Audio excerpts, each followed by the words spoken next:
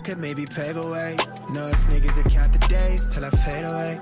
But you know I always find my way to turn a bad look in the field to something solid. I'm on target for a major play. Used to waste a day away. She hit me to say I'm on her mind, but my commitment to the game got me OT till I OD and then I fade away.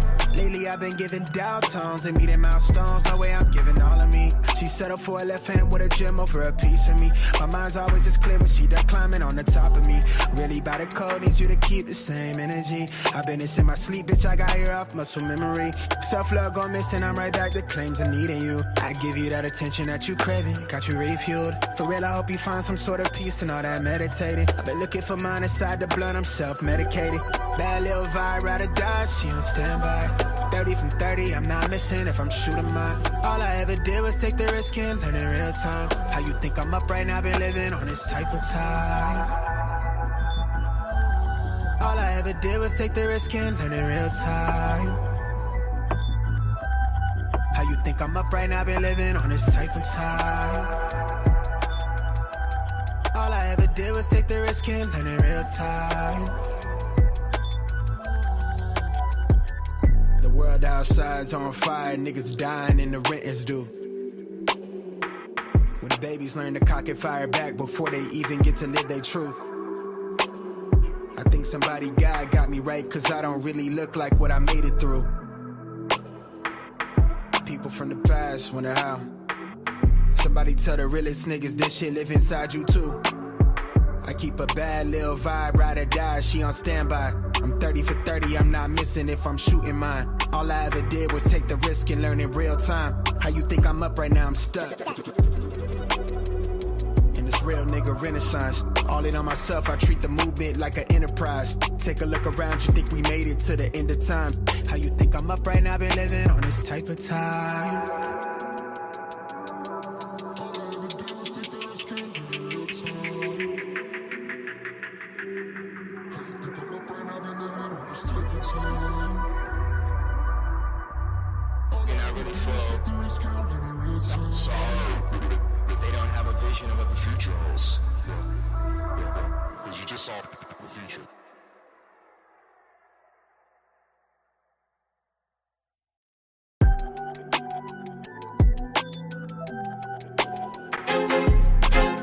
I feel like I'm losing my mind. Is everybody in the world blind? Please, Lord, give me a sign, a sign. I feel like I'm losing my mind. Is everybody in the world blind? Please, Lord, give me a sign, a sign. I wanna be the greatest. Everybody on the fake shit. I look around and feel like everybody is the fakest. I make this every day and I'm impatient, hoping one day I blow up from the basement. Statement, the top is so vacant. I don't hear shit that I think is amazing. Waiting for my day when I'm playing sold out shows for 1,000 faces. Hey, give me that crown, get in my way and to be put down. It ain't your place, all this my town. If I want that shit, then I'll get it right now. I'm losing it, the noose it fits, some losing shit, a stupid myth. You choose to live or choose to dip, you choose to fight or lose your grip and lose a gift. I feel like I'm losing my mind. Is everybody in the world blind? Please, Lord, give me a sign, a sign. I feel like I'm losing my mind. Is everybody in the world blind? Please, Lord, give me a sign, a sign. Yeah. There's no mercy in this world, just hunger-thirsty persons in different versions. Each new update, that shit worsens. Why? Pull back the curtain and you'll see the different vermin. We all have different burdens that all seem to cause disturbance. Yo, so do me a favor, don't treat me like a neighbor. Don't need the different flavors of your problems just to savor. I've got my own issues, I need a comb to get through. Don't need to groan with you, just go get your own tissue. I feel like I'm losing my mind. Is everybody in the world blind? What's up, ladies and gentlemen? What's up? Make sure my volume good. Put a 1 in the chat if you can hear me. Put a 1 in the chat if you can hear me. It is so good to see everybody tonight. I see 12 souls in the building tonight. I know it'll grow as we continue the show on. Tonight, we got a hell of a show here for you guys. You see the title. Yeah. STFU. You know what that means. Shut up In the words of the great Samuel L. Jackson, shut the fuck up. All right. So thank you guys for being here tonight. I appreciate it. I want to go to the chat first because without you guys, none of this is possible. All right, none of this is possible. You guys come over and you support me. And so, guys, if you want to support the channel, you know what to do. All right, Cash App. You want to send a Cash App? Send a Cash App. We have some great content, guys, and we're going to continue to have great content. So if you want to support the channel, go ahead and do that. That will be amazing. And also, if you want to support, hit the like button, hit the subscribe button, hit the share button. Right, that's important as well to share this with other people so they can come over and enjoy. We're on now. I'm so happy that we're covering 7 days a week now. We're on Sunday, Monday, Tuesday, Wednesday, Thursday, Friday, Saturday. We're on every day. All right. And we'll talk more about that later on in the show. However, guys, listen, over at Black Men Unfiltered, let me get the chat out the way first because I'm so excited. I just can't hide it. We got Grooming and Reviews in the building tonight. What's up? What's up? Mess up.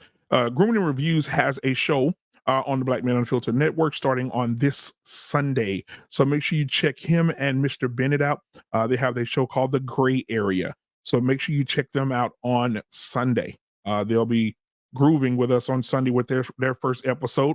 Let's see here. We got Tough Topics Podcast in the building. Beauty is her name. Tough Topics Podcast in this thing. What's going on, sweetheart? Good to see you. We got Crystal. Crystal, what's going on, Crystal? That's my dog. All right, it's good to see you in the building tonight, sweetheart. Thank you for all your support. Every show, she's always, man, listen, shout out to the people that, you want to make sure that you let people know, give people their flowers. Every time we have a show, she always is sending a Cash App. She's always coming on the post.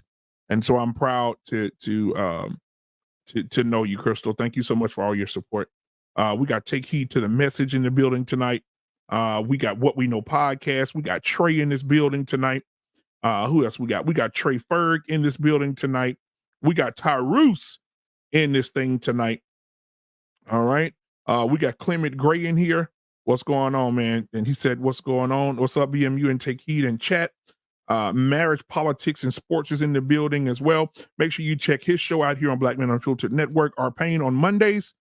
He has a show called Mr. Boomer. All right. Everything Boomer. All right. So come over and check him out. Come on the panel and support him. We got, let's see who else we got here. We got Kevin Mitchell. He said, good evening, everyone. Thank you, sir. We got Embrace the Grace. She said, good evening, King. Please like the button upon your arrival. All right. Thank you so much, Embrace the Grace, because Embrace the Grace embraced us with these words last week. I'm confused.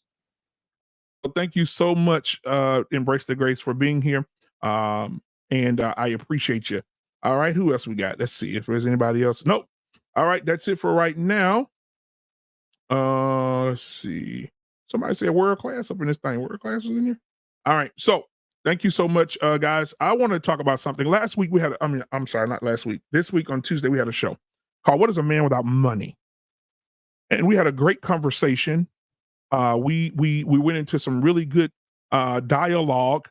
And then we had Take Heed to the Message, give some some inserts on when it's just too late. It's just too late. It's too late.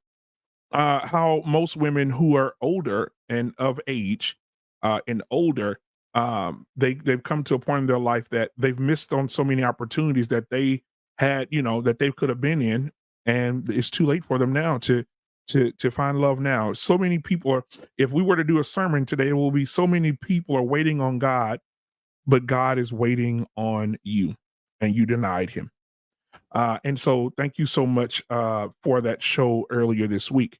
And so I want to have the show tonight be a duality, right? Normally we have all the guys in here, but we're going to bring some ladies in here tonight, right? We got Embrace the Grace. She's going to be here a little later. She's at work. She's almost done with work.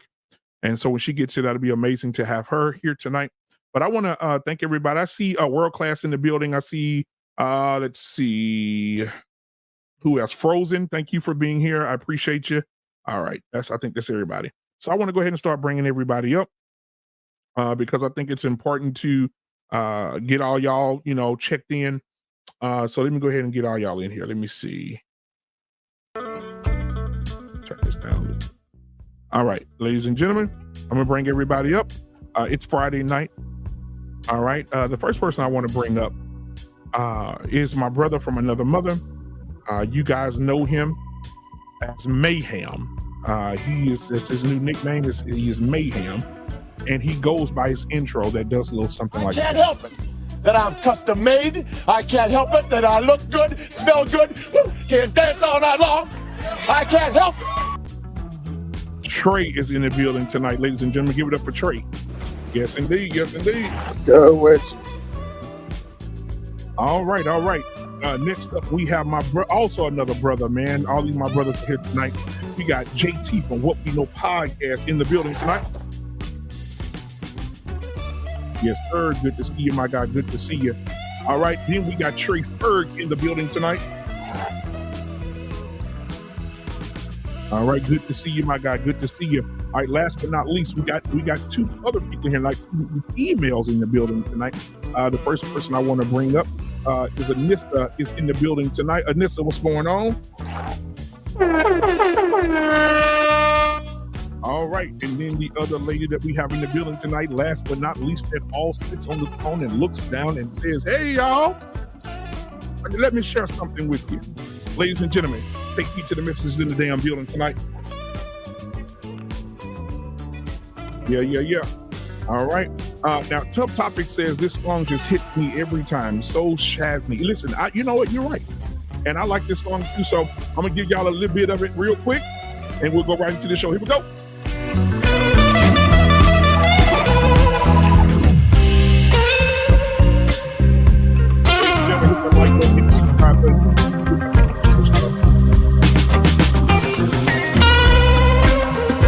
Give y'all time to get your line. Go get on the couch. Have a great show tonight. I will let y'all know for this one.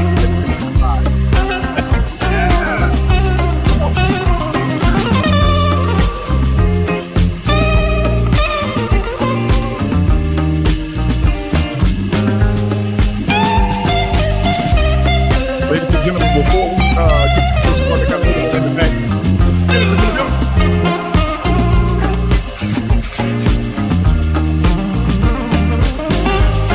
All right, ladies and gentlemen, thank y'all for being here.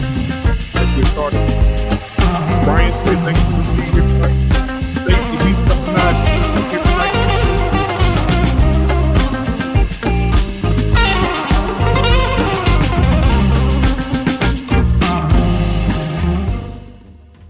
All right, ladies and gentlemen, thank you for being here, man. This beautiful panel we have tonight.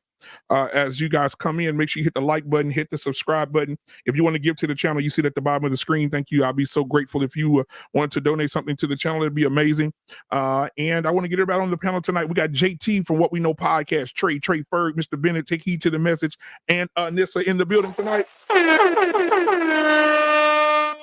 All right. Now I want to check the temperature of everybody in the room. You know how I always like to check the mental health before we go into the talk.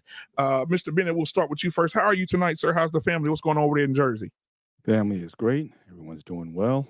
It's Friday. It's playoff weekend. I'm excited. I plan to do nothing but spend the whole weekend in the house watching football games. Man, I know that's right. All right. And then we got JT from What We Know Podcast. JT, talk to me. What's going on, man? Listen, it's Friday. You already know what it is. Absolutely. However, we got a lot of damn snow right now. This shit is terrible right now, man. It's terrible. Y'all got a snowstorm right now, right? I don't know what you call it. I don't know. It's Michigan, man. It is what it is. Absolutely. I'm a little disappointed, but okay. I thought we was y'all don't play at home this week, do you? No, we play in LA. Ooh, they got lucky, didn't they? They in LA. All right, man. Congrats to Michigan for winning the national championship, by the way. Absolutely. Yeah, Michigan is there. Maize and blue. Go blue. Absolutely. Thank you for being here tonight, Mona D. I see you, girl. All right, then Trey. Hey, man, what's going on, man? How you doing tonight, brother? It's all good. It's all Gucci and the coochie. I'm good over here. All right. So Trey, I just want everybody to know before the show starts. If you get ignorant with Trey, he's gonna call it out. He'll say something like "Fold no damn clone." or or he'll say something like, Stupid. so make sure you steer clear of Trey with dumb stuff because he's coming. He's coming. He's coming. Trey Ferg, how are you tonight? How's the family, my brother? What's up, brother? How you doing, man? Welcome, everybody. Pies, man. Physically, my body's getting old. Intellectually, I feel like I'm learning something new every day. Emotionally, I'm always even keels. Spiritually, I stay connected to where I'm at. So I'm in this group right now. So that's where I'm at. Absolutely. Absolutely. All right. And then, Anissa, how are you tonight, hon? I am lovely. Lovely. Thank you for asking. Absolutely, absolutely. We got Blaze Macro in the building. He said, peace, abundance, BMU panel, mods, and the chat coming straight from RBN's live stream. Let's go. All right. Thank you, Blaze, for being here tonight. I appreciate you, my brother. I also, let's see here. Make sure you guys hit that like button, subscribe button, and share if you haven't subscribed to the channel. If you want to donate, again, it's at the bottom of the screen. All right. Last but not least, as I always say, we got Take Heed in the house. Now, also listen to Take Heed a lot. And if Take Heed has a message, she'll probably say something like this. Black Man Unfiltered said, we calling out all the holes this year. Yes, we are. We calling out all the holes in 2024, damn it. We tired of y'all. We tired of y'all. We calling out all the holes in 2024 this year. All right, take heed to the message in the building tonight. Yes.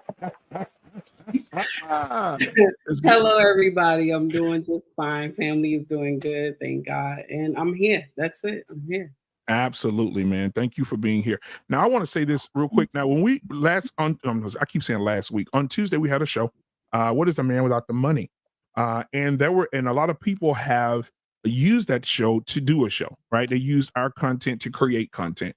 A lot of people broke it down. A lot of people shared it. A lot of people, were talking about it.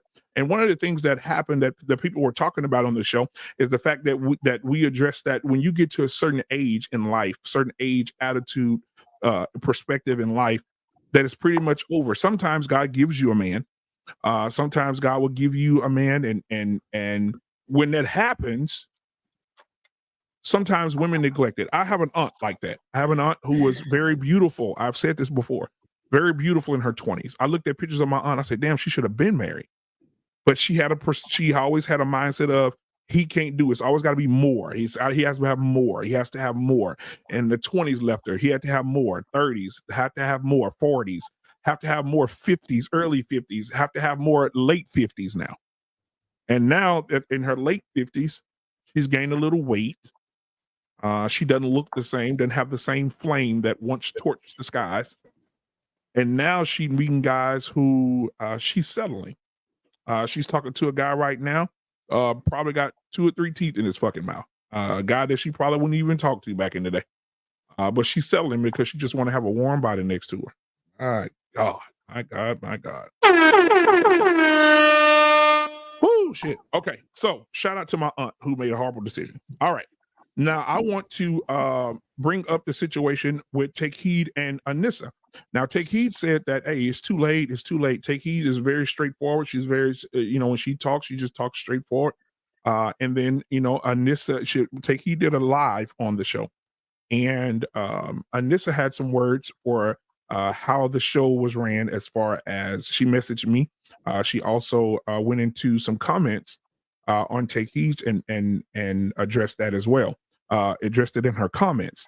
And so I wanted to give the floor to Anissa to express in a live manner on Tuesday what was the thought process after the show that made you go into the comments and say some of the things that you said on Take Heed's live or outside of Take Heed's live. You have the floor.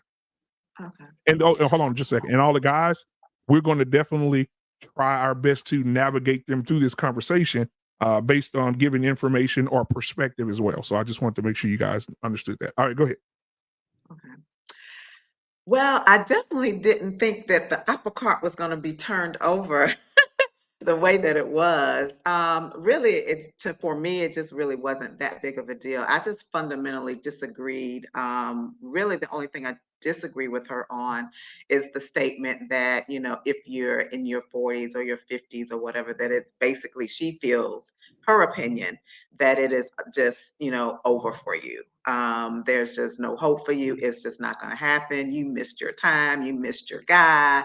If you get somebody, they just want to fuck on you, and all of those sentiments. And I just fundamentally just disagree with that. Definitely not, anything personal, or anything of that nature. I just and my faith, and what I believe in and how I live my life, the circle of people that are around me, the things that I see, and from my experience, that just has not been the experience. I know I have several friends that actually their first marriages were in their 40s, and they did not end up with a Pookie or a Way Way or anything like that. They got very quality guys. I think things are very different in this day and age. Statistics say that the median age now for marriage is about 30. It's like 28.6 for women and about 30.2 for men. So, people are getting married later as compared to what they used to be. So if the median age is, say, roughly around 30 for men and women, it is not unreasonable to think that if your first marriages are happening at 30, you can definitely, get married, in your 40s. There are a lot of people that are getting their first marriages are in their 40s. So I just disagreed fundamentally with her position on that. I realize that it's her opinion. That's how she sees it. Maybe that's what she sees in her friend circle. Maybe that's what she sees in her family. I don't know. But my friend circle, the gentleman that I know, I know several successful guys that are anywhere between 50 and 60. And some of them, just recently got married. Some of them, if they get remarried, they know that they want someone their age. The last thing they want to do is to get a much younger woman, start out having children all over again, especially when they've already raised their children. The last thing they want to do is be 60 years old going to pre-K. And I talked to a few of them today, and they were like, "Oh, hell no, I'm definitely not interested in that." They have no problem marrying someone their age because they're quality guys and they're confident that they can attract the women that they want. So it's just my experience may be different from hers. So I just fundamentally agree with that. Really, that was my only issue. All right. And so to and then so I understand what you're saying as far as the men that that say they want a woman their age. But when we talk about that, we have to really take into consideration that we're talking about a minority of men. The majority of men in that age group who are successful would like to go to a board meeting or a Christmas party or a gathering with the most beautiful woman in the room. And most of those women are in their 30s, especially if that man is 60 or 50 and he just got to the level of money that he wants to make. He's not going to want to walk in a room with a 60-year-old woman. He want to walk in a room in a board in a meeting or setting, or goes out of town. Because let me tell you what happens. I used to watch this documentary on HBO called After Dark. I don't know if anybody else watched it. And it was about these women who are paid when these 60-year-old men come to town. These executives and CEOs, they pay young women to stand in for their wives, and they leave their wives at home. And they walk in and they want all the attention on them, and they can't do it with their wives who are the same age as them. And so they would pay the women substantial amounts of money to be with them, spend the whole weekend with them, paying them $20,000, $25,000 a weekend, just to look good, just to have a good looking woman on their shoulders. So take heed. She spoke first about the show on Tuesday. So we'll start with that first, and then we'll get into the second part of it after this. So what Can I was your say, Go Go ahead. Can I just respond to what you said Yeah, before you absolutely. Go move ahead. on? Okay. Definitely, I'm aware of that. You know, I have traveled to New York City and some big cities, and depending on the hotel that you stay in, you definitely see some of that activity. However, only thing I am really concerned about is, you know, I am not going to sit up here and speak for all men or even the majority of men simply because I don't know them. You know, there are like 4 billion men on the planet. So I don't think anyone can speak for the majority of men and say they definitely know what they want. I am only speaking about the men that are in my circle, the men that I have the ability to interact with and to date. And that's really all that I'm concerned about. So out of the circle of friends that I have and the people that I know, and I know some, you know, very influential people, I can only go by what they're saying. Now, we all know that, you know, every 55 or 60-year-old man probably would love to go and get a 25-year-old. But when they look at the reality of it, that young woman probably is going to want, if she doesn't have children, she's going to want to have children.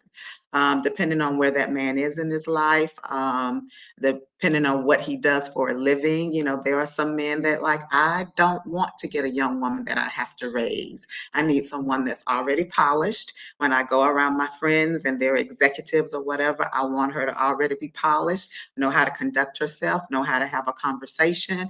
I don't feel like raising it. I don't want to start over. My children are already 23, 24. I'm done with that. I don't want to start over with a young baby. I don't want to be 60-year-old going to pre-K, and they're okay with that. But they're confident that they can find the woman that they want. They don't need to get a passport. They don't need to go to Thailand or the Philippines.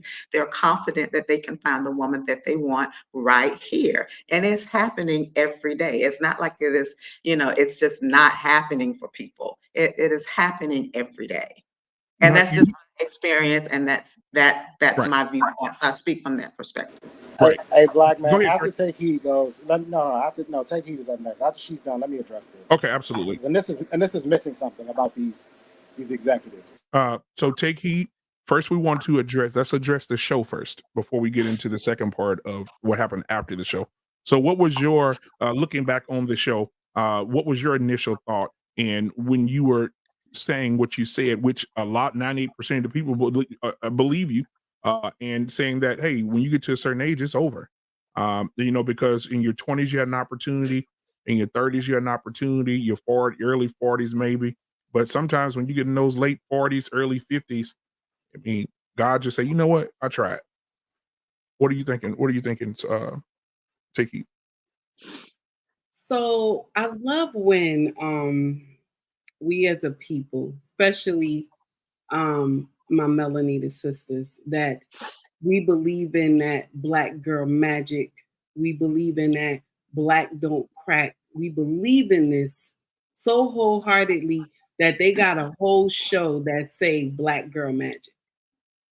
We believe in the nonsense that they preach to us from when we are young. And so when people sit up here and they say, well, my group of friends said they wouldn't do this. It's not the majority, though. It's not the majority. There's a lot of men who are in their 50s. They're not going to go with women that are in their 50s, too. Now, the group of friends you have, that's a small group, unless you have about 100 friends. I do. They're not going to see here we go with the delusion, but they're not going to just sit up here and be like, oh yeah, 100 friends of mine have dated women that are like 50 something years old as me, and this is the sad part, that Black women don't want to believe this. You have passed your prime. I don't care how much you call yourself praying to God, you have passed your prime. God has sent this man 4 times. You have missed him. And now you want to just tell the young people all these. This is my thing and my platform. I don't want to lie to our young women and tell them men are going to be there. Go ahead and do whatever you want to do with your life. Men are going to be there. It's not true. It is not true.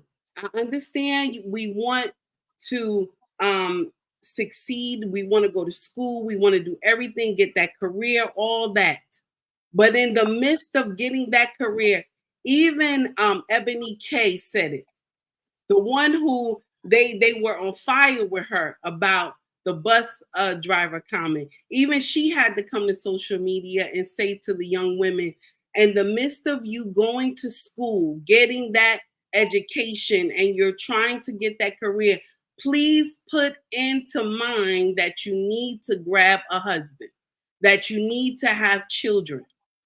But back in the day, we taught our women, our grandmothers, great grandmothers, mothers, taught us, go do what you got to do. Men will be there waiting, but this is not true. Now, maybe the friends that you have, they're 50 something, they're dating women that's 50 something, they probably have children already. They probably have children already. This might be their second marriage. But a man who is 50 something years old, he has no lineage at all, okay? And he has never been married. He's not looking for a woman that is 50 something years old like him. He's looking for someone he's going to have a lineage with. And this is the thing that women that are elder, they get upset when you hear the truth. And it's that's the truth. What you just said is true. But why did you come to my comments and go ham? But you're the same one a couple of months ago said, oh, when people come to the comments, it's so ghetto. But you did it. No. I wasn't ghetto. I was not ghetto. I just disagreed. What did you? I just disagreed. You went ham. You was like, oh, I said I fundamentally disagree with you. Did I cut you off? I didn't cut you off. Go ahead. When you came to my comment section, you was like, oh, well, take heed. You've been married 2 times. You were a baby mother, and God gave you a chance. Yes.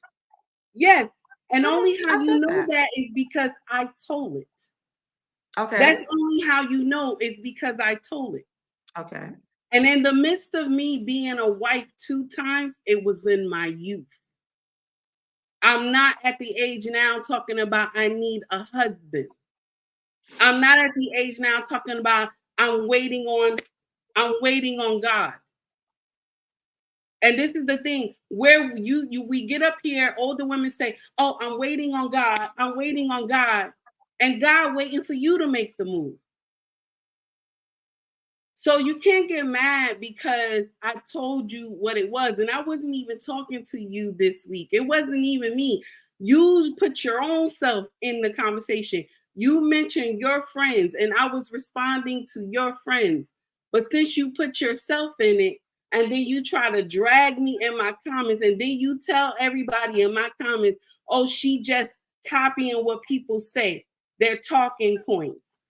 That's her content. All you do is bash Black women. Like I didn't see your comments. Only reason I never said that. I think you have some other comments mixed in.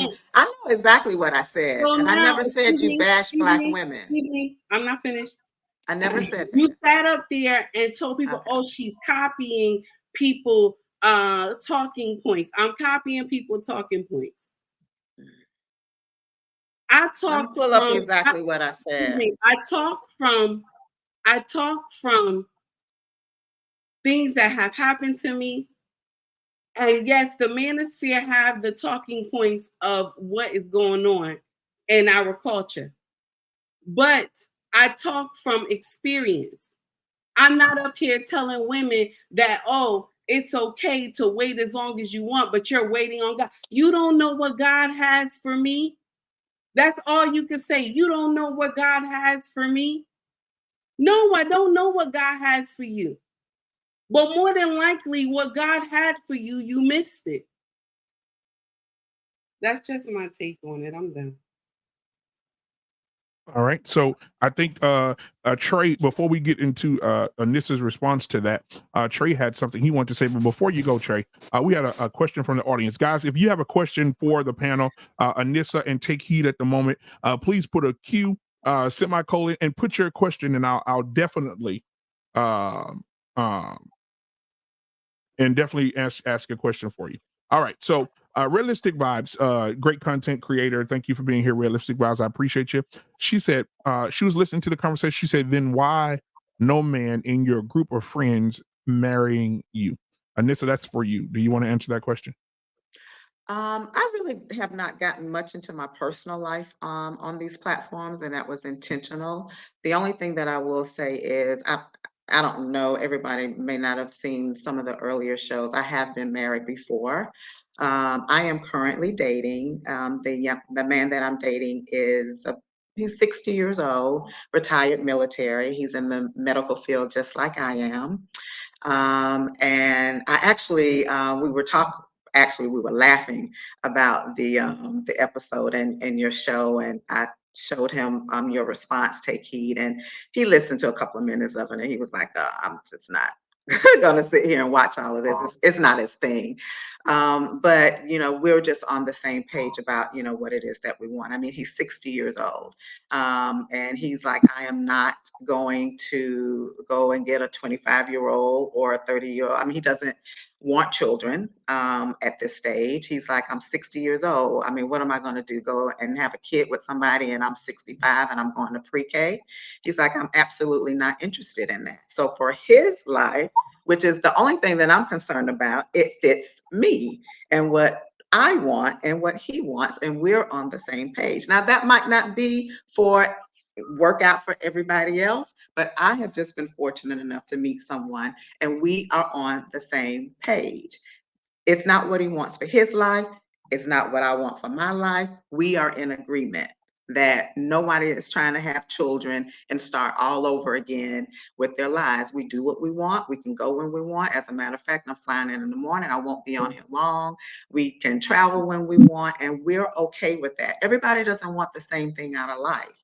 So to say that these type of men don't exist and they're absolutely not out there and you can't find it and you can't have it, it just has not been my experience. It's just my experience, and that's all that I can go on. I totally understand. But I So totally you don't understand what takes. I'm not finished.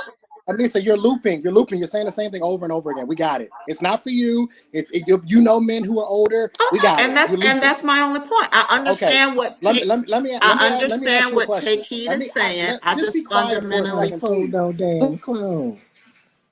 It's Trey. You don't have to be rude. We had to see and listen to you say the same thing over and over and over again. Okay, go ahead. We got Trey. it. Go We ahead. got it. Go It's ahead. not for you. It's not for your man. We got it. Okay, good. Why would you come onto a platform where you only want to have a conversation about the things you are interested in? Why? How does that make any sense? He asked me to in your come head? up here tonight. I had no intentions on being here. That's not what I asked you. I didn't ask you who invited you. He asked me to come, and that's the only reason I came. You're not listening. I didn't ask you who invited you.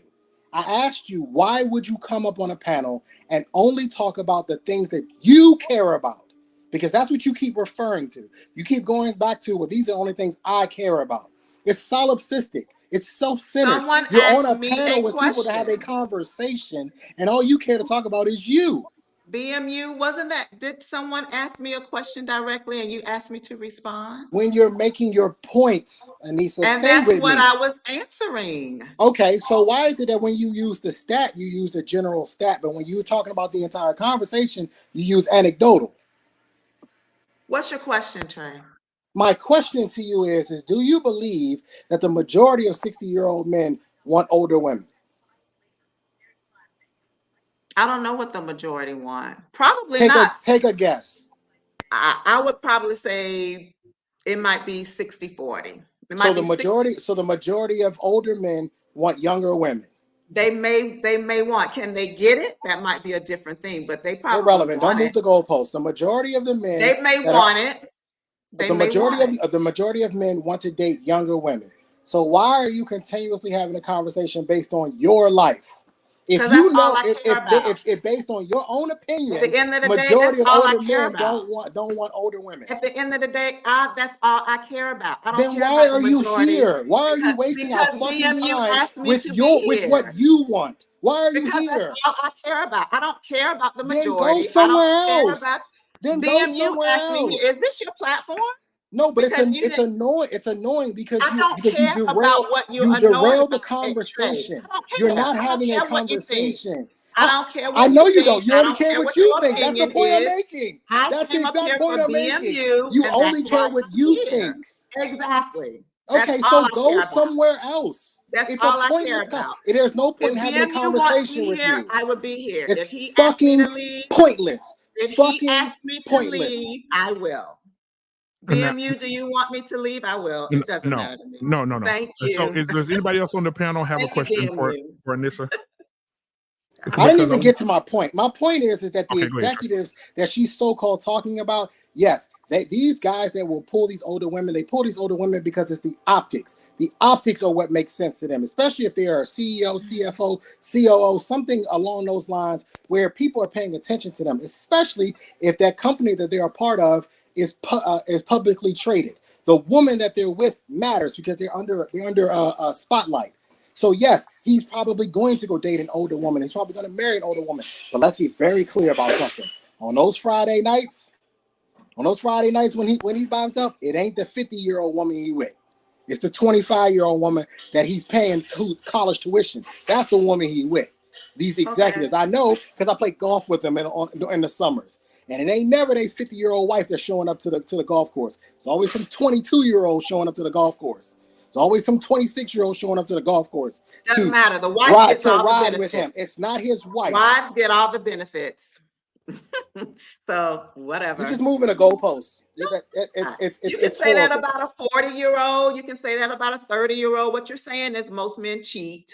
That's all you're saying. Okay. And again, moving the goalpost. Doesn't matter. I don't care about what you just said. Okay. Now I know because you're solipsistic and you only care about you. Which is why I understand why you're fucking here. And I understand why he keeps inviting you. Because all you want to fucking talk about is yourself. It's a waste of time and a waste of space. Exactly. Thank you. Take heed. Did you want to respond to Anissa's claims that she said, that she didn't, some of the things that you said that she said in your comments, she did not say, and some of the other things that you wanted to address as well. Go ahead.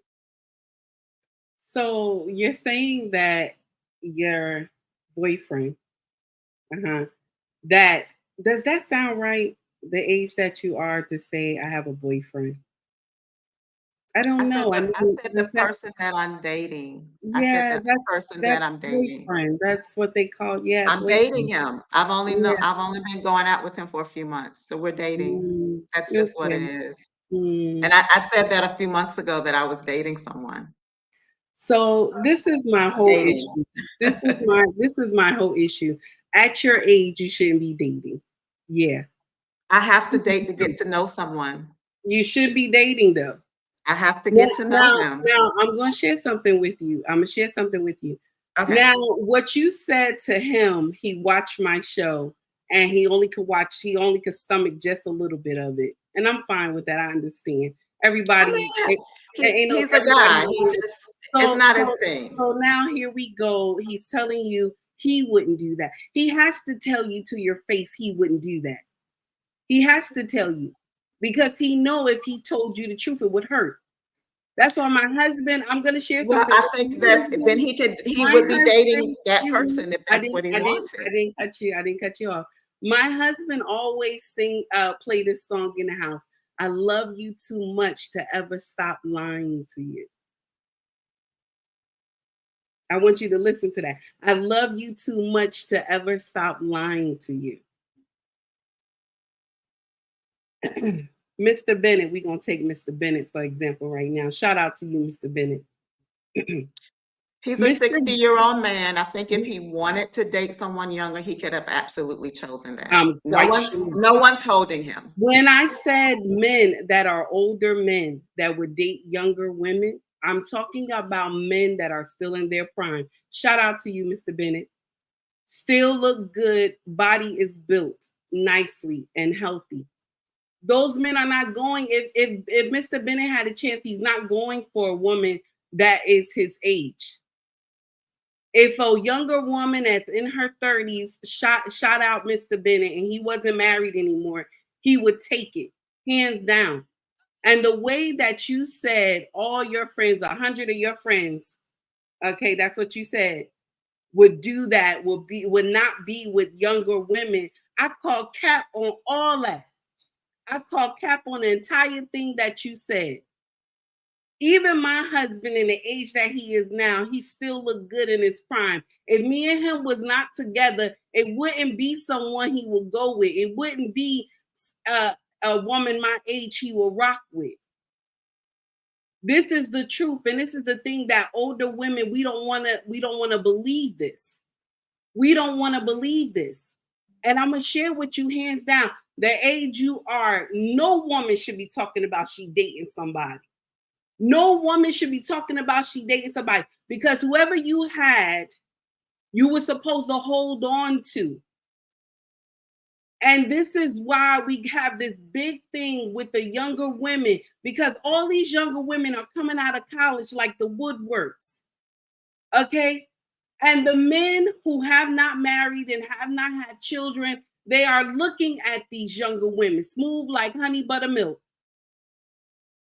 They not looking at women. If a man who is 60-something years old trying to mess with somebody like me, and he needs children, he's not gonna come for me. The man that you're messing with, he don't need kids. He more than likely don't need children. He might have his already. So yes, this happens. I said that. This happens. But yet, no. Why are you laughing? Why are you laughing? Because I agreed with you earlier. I said that men that don't want children would have no problem dating someone their age, because that's not an issue. I agree that if a man wants children, he will probably. I agreed with you earlier on that. I'm not arguing. If you agree with what I said, why were you in my comment section? I said, I don't think you're listening at all. I said the only thing I'm not listening. The only thing I disagreed with you was your statement that if a woman is in her 40s and in her 50s, she is just absolutely out of luck that she will ever get a man, that it's just over for her. That is the only thing I said I disagree with, because people are getting married every day. That was it. If you disagree with me that part, then why you put all that other nonsense in my comment section? Because you could have just said, and I'm going to tell you why. With you that part, but you put all this other nonsense and rah-rah nonsense in my comment section. Now, for the audience, if you don't mind, take heed. If you can allude to some of the things that were said in the comments to bring everybody up to speed on what you're talking about addressing right now. So in the comment section, she put a whole paragraph of nonsense in there. Now I'm gonna share something with you. Y'all can go to the comment section in my social media. Y'all go check it out. You can go to the comment section. I didn't delete none of the comments at all. And only why I'm telling y'all that, because I need traffic flowing in my stuff. So now, you came there, but you said you only disagreed with one part. But why did you put, I stole people talking points? Why did you put that? Why did you say, I don't know what God is doing, that God can bless you, and all this other stuff you put in here? Why would you say, if you said that you only agreed with you disagreed with a small part, that's the part you should have put. Why I have to go back and forth and see your comments? Why you have to put all that? What was that for? Were you triggered? You telling me I was triggered? Absolutely not. But were you triggered? No. You had to be. Can I answer you? Oh yes, go ahead. You can. The only thing I disagreed with you was to say that if you are a certain age, that it's just not going to happen for you. It's impossible. It is done. And I just fundamentally disagree with that. And the reason I brought you up, because you said that you gave your history and the things that happened to you and how you met the guy that you met. And my point was, if you can have gone through all the things that you've gone through, and God took an opportunity and God gave you grace and mercy, and he blessed you with a husband and the union that you have now, How can you say that God can't turn around and do the same thing for another woman just because she's 40 or just because she's 50? That was my only point. There's nothing in scripture that says God's blessings are age related.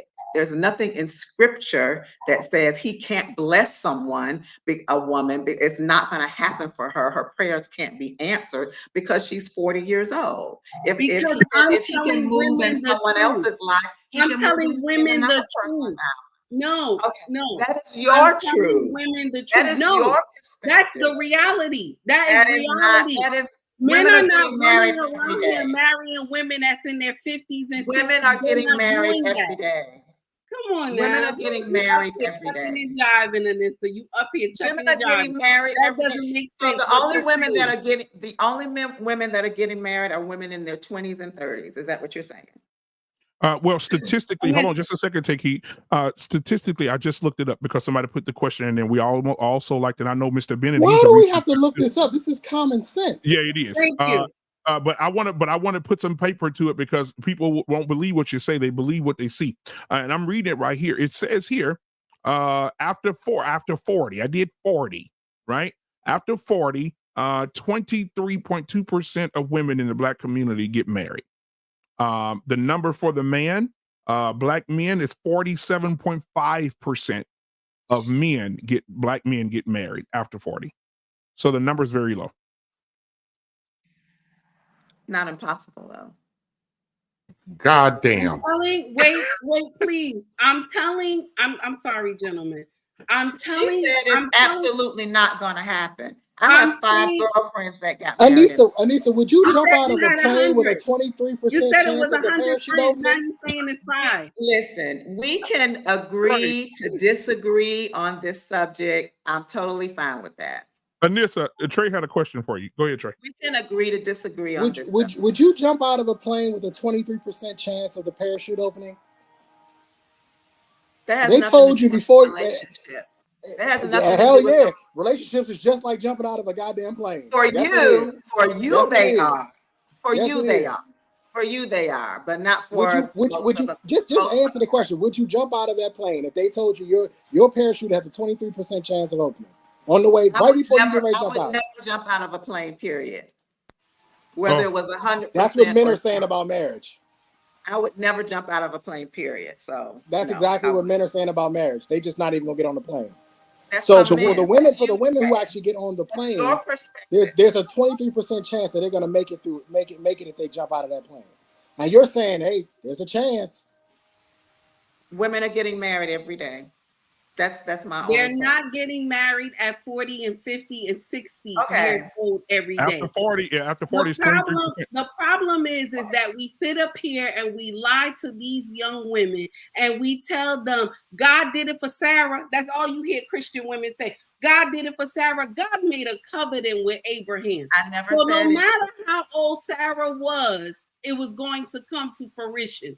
No matter how old she was. And we got to stop telling our younger women, go do everything you want to do in your life while you young. And men going to be there when you get 40 and 50 years old. They're not.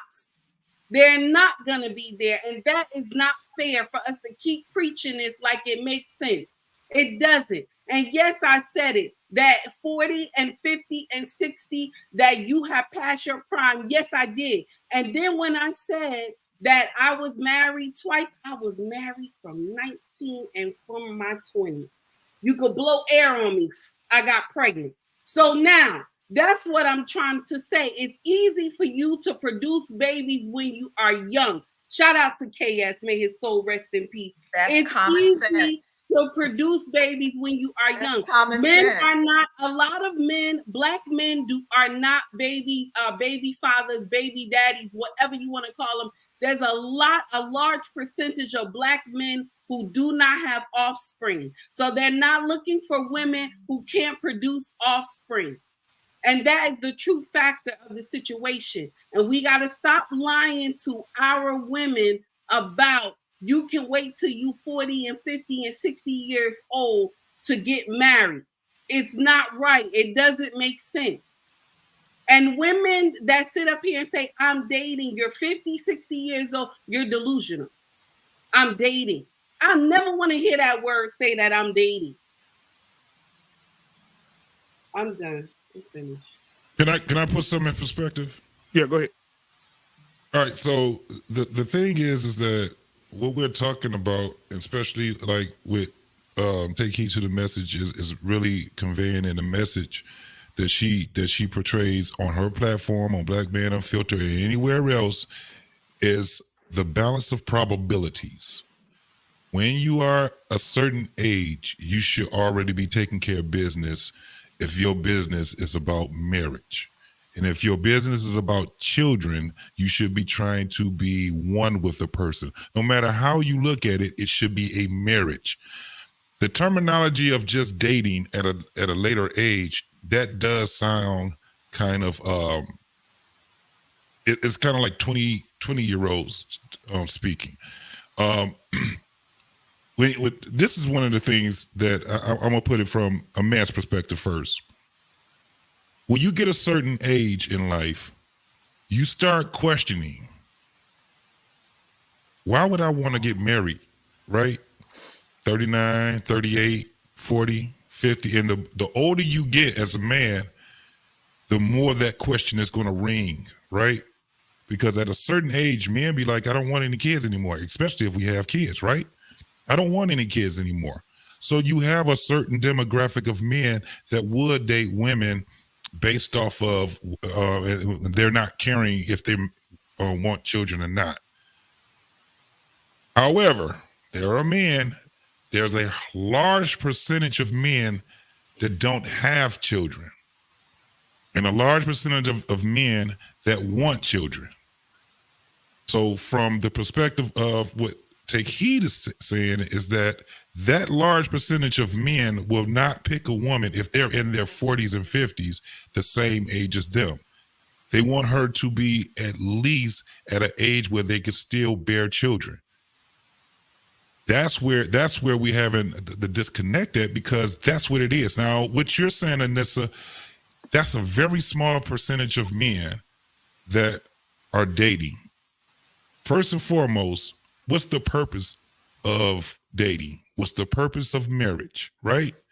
Most people don't even know. What Take Heed is saying is that she's trying to untangle this thing in their head about this bullshit fairy tale that we've been living. And you got a bunch of people that's waiting until they get all late in their age, and now their ass is confused. And now you got women that's hitting the wall, and they making worse decisions in their later age than they were in their younger age. That's the reality.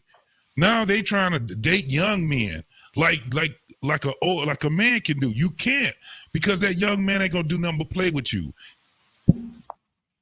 He ain't gonna do shit but play with you. With men, it don't matter what age we are. If we're not making the right decisions, we're gonna get played with anyway. But if you're about business, we have to at least be more responsible with the people that we're talking to and let them know that we have to be more accountable for the shit that we do. Or if not, look at some old people. There's a whole bunch of old ass women that ain't got nobody to take care of them. They outlive their own fucking kids. I end it there, y'all. JT, I want to add something real quick, if y'all don't mind, to what you're saying, JT. The other part of this that I don't think anybody has said is that I'm referring to a comment I saw in the chat. A lot of times people will go out and they'll point out the exception as an example that it can be done. But the problem with that is everybody thinks that they're the exception. And if everybody was the exception, there will be no such thing as the exception, because then it'd be for everybody. And we sit around and we put our hopes in our back and all in the exception basket, that we're all somehow exceptional. But and I said before, for a lady who is in who's past 50 or in her 60s and they ended up getting married, and you sit there and you're using them as an example, you're not asking those women what they did. And if you're willing to do what that woman did, you're not asking her what she gave up, what she compromised, what she negotiated. You're not asking none of that. You're just saying, my friend Beulah, she's 60 and 300 pounds and she found a husband. You don't know what the hell Beulah's doing for that man, for him to marry them. and I really get sick of that whole narrative about we look at the exceptions to the rule and think that applies to everybody. There's a reason why there's the exception. The exception proves the rule. And the rule is that, unfortunately, for Black women specifically, we wait too late. We have worse outcomes and we have worse attitudes. The older our women get, the harder they are to partner with. And I'm just using that word partner generally. The harder they are to deal with on any level. And our women still believe that that a man has to come in and prove something to you. And from a biblical standpoint, you are supposed to come in and get on his page, not the other way around. That's just the way that works. So I understand that there are some exceptions to the rule out there, and you got almost 50 million Blacks out here in the country. Of course, you're going to have exceptions to the rule. Even the exceptions is a large number when you're talking about 50, 60 million people. But that's still small. 23%? That's nothing. That's nothing. It's not going to happen. We all can make anecdotal stories. I got a 67-year-old second cousin that got married in her 60s. We all have these stories. Right. But I also have a bunch of family members that are over the age of 40 that are not married and have never been married. Exactly. And there's far more of them than it is than my second cousin. We have got to stop arguing the minority. We have got to stop arguing anecdotally. It makes us look terrible when we know deep down inside what the true statistics are. There's a reason why we have statistics, so that we can understand what's going on a larger scale, not what's going on in our backyard. Yeah, and fortunately, I'm not trying to pick on Anissa at all, but the nieces of our crew, there's nothing you can do. They're convinced. And so all we're going to have to do is just sit there and just with a degree of sadness and watch what we all know what's going to happen. And it's hard to watch. It's hard to watch. And I'm not going to sit here and go, Anissa's not ever going to get it ever, because that's reckless. But the probability is just not there. It's just not there. Well, the truth is that men work on probability and women typically work on possibilities. If you notice, Anissa said it's possible. We're talking about probability. She's talking about possibilities. This is why when we say that men and women aren't the same, this is what we mean. Even the way we think down to our very molecular cells, we are different. Yeah, even at my age, it feels weird just referring to some lady I'm with. Oh, that's just my woman. That's my lady. I mean, it's just different than when I was married saying it's my wife. That means something, It's be this old and calling somebody a girlfriend. That's just ridiculous. Sounds stupid. Absolutely. Mitigation. Again, we have to mitigate risk. It was absolutely the right thing that Trey had used when he said, would you jump out of a plane or use a parachute if you had a 25% chance of crashing? That actually, and that's what it is, because it actually ended up being a crash. But see, we don't think that the reality is going to hit us. We think we got enough time, and we're not looking at mitigating risk. The risk is that you are going to be dying alone. Everybody die alone. You're going to be living, and you don't have the right quality of life when you get older. Most people don't think that they get older. I don't know where this comes from. Possibilities versus probabilities. We need to use probabilities and not possibilities. You can drive it's possible to drive a car with your feet, but is it a good damn idea to do it? What is the probabilities of your ass crashing? Very high. What's the possibilities? We don't care because it's just possible. Yeah. Now, Clement Gray from the chat says, at BMU, we can't expect people to get married with stats, I guess he's saying. Show married can't and won't stay married. Must address those that are married to stay married. Get back to basics. We had a question here. You said, I got another question here. Tough Topics podcast. She said, was Anissa asked why she isn't married? I'm genuinely curious. Was she married in an earlier time in her life? Nissy, you want to address that real quick? Yeah, I said that earlier that I had been married before. And then are you looking to marry the man that you're with now? We are determining that. Damn. I don't think marriages relate to the world we're living in now. When you think about the rules of marriages, right? The rules of marriages is not going to comply with how we view life now.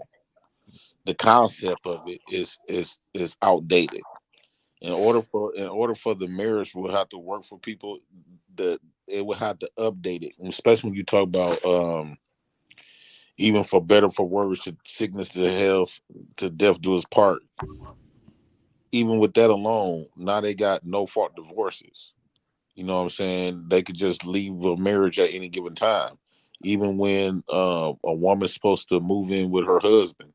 We know now that these women, they buy their own homes. Like these women said, they was raised to like be independent of, not to depend on no man. So they not finna just give up their place to go move in with no nigga. So, and then like a woman's supposed to stay at home, and virgin's supposed to marry a virgin. Actually, I thought that was the original marriage, right? The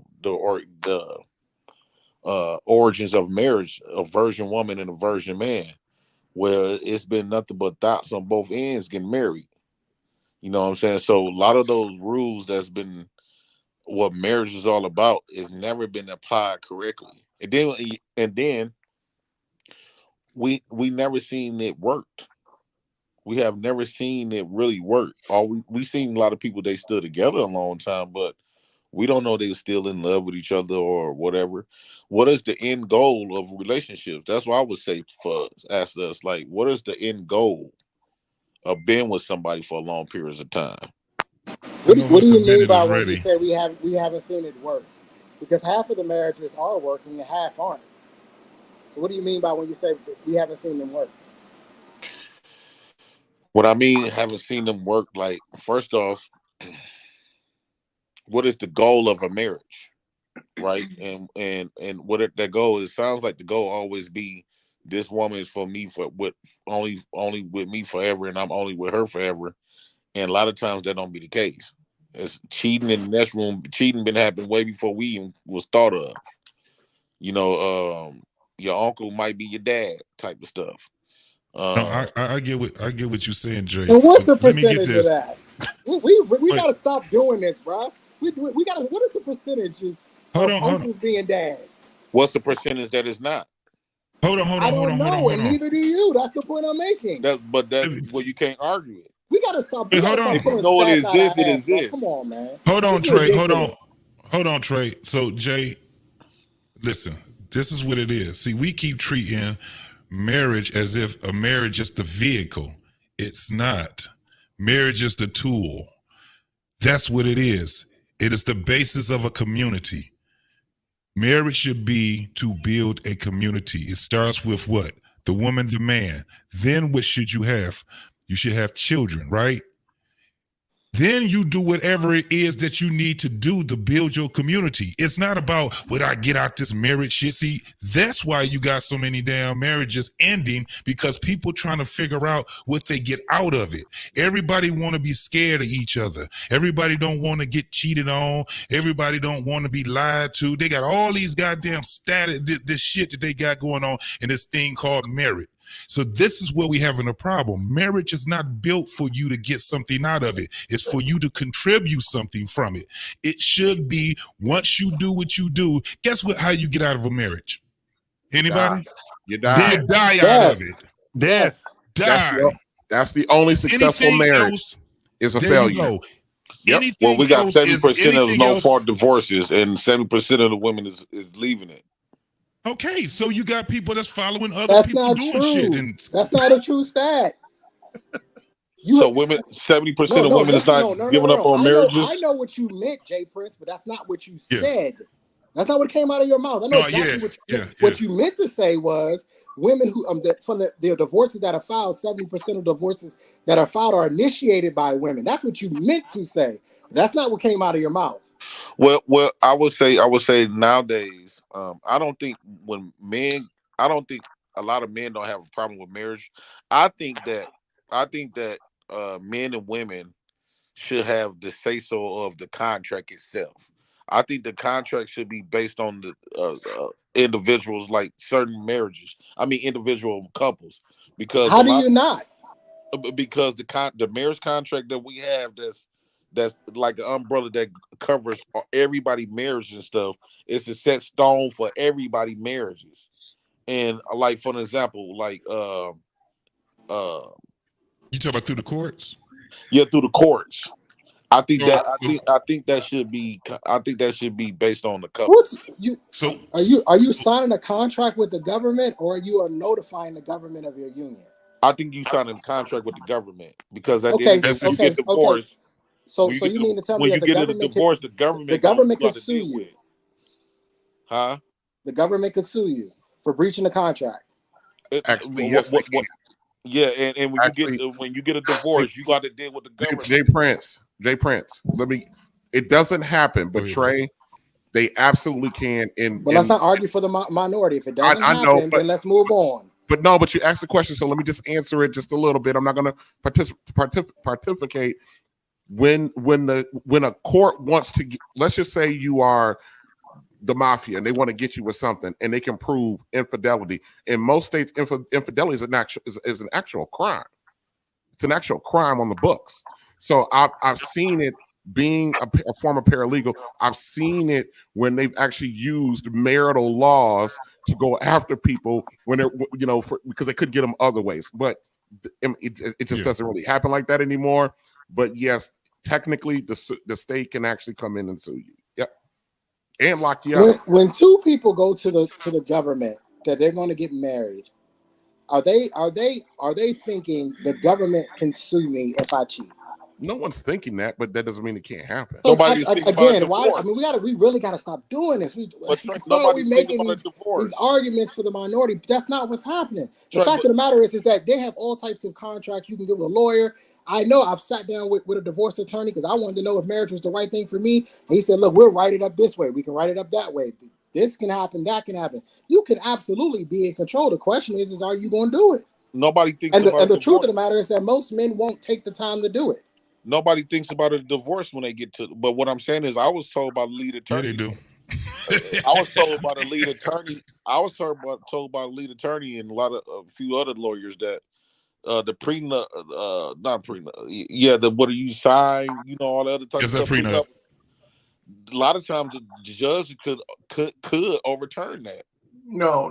The lead attorney, don't mischaracterize what he said. He said if you don't do it right, they could overturn it. So, and he also listed the four things that need to be done to make sure it doesn't get overturned. And you have to keep the maintenance up on it. Let's get back on track. First of all, here's what we're talking about. Can't have a scarcity mindset in life, right? But we do. We've all been subject to the puppet masters that try to convince us that men and women are not supposed to be together. It's a lie. And we're living that lie right now. And the truth of the matter is, there's guys who do studies on civilization. I mean, I have a book here called Sex and Culture.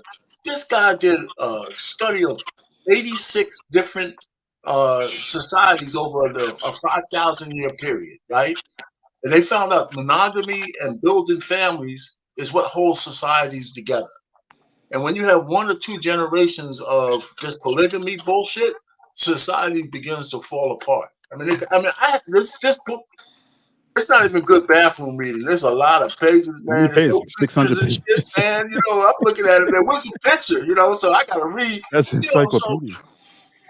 So all I'm saying is, it's probably going to be a lot of stuff in there and statistics and stuff. And I looked through it, but what I'm saying is, I've been married for a long time, Jay Prince, for a whole long time, and everybody who talks about marriage has this rider that is so difficult, and it's so like we're at each other's throats because it was a long time. It's just crazy. Listen. I mean, I had a short sex life before I got married. When I found my wife, I have absolutely no problem only being monogamous with her. I mean, I'm not dying at night thinking about where I'm gonna stick my Johnson in another woman. I don't need that. The toughest things any man has ever done is turn down a nice piece of willing, steaming ass piece of pussy. So anyway, Wasn't man, you on I'm just saying the last stream talking about? Wasn't you on the last I stream think talking about people don't folding get up a married woman? because Yeah, we never had no good stream examples of it. that wasn't your wife. Say that again. Weren't we on a stream a couple of days ago and you was talking about folding up a woman that wasn't your wife? No, I wasn't talking about folding. I just said she looked good.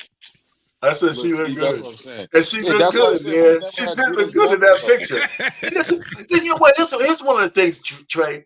When I went to the beach with my wife, she gave me the binoculars and said, "Here, man, you can look." And that's about it. That's what she told me. She said, "You can look all you want, you know." So I can still look, man. She looked good. I think the younger generation, just like how we view the church, right? We haven't been seeing no real good examples or no great outcomes of marriages, just like how we view the church. So a lot of the younger people is running away from that. They don't take pride in it no more, like how the church is. Us younger people that seen the church growing up and just seeing all this stuff, we don't go to there no more. So, hey, Jay, can I ask you a question? Let me ask you a question, Jay. We got TD Jakes. Go ahead. Let me just ask you a question, Jay. You don't think Jay Prince? You don't think that's part of programming that people feel that way about relationships and stuff? You just think that we naturally decompose into the way our society is now, or do you think that there's bona fide efforts to make us feel the way we do about it? Yeah, it's definitely been instigators. Even when like I said a long time ago, a black woman making $100,000 compared to a white woman making $100,000 a year with degrees is two totally different women, two different type of atmosphere. Because black woman was taught to use that as a weapon against us to make her feel more powerful than us. It's basically like we will become enemies more than teammates. I do believe that black women. It was two types of black women that I have that I know. The black women from Black Panther them days, I would consider them women to be more on the black man team. The black women we have today are not on the black man team. They more, I would say, an enemy. When you look up the definition of enemy and everything that black women have done with the black man, it's the exact definition of an enemy. So you know why we call them enemies? Because niggas is weak. That's why. Yeah. Let's keep this shit a full Trey, 100. I was just about to. At the end of the day, I was just about to say that this shit. has nothing to do with the fucking woman. Weak. This has everything to do with these weak ass, spineless ass men out here. I don't give a damn. She can make $300,000 a year. It doesn't fucking matter. I'm the man. Me. No. But she don't know what I'm saying. What I'm saying is, we know you the man. Men know you the man, but it's this extreme effort for black women. That's why it don't matter, Jay Prince. You just heard her that lady said it doesn't matter. You can't program that woman no better than me. She has to talk to me. She watching this shit on TV, but I'm right here. I'm real life. You can touch me, baby. You can feel me, baby. I'm right here. But here's the thing: you just heard like that one woman said she was told by her aunties and mama them to get her own job and stuff. So they got this mindset to be like until she come across a real man. That real man and stuff they can live without. No, it does. But Jay, it does work. Let me tell you how it works. It goes to what Trey just said. No, hold on, Trey. No damn clown. I'm about to show you some shit. I'm gonna show you how much power we have as fucking men. RBN, you were married before, right? Yes. Trey, were you married? You never got married. Trey Ferg. Wow. He's still married. Watch this. He's still married. Now watch this. I was married before. I have no fucking problem. None of us have any problem with going to a woman and asking to marry her, proposing to her. This is the thing. We're the gatekeepers of this shit. We act like we're not the gatekeepers. Let me tell you what you have to do. You have to court that woman if you're serious about marrying her. You're going to go through a lot of them in these days right now. You got to have some fucking standards. You got to be able to say, this is how it is. When she start veering and want to do other shit, guess what you got to be willing to do? Let her ass go. Yeah. Get to walking. And if you are serious about that and you repetitious about that and you intentional about that, you will have your wife. That shit is just not easy these days. It's not. What you say? But you just said you gotta grab your nuts, man, and be a fucking man. And if you want to be married, be serious about that shit. But y'all just you don't let no damn court dictate that shit. And JT, let me say this real quick. The only way out of marriage is death, but yet y'all not married. And I don't see that. The only way out of the world is death. But but you say out of marriage is death, but unless y'all wives is dead, then what you saying is don't mean nothing, bro. No, you clearly it's the reason why you ain't married no more. No. You didn't grab what I was saying, brother. We have to grab our nuts if we're intentional in being married. You see what a bunch of motherfuckers is doing right now? They're complaining about women don't want to be married. They got all the stats and all this shit. At the end of the day, you should be able to have your own fucking stats. You should be able to say, this is why this is not happening. I just told you, it is not an easy thing, but you have to be intentional. They know when you're intentional. I guarantee they're going to know when you're intentional. Yes, you're not going, look, I was married for 10 years. I've been divorced for 20. I've had many of women that were prospects. They didn't make it. Half of them didn't make it to 8 months. You know why? Because I was intentional. At the end of the day, this is how it goes. There's no fucking compromising shit and doing all this crazy ass shit. I want you to be my woman. I want you to be my wife. These are the things that I need you to do so we can have a better life. Guess what? When they don't do that shit, guess what I end up doing? They gotta let their ass go. See, the problem is you're not wasting my time. But the problem is you're not peeping how of our race of women really view us. That's what you're not checking. They don't view black men like a respectable man, like how she will. That's why when the black women get with the white man, it lasts longer than they will with you, because they view and respect the white man way more than they respect you. They look at you like a little brother or a son or somebody that they relate. They give you some pussy. They probably marry you, but they know they gonna leave eventually. But when they get with the white man, they see that man as a real man, and they look at you like a boy. And this is the reason why when a lot of times black women relationships with black men usually be combative. It used to be a lot of pushback, challenging. A woman will get with you and marry you and challenge you and compete with you. But when she get with that white man, she completely submissive. Because why? Hold on, Jay Prince. She can't compete or challenge shit if I don't let her stay around long enough to do it. Right, she ain't around long enough. So what's the purpose of getting married you then? Ain't here. You ain't here. I'm not just being your boyfriend for 5 fucking years. It's some things you gotta do. So y'all not even taking marriage serious, because if you said on one breath, marriage is supposed to be to death, to the only way out of marriage is death, but yet in another breath y'all saying if she don't do what you say or fuck up one way, you're gonna let her ass go. Far as like getting not divorced. Your wife, brother, not your wife. Not divorce, you're missing, bro. We talking about you're before missing that. it. We're talking about courting women, not marrying them. We're talking about courting them, grooming them to be a wife. How about that? So why do you got a present wife? Did you court and vet the woman before you got married to her? Yes, nigga, I was 22 years old. We knew each other since we was 15. What So you talking about? We was married for 10 years. Well, how come you ain't still married? You ain't dead yet. Bro, I got about Jay Prince band, goddamn.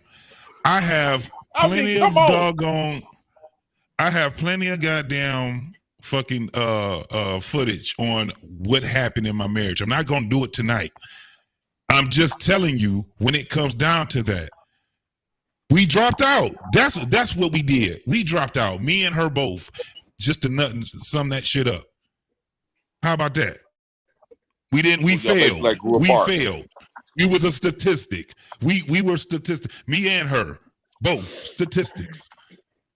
The only way you get out of marriage and be in a full marriage is death. Everything else is dropping out. Everything else is a failure. Mm-hmm. I just don't care how y'all. I don't care the labels. Is either you marry or you not, and that death stuff It's a lot of people getting out those Prince, let me marriages just say without the one death. quick thing to you. I'm an old baby boomer, right? And this whole notion that the modern black woman who's working, again, is part of programming. All my aunts were part of the silent generation. My parents and a lot of my peers who are cousins, we had almost everybody, like 90% of us, died till death do they part. They were married. And guess what? All those aunts that I had, they all retired with full pensions. They worked their whole lives. It wasn't like, and they loved their husbands. It wasn't this bullshit that we're talking about that they had money and they were sitting on the couch eating bananas and shit while these guys worked. They worked. They were. I mean, so this notion that, the black woman says now today about, I want to just have a man pay my bills and I want to have a life of leisure while he works and busts his ass. That's all programming. That's all modern programming. That's not how real life is. That's why no other ethnic women say that kind of bullshit. It's not. It's just not real. Mentally, the black woman is not suitable for the black man. You got to keep in mind, if y'all on one breath we say life is like chess, but y'all don't want to respect it. Y'all don't want to respect what y'all see as chess. You know when you playing chess, right? If I play chess with you and I crush on the side of your board, what piece that I'm gonna pick? I see what you're gonna talk about, the queen. I'm gonna pick your queen. So what black man is not understanding that when the white man crossed our lines, he picked our black women. So just because these women look like you, that don't mean they on your. They have been used. Black women have been used as against you. Jay Prince, we both have been. Wait, hold on. I'm not going to 100% disagree with you. We've both been part of the programming. The black women in America specifically, they weren't brought here for black men. They were brought here to be breeded as slaves. Right. So is there some residual for some of that? And do a lot of black women, or too many of them, still aspire to have the luxury like white women? Yeah, unfortunately, some do. They are the mammy for the white man.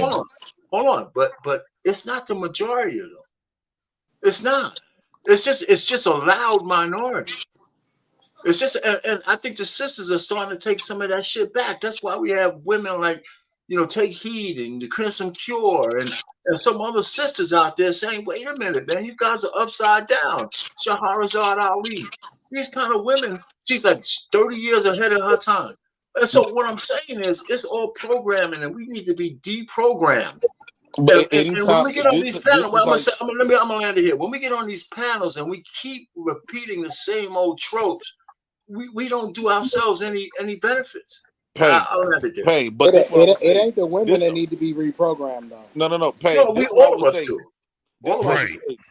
I can hear. I see a lot of black women that make that little speeches and stuff. But this is how I would know that they are serious about black men when they get rid of the stuff that's affecting the black families. One, the child support system, right? You don't see none of the women fighting against that system at all.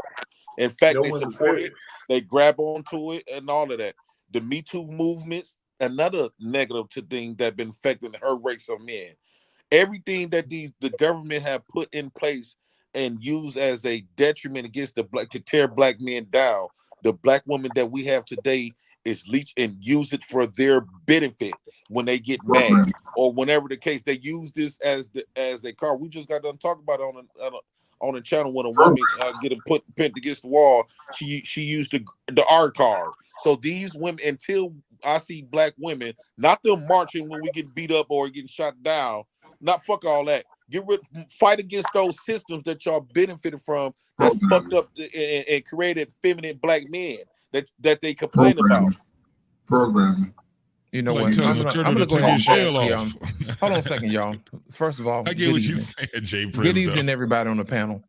I want to move this conversation along. Mr. Bennett, I want you to weigh in on this one, sir, to level set this thing for us. Okay. Well, first of all, I wasn't expecting. Can you guys hear me? We can hear you fine. Okay. First of all, I wasn't expecting this tonight. I saw the show title, but I didn't know that this was going to be hashed out. And I am a bit uncomfortable with this exchange for the simple fact that, we're talking about the example for the younger women and for just how adults should interact with one another. So yeah, I just think that some of this discussion could have been handled behind the scenes. I don't think it should have necessarily been aired publicly. I think as grown people, we need to be able to reach out to people and have a conversation.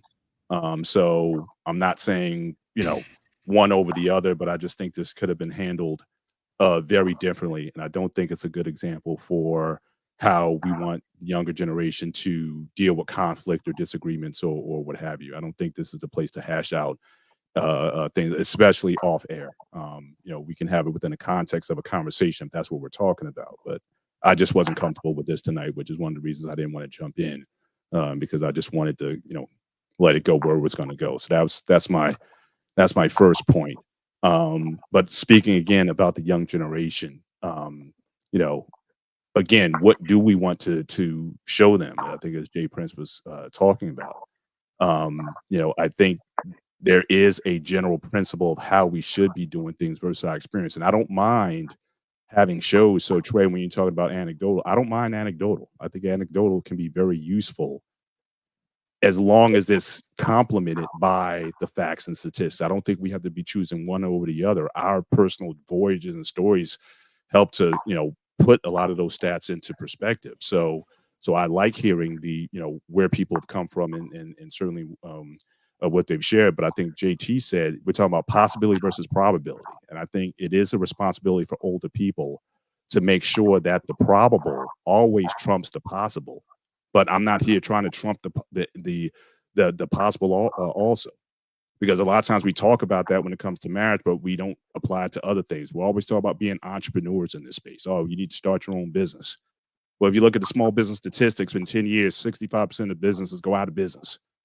So is that a reason not to start a business? Because the possibility, the probability is that you'll be out of business in that. But we're always encouraging people, if possible, to go into business. So again, I think we're selective depending on what our desire, how we feel about something in terms of, do we want to embrace the possible versus the probable? So really it's about what we want. But at the same time, if you truly want something, then I think we need to be teaching, and this is for men and women, we need to be teaching the younger people the probable, what we need to be doing, rather than relying on some experience. I think religion in general has become so experiential and not practical. Whereas I think if I could read the scriptures, I mean, to me, the scriptures are just very practical about how we do stuff. And again, where do we get off this idea that, hoping and wishing and praying or using the exceptions as the rule when there's things in front of us? Marriage for me is not about it's about waiting for the right person. A lot of times it's about being the right person. And for too many of our people, we don't focus as much on being the right individuals to be married to, but we're just hoping that we get someone who can jive with us. But where's the work and where's the transformation that comes from that? So I've always defined marriage, and again, shout out to Lost for the conversation that we had on Sunday night. I think we were very transparent in that conversation about the journeys that we've been on. So people ask me what marriage is a journey. And it is about transformation, and it is about you becoming a better version when applied properly. It's becoming a better version of yourself through the institution. So it is a vehicle for you to become a better version of yourself. And I think me and our pain were very transparent about, a lot of people look at us today and saying, oh, well, these are successful men or, well-balanced men. We weren't always that way. I mean, our pain, he was sharing the other night talking about he used to swear at his wife. And, the question is, are you the type of woman who would deal with that? Or would you be like, okay, well, you're going to give me that kind of energy, fine, I'm out, or I'm going to swear back at you or whatever. I mean, so marriage is about this idea of transformation. It's about growing. It's about being I'm a better husband than I was 10 years ago, than I was 20 years ago. And just for everyone's information, March 29th of this year, I would have completed my 27th year of marriage, God willing. So it's about that process, about growing together. But so many people now, you're just wanting the perfect situation. And neither my wife nor me were perfect. I shared one time on a barbershop, talking to my wife didn't know how to cook when we got married. First time she made mac and cheese, it ran out. It was straight out of Rapper's Delight. Y'all remember Rapper's Delight? Yeah. Have you ever went over your friend's house to eat and the food was just no good? The macaroni was soggy, the peas were mush, and the chicken tastes like wood. Well, that was my wife. Yeah, I'm confused. But we grew from that. She's a very good cook right now. And I'm a better husband right now because of that. Because we didn't quit. So everyone looking for this perfect situation, people operating in fear, waiting for, the person has to check off all these boxes. And we're acting in fear one way or another and using justifications for why we're not married or why we haven't found the right one yet or what have you. And a lot of times you're not going to get that straight 10 out of 10. Sometimes you just have to grow some things. And fortunately, we were able to do that. Now, I'm not patting myself on the back or saying that we got the perfect thing going on or we got the perfect model and out here trying to tell people how to do it. But I think to the young generation is what I'm most concerned about. I'm concerned about my daughters and the example that my wife and I have set for them in terms of what a marriage should function like. Respect, honor, duty, sacrifice, loyalty. Everything else can be learned. Can I ask you a But question? Can you have the patience to work all that stuff out? So that's really all I have to say on it. But, may I ask you a question, Mr. Bennett? Yes, sir. Hold on a second. We got Jay Ferg next, and I'm gonna let you go, Jay Prince. Jay Ferg, did you want to add something? Yeah, I mean, okay. So I was gonna let him ask this question, but I'm gonna give a shout out to my favorite generation. And y'all heard. I don't know if you heard me say before, my crack era generation, because to me this is a new phenomenon. We went from being married at over 60-70%. Now we're down to 30%.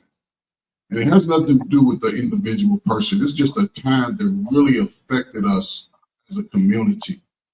It took away a lot of your big uncles, fathers, brothers, cousins, whoever were the protectors in your family. They either sold drugs to destroy the community or they were taken off this earth because of that. And they left the women to fend for themselves. However it happened. It didn't affect everybody, but it affected a lot of communities across the country. Those 10, 11-year-olds that were really introduced to that life, they're adults now. Their whole life they had to fight. And we still see it in trying to establish relationships. I still don't understand how the strongest and the most powerful age groups of us cannot get along, cannot even figure out a way to make relationships work. They fight everything. The women fight the man on whatever, the men fight the women on whatever, and they all were raised by the same mamas and the same daddies, or the lack thereof, because a lot of things transpired, and this is where we are. So I always wonder, is there a fix for this problem? Can we get to that space? Because you're going to make a sacrifice either way.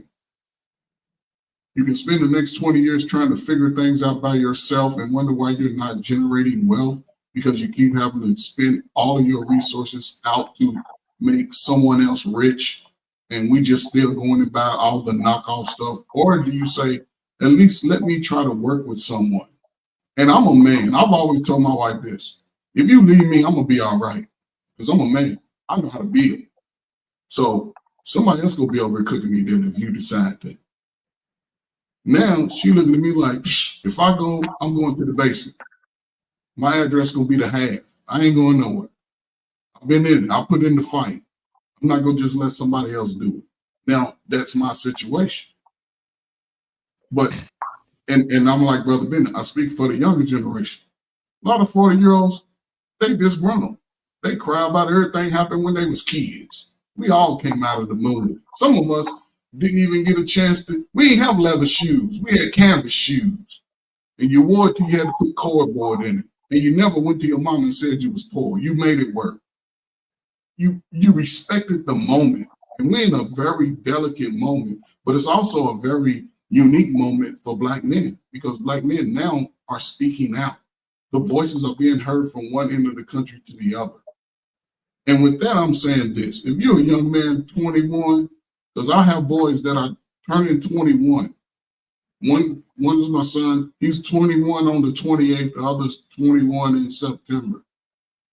You would be far-fetched fool if you're going to sit around for the next 20 years complaining about what women ain't doing. You better take this opportunity to go explore, like you see Jim Bob and them climbing and Bear Grylls and them jumping off cliffs. Go explore. There's beautiful sisters that speak 42 different languages all over the world. Don't commit to this neighborhood woman that you've been seeing sleeping with your dusty friends. Go visit and learn new things. This is the greatest time. The world is going to change in America over the next 5 years. If you're 40 years old and you ain't had a job, guess what? You will be poor going into the next millennium. There's no way around it. Nobody's going to listen to a whole bunch of 40-year-old black men or women talk their way to wealth. You can't go talk that crazy stuff to other races. You're going to be talking to the same people in your same neighborhood. This is the greatest time, and this is for both men and women. Go find out who you are, learn some skills. Women, learn how to sew a damn button on your shirt, learn how to sew your kids' shoe, whatever it takes. Man, we got it. We're going to always do it.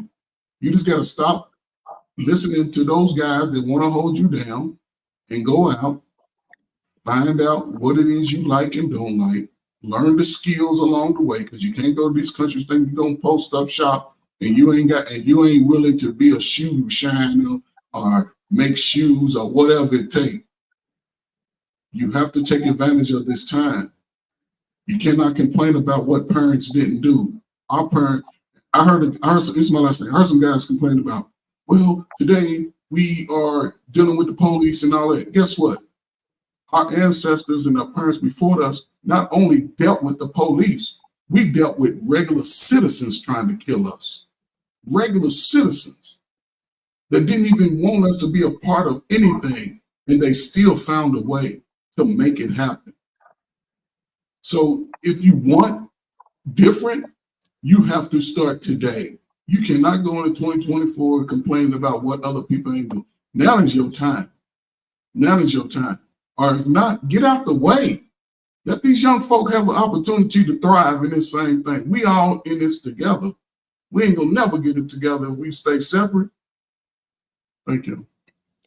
Appreciate it, Trey Firm. Jay Prince, and then TJ, you got next, sir. You've been patient.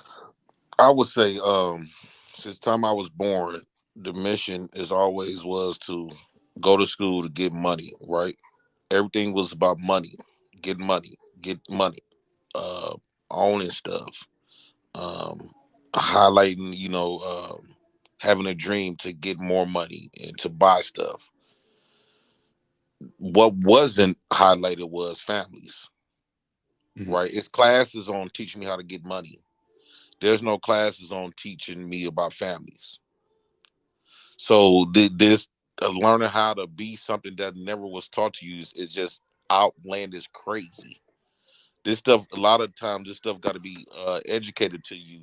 And one thing I would say about the Black community is that we have a defaulted culture, meaning that our culture is based on, it's damn near not even our culture. It just, we don't have no culture to where it became a culture of being the way we are.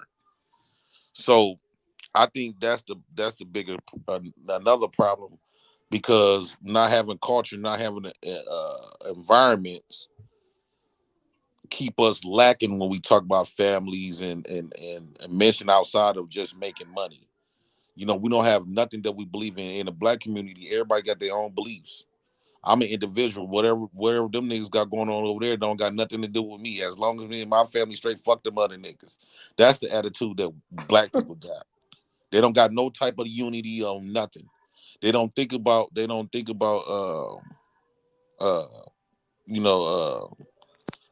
having family. So, and I would blame that on the older generation passed down. The only thing y'all passed down was more degeneracy. And we just kept, and I'm 38, and the only thing I passed down to the young ones is more degeneracy. So I don't know. I think if you want black people to move as this particular way, that type of stuff got to be shown to them. The only thing as a black man what I know, or as a black race from school, slavery, from the movies, TV, songs, everything, books, everything is either slavery, rap, gangster, jail, death, beating up on women, women beating up on you, cheating, the images, all gay now, drugs, selling drugs. That's the only thing that we know for black race. You can't expect for us to have a different outlook when that's the only thing that was shown to us. That's just a flat out. I'm done. Thank you, Jay Prince. Before you go, Jay, you said you had a question for me, or did you have a question? You just want to state that? I just Yeah, didn't want to let it go. I wanted to ask you about that, like by us not having that better a different type of examples, that the examples that were shown to us, by us not having those examples when we talk about families. A lot of us don't know what a good family look like. A lot of us don't even know what masculinity look like, or femininity. Right. So do you think that would be a major reason why we in a Oh, position? 100%. But I think one of the reasons what I'm hopeful about this space and this environment is where we can show and talk about and bring up and highlight more positive images and examples in our communities. I mean, that's one of the reasons I'm here. That's why I think one of the reasons our pain is here. Trey, I mean, we want to create, at least my vision, I want to create and foster a community where we can, share hope with people in terms of what we've done and what are the things that work, rather than keep highlighting the negative and the dysfunction that's driving us apart. Absolutely. I think the narrative has to change. And I think this is a medium and platform where such change can take place. And I'm not so optimistic, we're going to change the whole black community because of this. If one or two people listen to our message, I'm fine with that, and then let them take it from there. I can only deal with certainly with mine, but if people think I'm worth listening to, that's payment enough. I don't need to make a cent off this platform. Can I say something real quick? You sure can. So my king told me not to address Jay. So I'm not addressing Jay when I say this. What we need to understand is that just because you didn't see your mama or your daddy together, they were not married, okay? You didn't see a functioning household. That doesn't mean you continue in that way.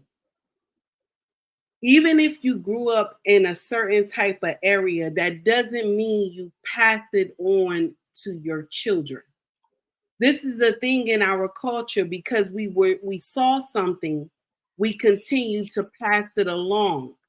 And then our children continue to pass it along. When do we stand up and say, I need to learn something different?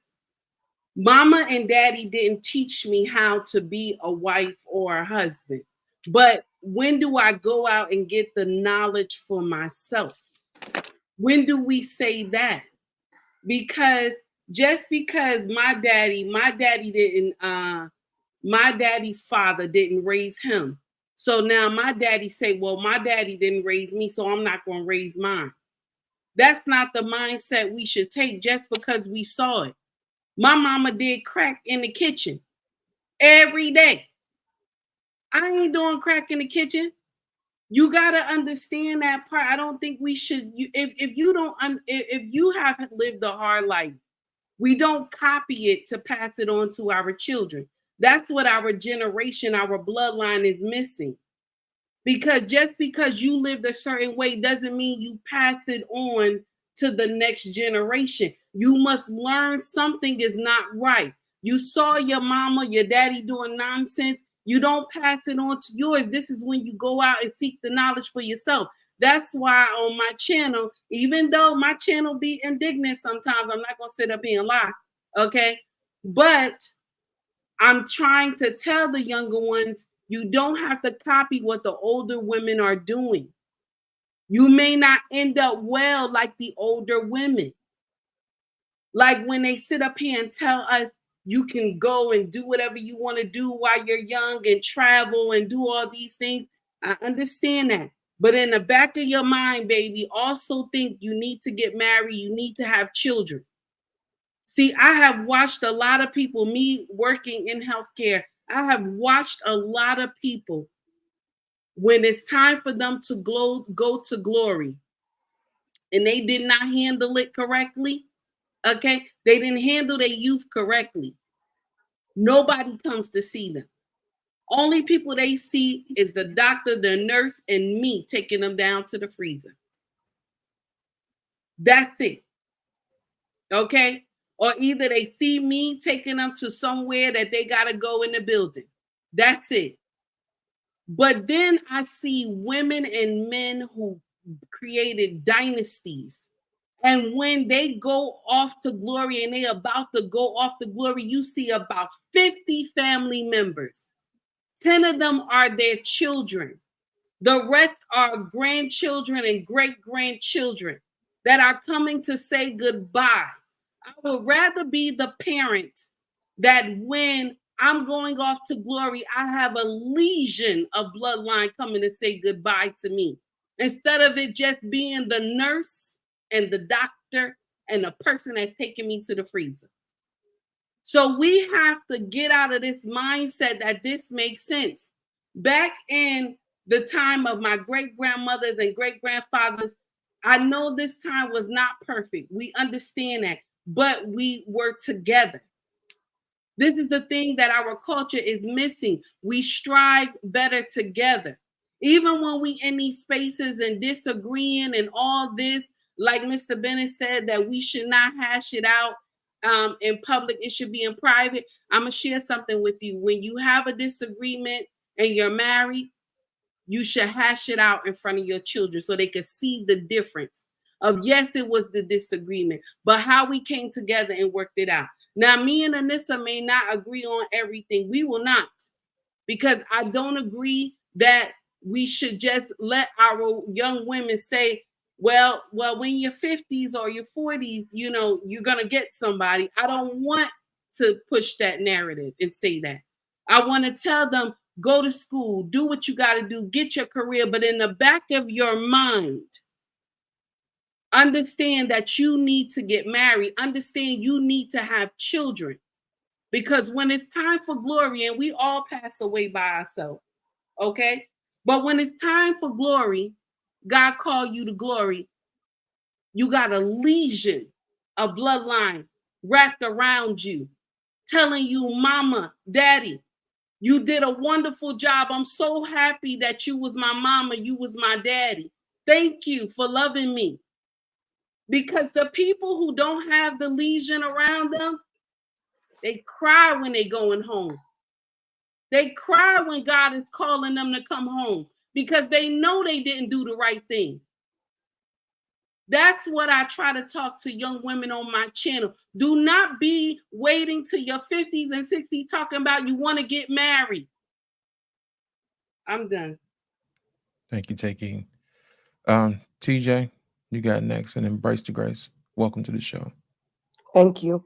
Yeah. How you doing, Embrace the Grace? I'm just sitting here. I got so many thoughts, but I'm gonna try to keep it short and succinct, and I'm gonna bid the panel good night. I got a lot of different thoughts on this.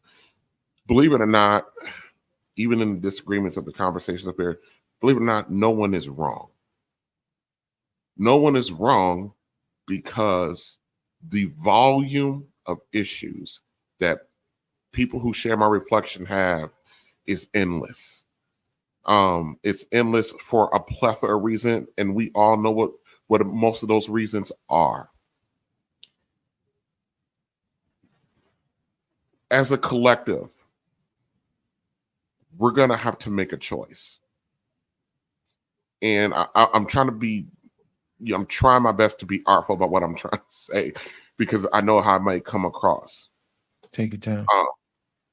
We might just need a civil war between the black men and the black women. We might need it. It might be necessary. And it might be the only way. And what I mean by civil war is that we might, there collectively may have to, one of the groups is going to have to stand the line and lose whatever number we need to lose until we get it right. And I believe the men will win this one if we do that. Let me talk just 2 seconds about the C-19 virus. For those of you who do not remember, do not recall, we were probably, when they shut the country down, we were probably, if I remember correctly, we were between 60 to 90 days away from a complete and utter food shortage in this country. Such a big part of me wished that would have happened. The reason being is 75% of our homes are headed by single mothers, women who don't want to come under the covering of anybody else. And when Tom and Billy Bob and Kent and all those, they food goes dry in their homes and they got their 3.2 kids and they dog and this, that, and the third. Everybody in this country knows where the most vulnerable group of people are. And they would show up at your door. Now, you as a black woman, you got 3, 4, 5 fucking baby daddies. And these white men got to come feed their families, and they know there's some resources in these baby mama houses where there might be food at. Which one of these dudes are going to come to protect you against these men when most of these dudes are going to be running to their mamas to protect them? To a degree, I wish we would have had that, because our women have no idea how unsafe they are, not because black men won't protect them. It's because you are actively choosing to not get under the covering of no man for whatever the fuck reason you can come up with. Black men are not perfect. I've said on my stream, black men are not perfect, and we're not fucking Jesus Christ. And the expectation for us to be that is asinine. It's absolute asinine. Yes, we have black men who have failed and will continue to fail. But that failure of black men is not the representation of the black men who out here, who want to succeed, who's striving to succeed, who's doing everything in their power to succeed, even in their imperfect nature, imperfect self. But you won't go pair with those men because you want to sit there and want to run down all of the things that are imperfect about them, but not understanding the one key moment is that man will fucking die for you, which is all you need to know about that man. So I don't know. So to me, there needs, I don't know if we're there. If we're there, that we need to take a stand, and we're going to lose a lot of people, but it needs to happen because these conversations, they are growing old, stale, and tired. The attitudes of and the attitudes and behaviors of our women are just as old as they are, and the women that are complaining about calling black men, you know, they're up here talking about a bunch of black men on the panel whining and complaining. They're whining and complaining for you. For you. We are publicly humiliating ourselves saying we want our fucking women to come home. And y'all bitching about that. You talking about black men don't want to tell you. We're up here fucking telling you. We want black men to be vulnerable. We're up here telling you. We're sick of watching y'all give yourself to the worst of the men out here. And then if a decent enough brother wants to come into your life and accept all of that nonsense, you got nothing but smoke for him. I don't know. This has been a very frustrating week for black men. People who follow me have known that this has been a frustrating week watching black men, trying to homes being destroyed and stuff like that over accusations. It's been a frustrating week, and it's been a frustrating couple years, trying to talk to our women and trying to get them to understand we're not perfect. We might not get it right all the time, but here's where all of the men in this space, no matter where their intentions are, here's the thing, ladies, and I know you might like this, we're fucking right and you're not.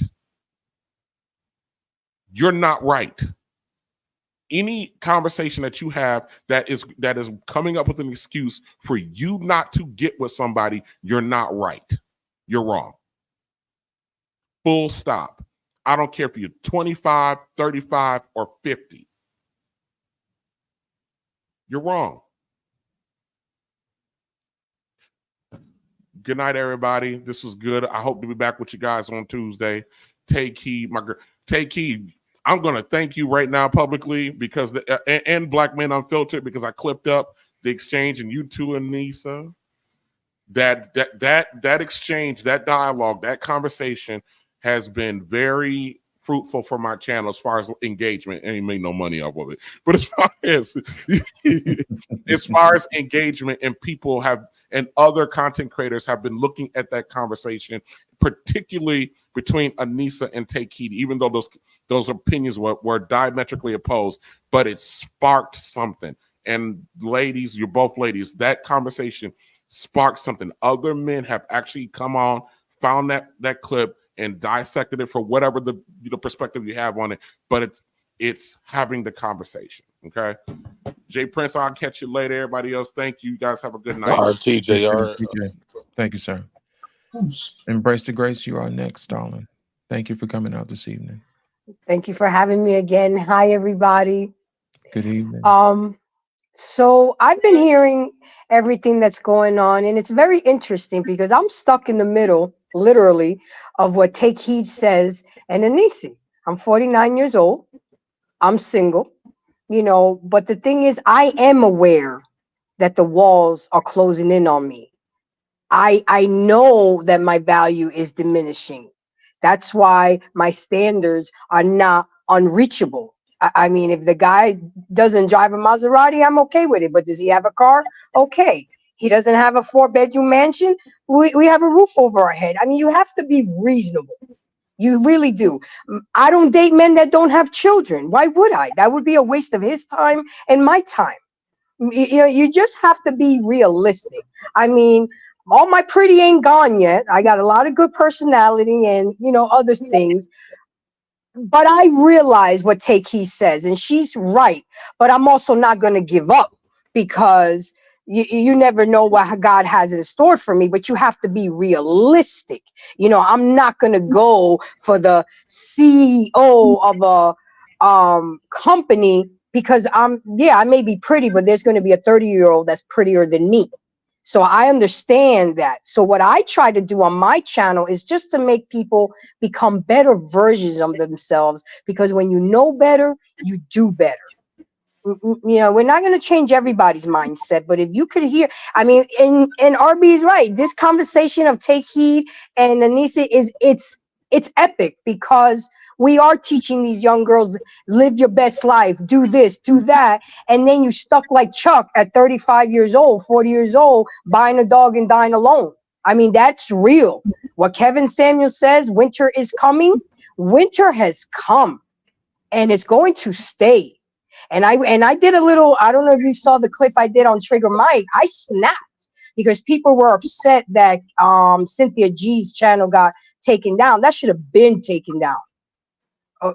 Because she's out here telling babies, black male babies should be deleted, when we need more black babies, because we need more covering, we need more protection. I worked at a grocery store during COVID, and the survival skills are not there, people.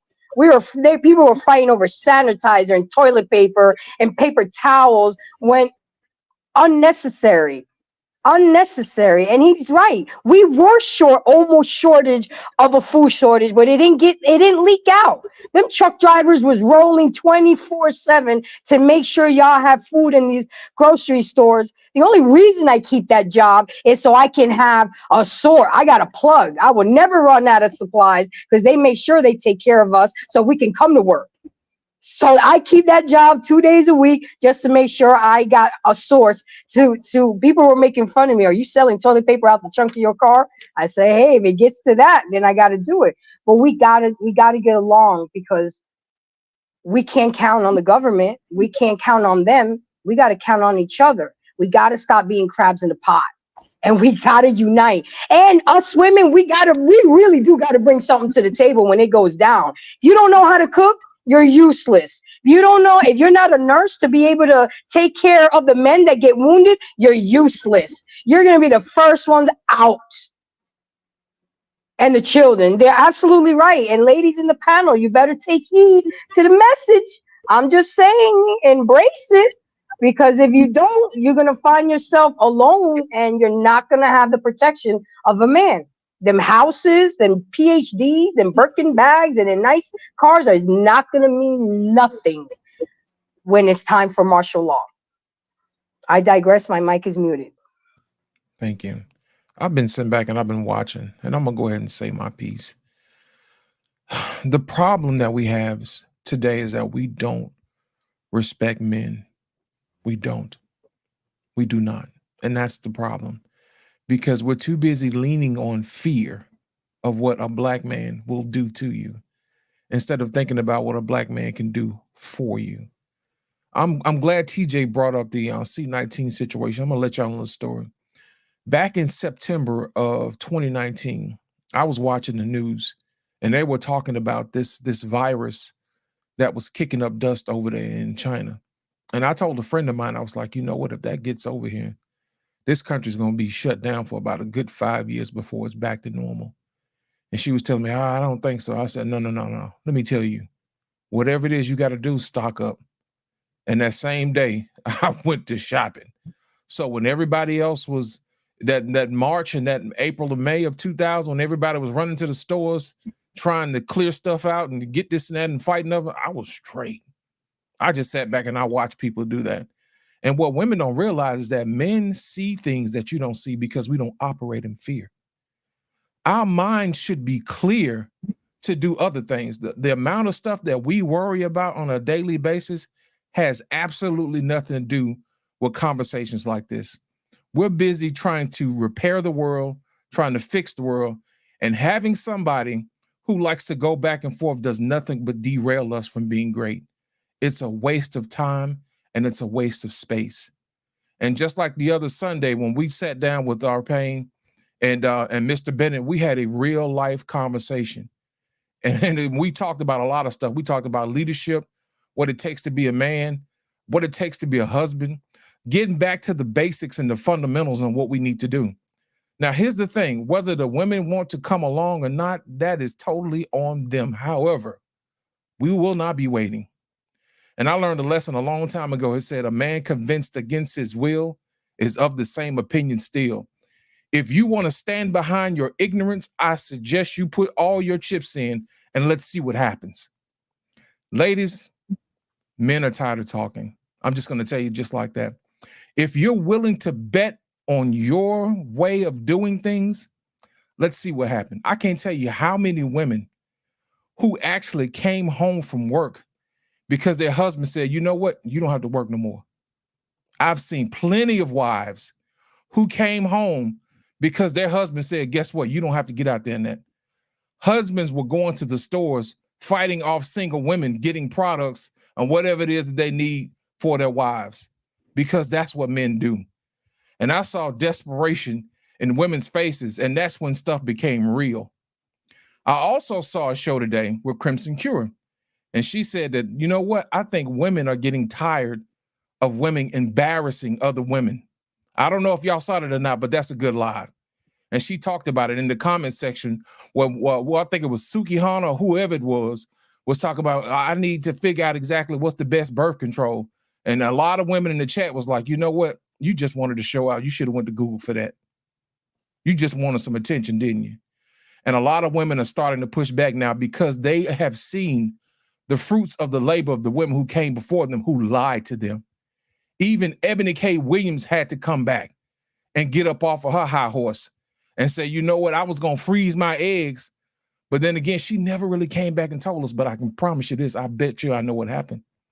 I bet she got the doctor's message and said, you know what? Those eggs that we tried, none of them survived. You can't bet on that. We have to stop lying to our women. We have to stop lying. And women, you got to stop falling for this foolishness. I mean, my thing is this, you're an adult now. You see what I'm saying? You have to start using your own mind and stop worrying about what other people say. Sometimes you're going to have to get information from people that you don't like just for your survival, even though you don't even know you're in danger yet. And that's the problem. But my thing is this, men have made it so comfortable for you, you think you can do anything.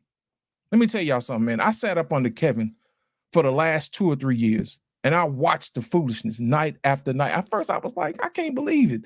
These women get up here night after night thinking that they're somebody's prize when they've been run through the gutter. And they just think they're just supposed to get some high value man or some CEO. But the thing about it is the real champions were the people who were out there getting your food, loading up the trucks. Those guys who are policing, helping folks, first responders. Those men deserve wives.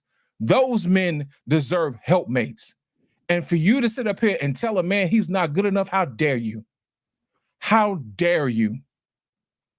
When you see a man, you should tip your hat and you should say thank you. Thank you for being a man. And I'm going to say it because a lot of people act like they're scared to say it. But I'm going to tell you to your face. I'm sick of it.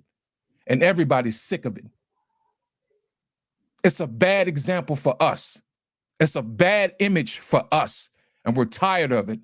And we want to sit up here and we want to act like we don't know any better. You learn everything else. You went to school, right? You got your PhD, right? Ain't that what Kevin said? I'm a PhD. You smart enough for that, but you ain't smart enough to learn how to talk to somebody like they got some sense. The problem is that you don't know how to talk to somebody who don't know how to do anything for you. And that's the problem. That is a moral issue. You're going to have to take that up with God someday.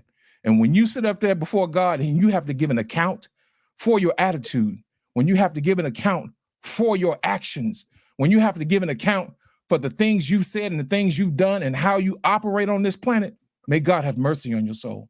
And that's all I'm going to say about that. Y'all, I'm going to yield the floor to y'all, and y'all can talk amongst yourselves.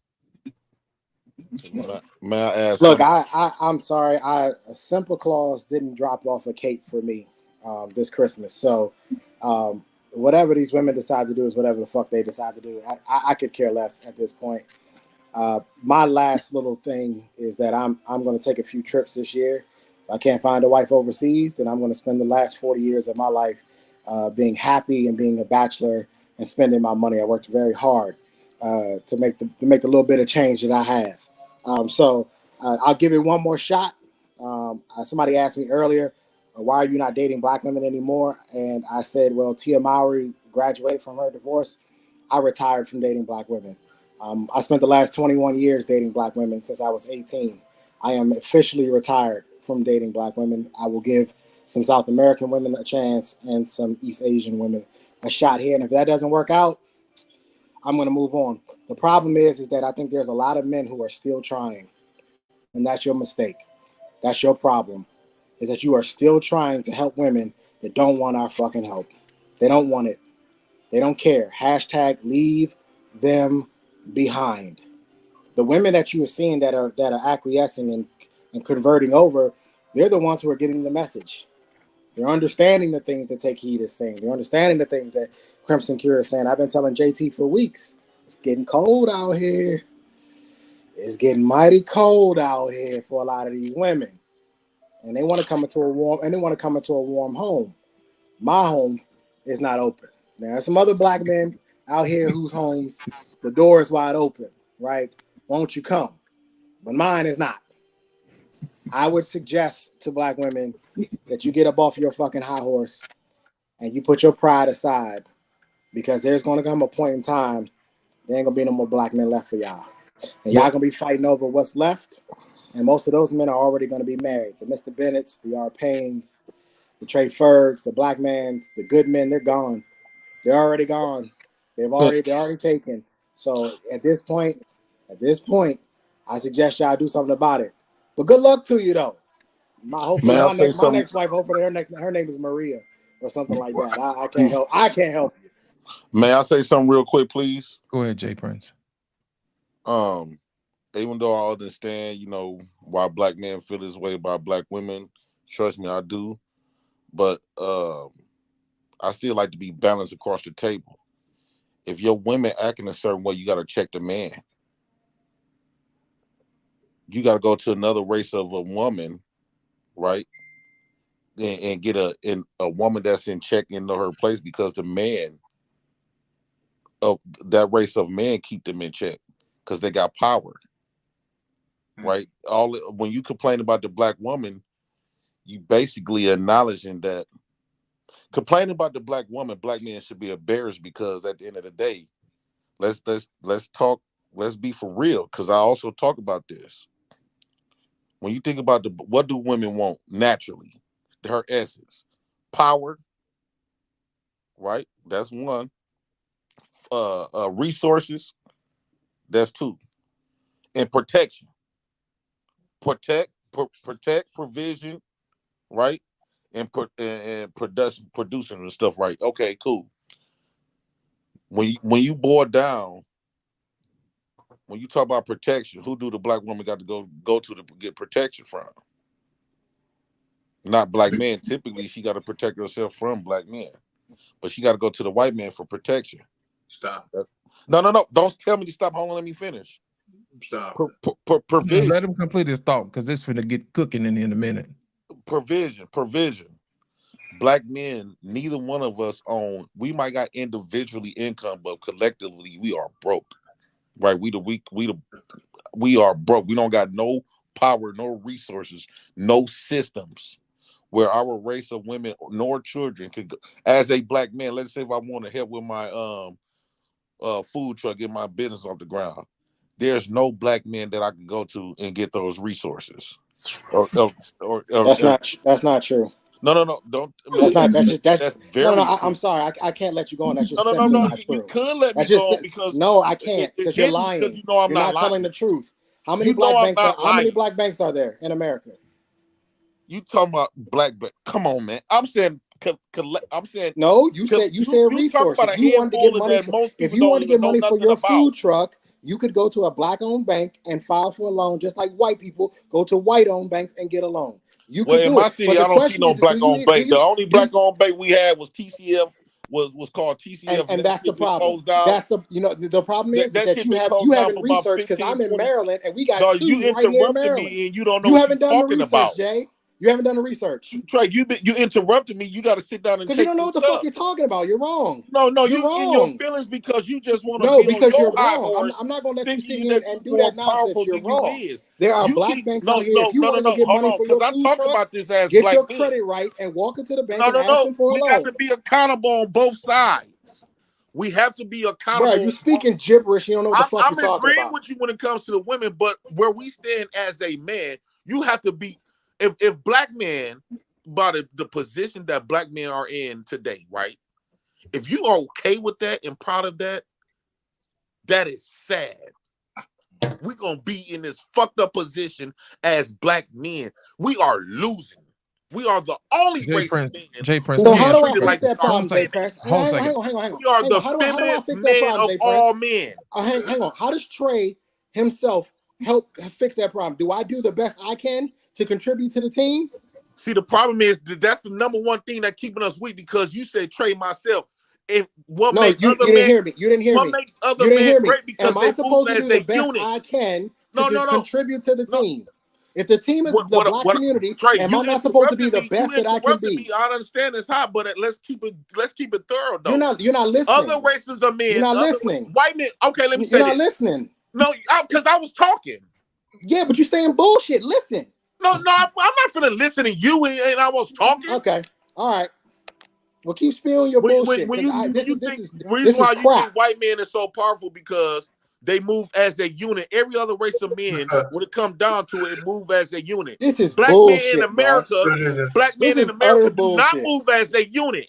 That's what makes us weak.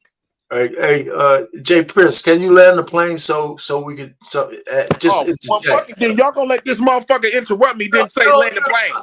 Man, fuck y'all. Y'all I'm some weak asking you a ass question. black niggas. Let's keep it gangster. Jay Prince, Jay Y'all Prince. only thing y'all do is come at women and other black men. Y'all is bitches. Nigga, you spent 15 You have minutes talking about not black done women. that What are you was great. talking about? Name something You that black spent men 15 did minutes talking that about is black some women. type of value. Y'all niggas got bitched out y'all homes. Y'all allowed the white man to punk y'all every fucking day. And you want to come up here because you don't got a job. You ain't shit. You a bitch. All us black men is. When you can watch black men get killed, and the only thing you do is dance and What march. did you do? What did you do? Punk. What did you do? You's a bitch. What did you do? Every black man is What a did you bitch. do? What Until did you do? recognize that you're a bitch, What did you do? you gonna stay a bitch. What did you do? You a coward. What did you do? You ain't nothing that you did. Nothing What did that you a do? black man did do What did you do about it? You didn't do shit either. Coward. You didn't do shit either. You allowed the white man to rob Black you, man. butt break you. Jay Prince, Jay, this black man, bro. Hey man, listen. I understand. Man, we gotta keep it gangster. Right. Or Jay, we gonna always be losers. Listen, Jay. Listen. You know I love you. All right. I'm gonna need you to take a deep breath, man. Come on. You can get your point across without doing that. All right. You know I love you, man, but come on now. You got to get your point across, but come on now. We got these ladies up here too. Yeah. Come on. My frustration is black man unfiltered. My fault for disrespecting your pedal. My frustration is we gonna continue to be in this weak ass position because a nigga will get a punk ass job and thinking he's some fucking masculine. We getting treated like we feminine. You scared to attack the white man. The white man putting you down in any. I can't even go to work. I work in the healthcare field myself, and I've been doing it for 13 years. Anytime you go to a job, they telling you, well, you need to cut your hair. Your voice is too deep. You got the code switch. You go to court for a driving ticket. Everybody in that bitch is white. Everybody. You ain't running nothing. Nothing. You ain't running a goddamn thing. You can't even tell these motherfuckers in Detroit, I don't want my son to get taught gay. You can't do nothing. Don't come on this bitch talking about you powerful. They treating your ass like a bitch every fucking day. And on top of gunning you down and get off. They walk every time they murder you. I wish a black man would murder any other body in America. You're not walking. You're going to prison for good. So I don't know where it is y'all talking about y'all running something at. Until you recognize the position that you are in and make yourself feel uncomfortable and get yourself out of that position, you're going to remain the bitch of America. No man respect you. The only reason why they disrespect our women and women disrespect you because the man is fucking weak. A job don't make you no motherfucking strong. Black men been comfortable here in America for a long motherfucking time. We on our backs getting fucked right along with our women. That's Jay why they Prince. don't see nothing special about you. Jay Prince, can I talk to you for a second, sir? Yeah. A minute ago, I said that black women need to learn how to respect black men. That goes the same thing for black men. Black men are gonna have to learn how to respect other black men. We're not gonna call each other bitches. We're not gonna do that. I didn't call them one specifically. Hey, listen, Let me hey, clarify I that. understand. Listen, I understand. Now, if we're gonna work together, we're gonna have to learn how to respect each other. And that's real talk. That's one of the tenets of being a high value man, learning how to work. Listen, let me finish. How somebody talk Listen, to us. let me finish. We so fucking pussy. Listen, let me finish. One of the tenets is learning how to cooperate with your network. Okay? You have to let your network work you. And you have to be valuable. And being emotional because you can't get your way is a mark where people don't want to work with you because you're not stable. They can't trust you. Okay. Man. Now here's the thing. Fuck them. Here's the thing. Here's the thing. Now, if you want people to work with you, they have to be able to trust you, sir. And going off the handle is not something that's desirable for people who want to do business with other people. And that's any race, not just black people. I'll show you that. So my thing to you is this. Whenever we have conversations like this, it's just best to keep it cordial. Okay. Hey, I respect say you. something in a cordial way? Sure, go ahead, sir. I think that's the problem with black men. We've been raised by women so much, and we be more concerned about how people say to us. We is far too gone to be worrying about how somebody telling us. The reason why I'm expressing this stuff because the shit we frustrated over hundreds of years been in this position. Right. Fuck how the way somebody talk to you. Look at the position. That's what make a coach. A coach, any coach, gonna talk to you rough. Military, they talk to you rough. They don't pamper you. Jay Prince, it's called diplomacy. That's what's wrong with black men expect to get treated like a woman. Jay Prince, it's called diplomacy. And that's the reason why we don't glow in the dark now. United States got nukes. Russia got nukes. They don't yell and spit at each other. They come to the table and they talk like adults. It's the same way with this panel as well. We can go nuclear all we want to, but all we be doing is wasting each other's time. There's more than one way to get along. And I would rather we do it cordially with cool heads and a keen mind. Does that make sense? Yeah, it makes sense. Thank you, sir. Appreciate can I add something just to move the conversation? Just JT left by saying that he was not hoping that he thinks that we need to have some kind of civil war with our women, between black men and black women. I put a note in the chat. I said, we're already at war. That was TJ. Already at war. One of the things I said, TJ, we're already at war, but the other part he said is that we have to win, okay? And contrary to what was just said, black men in this country in a sparse 160 years have come a long way from where we were. We got more black millionaires in the United States than anywhere else in the world combined. And those guys work hard. A lot of them are probably married. They probably lead their family. So we got to stop hitting ourselves like the power structure that we're talking about is, do we run the institutions that are in the United States? Maybe we don't run those, but we have damn sure infiltrated a lot of them, right? This whole institutional racism that we talk about is leaking like a sieve because there's a lot of successful black people here. So the thing with our women is, without even blaming shit on them, right? Because the point really is, and I'm tired of talking about it as well, is the ones who want to follow the natural order of things will. The ones who don't, won't. And that's the thing we need to teach men. Stop pining over the women who don't want to listen. That's it. Go to the next one. And if you have to leave your race to find it, just do it.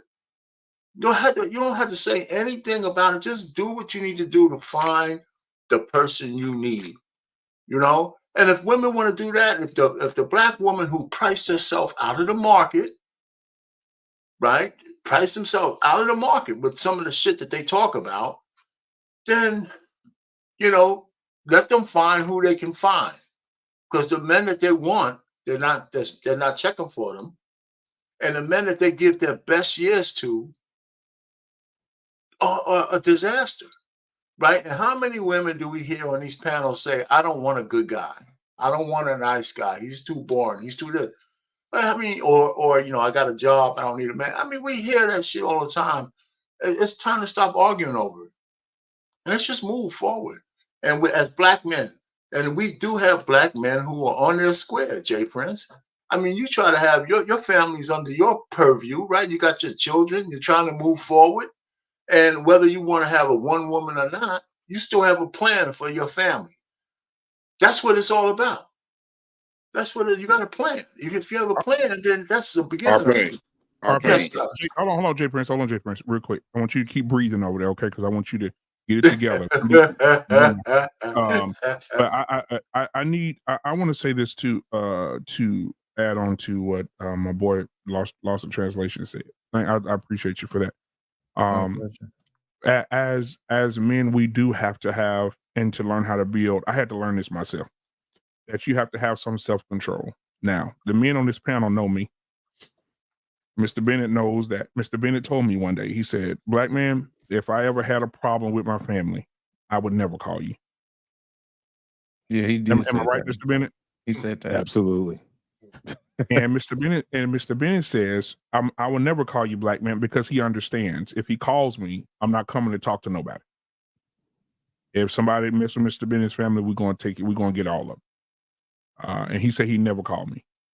I had to learn how to have some self-control. I'm learning now to have self-control. Don't give energy to things that eventually gonna get you locked up, or people gonna start looking at you like, like Lost in Translation said, people don't want to work with you. So I had to make some rules, right? The lady that I talked to that does therapy, she said, you have to make rules for yourself on where you go with that energy. And I made a rule. I said, long as it doesn't affect my children, and long as it doesn't affect the wife, I'll stay as calm and I'll talk through things as I can. But my line is my family. And that's what I'm working through now. So, Jay Prince, I want to say to you, because me and you had this conversation 3 years ago. Did we not? We had this conversation 3 years ago. I was telling you then. I'm telling you then, because we had talked about the passing of your mom and how everything happened with your mom, and how you feel about how you've been arrested several times and how you've been through a lot. And it shows in your anger and your passion on what you've been through. And I want you to know, man, that at the end of the day, man, I'm praying for you. I'm praying that you get some sense of self-control, because I want you to have that, because without that, you get like that with the wrong crowd or around the wrong people. That could be very dangerous for you if you can't. Now, I'm not saying that men should be soft, because they shouldn't be. Men should have a backbone. Men should be able to speak their minds. And my grandfather used to say, it's not what you say, it's how you say it. And you mean what you say, and you say what you mean. And so I want to share that with you. So moving forward, when you're having conversations, you can take breaths, you can breathe, think through the process it, and then move forward. Now, I want to tag on to what our pain was saying. Our pain, the reason that we have these conversations is not because of the women who are lost. They're lost. There's nothing you can do for them. They're drowning, and you try to give them a life raft, and they just go under the water and just take a deep breath. They gone. I think it's more of the influence that scares us. With the video we watched the other night on Tuesday, where they were teaching pole dancing to 4-year-olds, 5-year-olds, 7-year-olds. And then they topped it all by having boys in there with their mamas twirling around the pole. That right there, those kids, you could say their mama's gone, they lost. But what about them babies? That's the next future. That's the next generation. That's the next kids that's going to try to ask that's the next boy that's going to ask your daughter out on a date, or try to holler at your son, or try to square up with your son because your son disagrees with his lifestyle. Those little girls, I already told you, my 11-year-old son got a text message from another 11-year-old girl saying, I want you to eat my pussy when the substitute comes into class. That was my 11-year-old son. This is what we're dealing with. So I think when we address these things, we're not addressing them to just have something to talk about. We're addressing them because we see these things. We see the fall, right? Just like Lost in Translation, we talk about C-19. TJ was talking about C-19. You saw the fall. If women didn't realize anything during C-19, they'll never realize anything.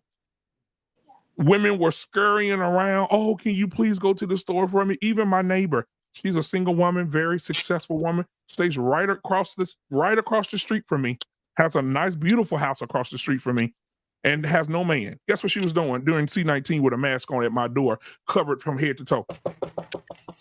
If you go to the store, can you please pick up me something? I'm so scared. I don't want to be in that store with all them people. But then prior to that, you bring up a man. Girl, I'm on my own, baby. I'm at an age where I don't need no man up in here. I got my own house, my own car. But when things got rough, you knocking at my door asking my wife, is it okay for your husband to go to the store for me? because I'm scared. I'm of age. I'm 50 now. I may get COVID. I have pre-existing conditions. So if I go, I may end up dead getting it.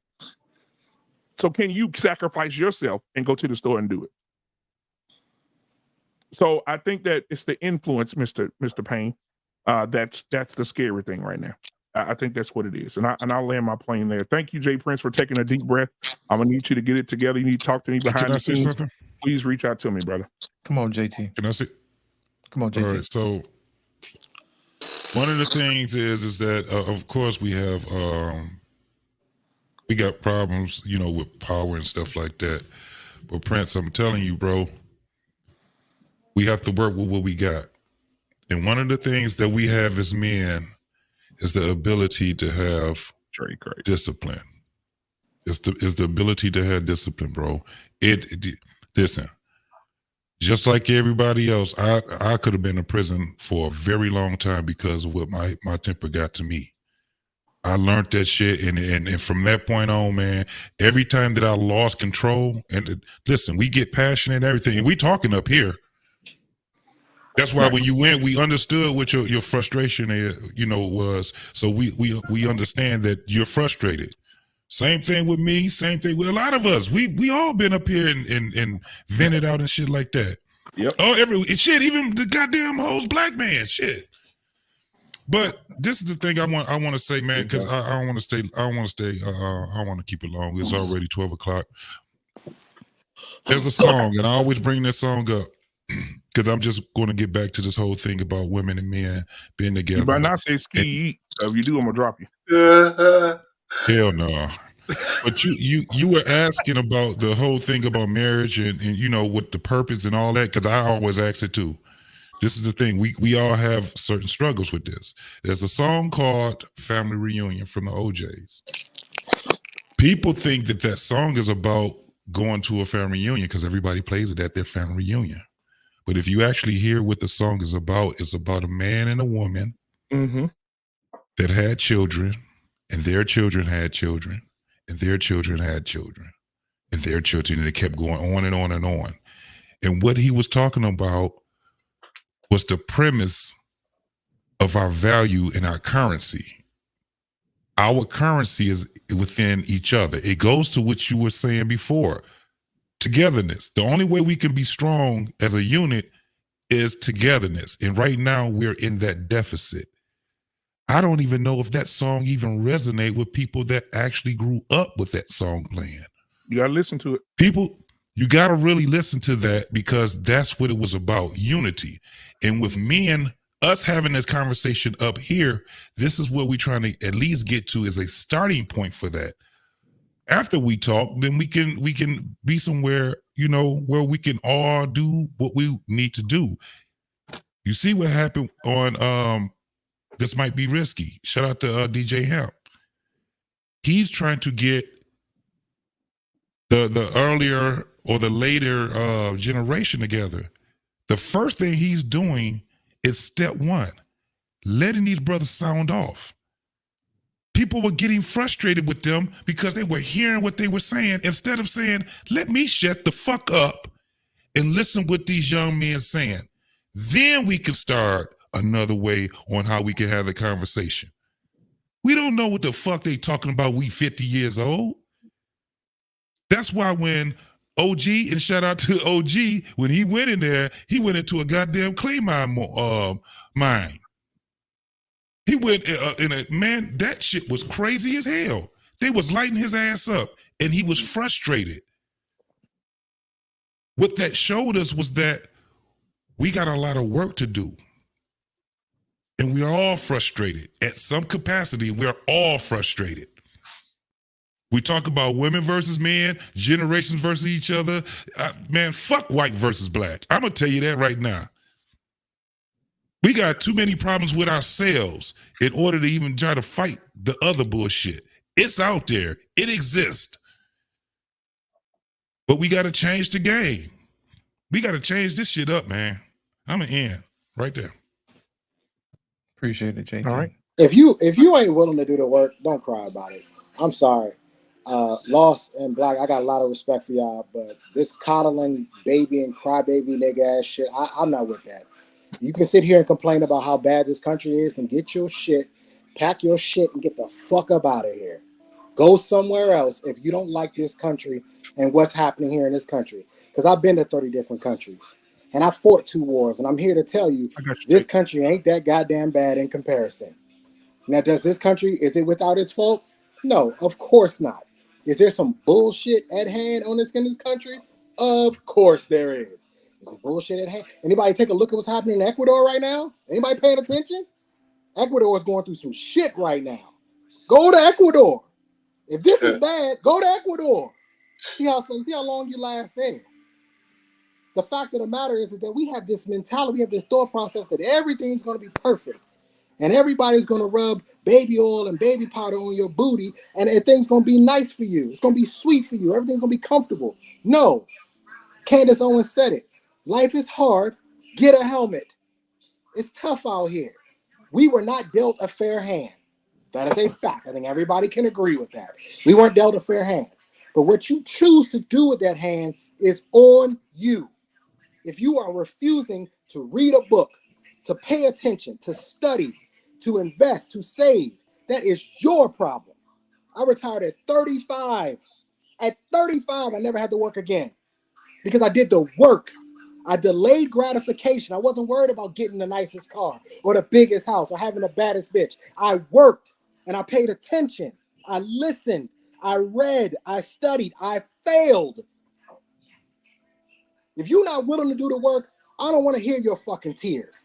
Because I was in the military, and JT can tell you, we don't accept excuses. Get the fucking job done.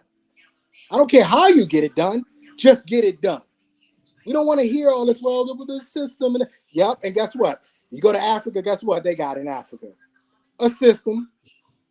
Go to Brazil, they got a system. Go to the UK, guess what they got? A system. If you think that racism is a problem here, let me tell you about some other countries where racism is not only an issue, but colorism is a problem too.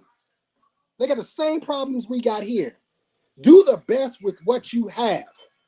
Make the best out of what you have.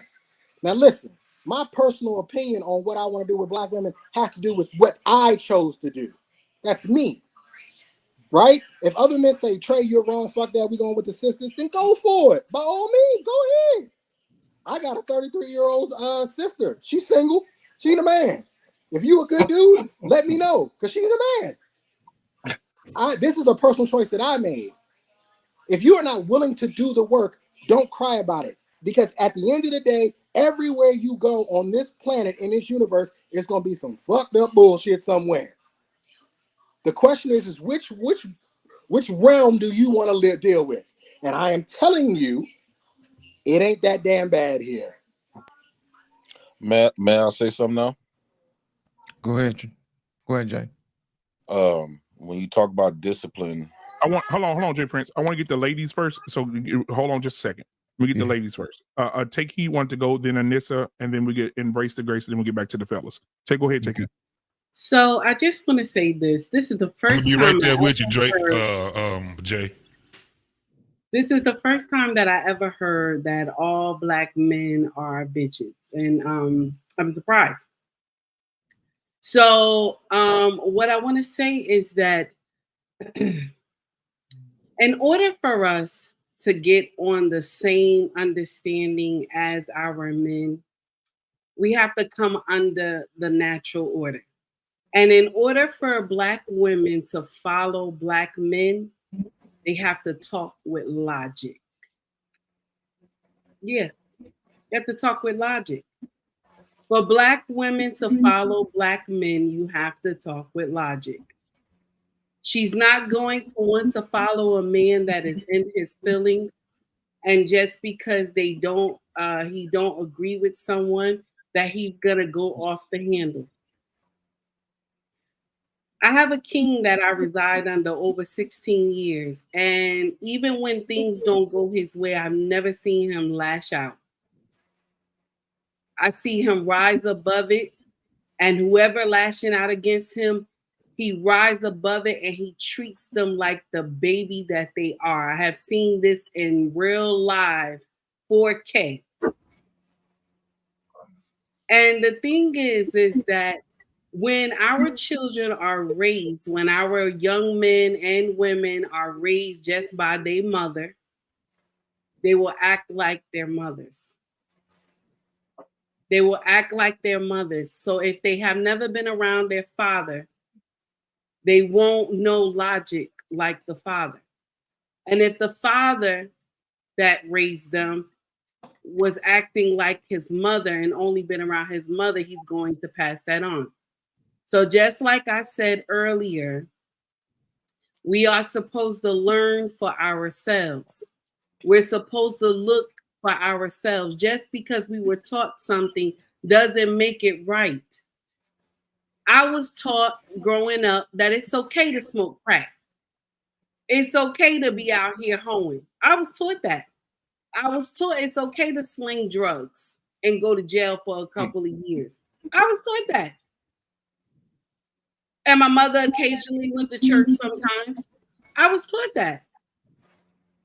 But when I got older, I was like, I don't want this life for myself. I don't want my kids to have this life. So I'm not here just trying to blame everybody and say it's everybody's fault because my life is not right. And I think black people have to get off that soapbox. Just because you went through some trials and tribulations when you were young, that doesn't mean when you get older, it's okay to stay like that.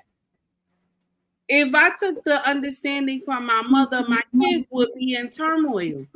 None of them would be in an elite school like they are. None of them. One is practicing law, the other one is in arts. And the other two are still just in elementary school. But if I practice the understanding of what my mother and my father did, because they didn't do the right thing, my children will be messed up. So we have to stop blaming because of this and that, and we always want to blame slavery. Why can't we just go on the agenda? Why can't we just learn for ourselves? Learn for ourselves. We sitting up here, we talking about everybody else, and we calling men bitches, and all black men are bitches. I don't even understand that part. But for us to sit up here and we're just going at it, and the main thing that I always preach to our culture is that we need each other. We need each other. Hell or high water, we need each other. And I'm going to share something with you, just like Lost in Translation said, just like TJ said, C19 was not fun at all. And my king was the one that was like stack up on everything that we could store in the deep freezer, everything we could store in the cabinets, stacked up because we don't know when the next time. And even before C19 hit, my king was always about that perishables, leave it, leave it, leave it. And I want to share something with my sisters. If you don't have a man that has logic and understanding, you in trouble. You in trouble. Because if you get around here and get a man that's in his feelings, baby, you gonna die. You need a man who is on his A game and he understands logic. That's only how you gonna live. Because if you get a man that's in his feelings and he has tendencies of his mama and he wasn't taught anything different, baby, you in trouble. I'm done. Hey, thank you so much, Takey, for coming in tonight. Starting out with the conversation and then ending with thoughts. So I appreciate you so much. Also, shout out to your king who allows your presence to be here. We appreciate that as much because I know you have mad respect for him and what he says. So shout out to you and your family, and I appreciate you. I always have, always will. Your perspective is needed in this space, and so I appreciate you and I thank you so much for being here tonight. Thank you, Take Heed. Anissa, what were your thoughts? I'll defer to Embrace. You can go ahead and I'll go after her. Okay, go Come ahead, on, Embrace. Embrace. Thank you, Lost. It was uncomfortable to watch, but it's a natural reaction because I know that a lot of us have rage and hostility within us. You know, and my father always used to walk around say it's a reaction to an action. And I wish that he was alive so I can teach him and say, no, Dad, no response is a response. We don't have to respond to everything. You know, and I'll give you, and I'm gonna share something with you and give you a perfect example. I got into an altercation with a customer because she totally disrespected me. I mean, I'm talking about to the point where, you know, when you see red and you don't care about your job, you don't care about your freedom. And then one of my co-workers pulled me and said, don't do it. Who you think they're going to believe? The loud Dominican Italian New Yorker or the white, sweet little old lady? And that checked me because no matter what I said or what I did, they were not going to hear it. The customer's always right. And then they're going to hear me versus her. So I appreciate the way you went off, but you got to know when and where to do it, because people are watching. People are going to get the wrong perception of you. That was just a moment you had. I'm not going to think that that's how you are all the time because I'm smarter than that. But some people are so judgmental that will stick with them forever and always think that you're like that. And I know you're not like that. But that's how we have to think, how we move now, because we got cameras, we got social media. Everything is out there to make sure that we are looked in a negative connotation. You don't hear about the 72 African American men that graduated in the Harvard class of lawyers. No, you don't hear that. You don't see that. You don't see the women that from Spelman that graduated as doctors and they were all friends and lived in the same dorm. No, you don't see that on social media. They don't want you to see that. They what they want to see is the angry black woman, the angry black man, the whatever, the angry, the typical is what they expect. Look at them. They're animals. You know, they don't know how to act in public. We just have to learn emotional intelligence and know it's okay. You can have your meltdown, but it's just know when to do it and when not to do it. And that takes time. That takes skill to learn. And that's all I have to say. And again, thank you for having me, guys. I love being here, the different perspectives, the back and forth. I mean, this is what it's all about, having the uncomfortable, messy conversations, because nobody wants to have them. But you got to have them. In order to resolve conflict, you have to resolve conflict. Exactly. I digress. My mic is muted. Absolutely. Embrace Thank you the so grace. much, Embrace. I'll be sending you I'll be messaging you you know, links and stuff so you can come back and keep giving your perspective. And I appreciate you as well for coming on the panel tonight. Thank you. Absolutely. Thank you. Go ahead, Anissa. Okay. So how do we turn this thing around? I don't know.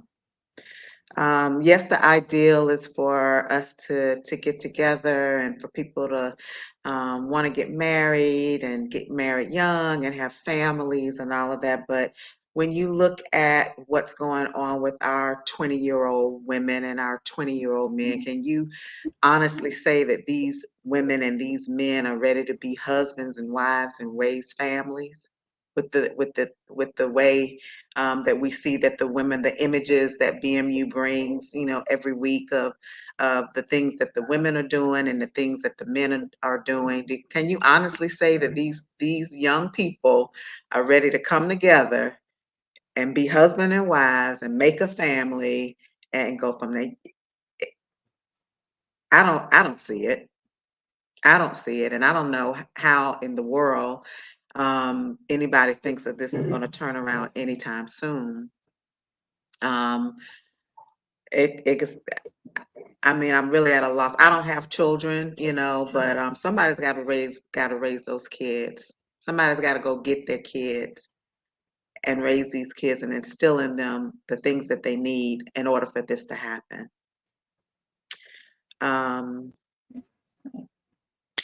One of the things that I sent to BMU was I was saying how I really wanted in 2024 for us to move the conversation along and to elevate it.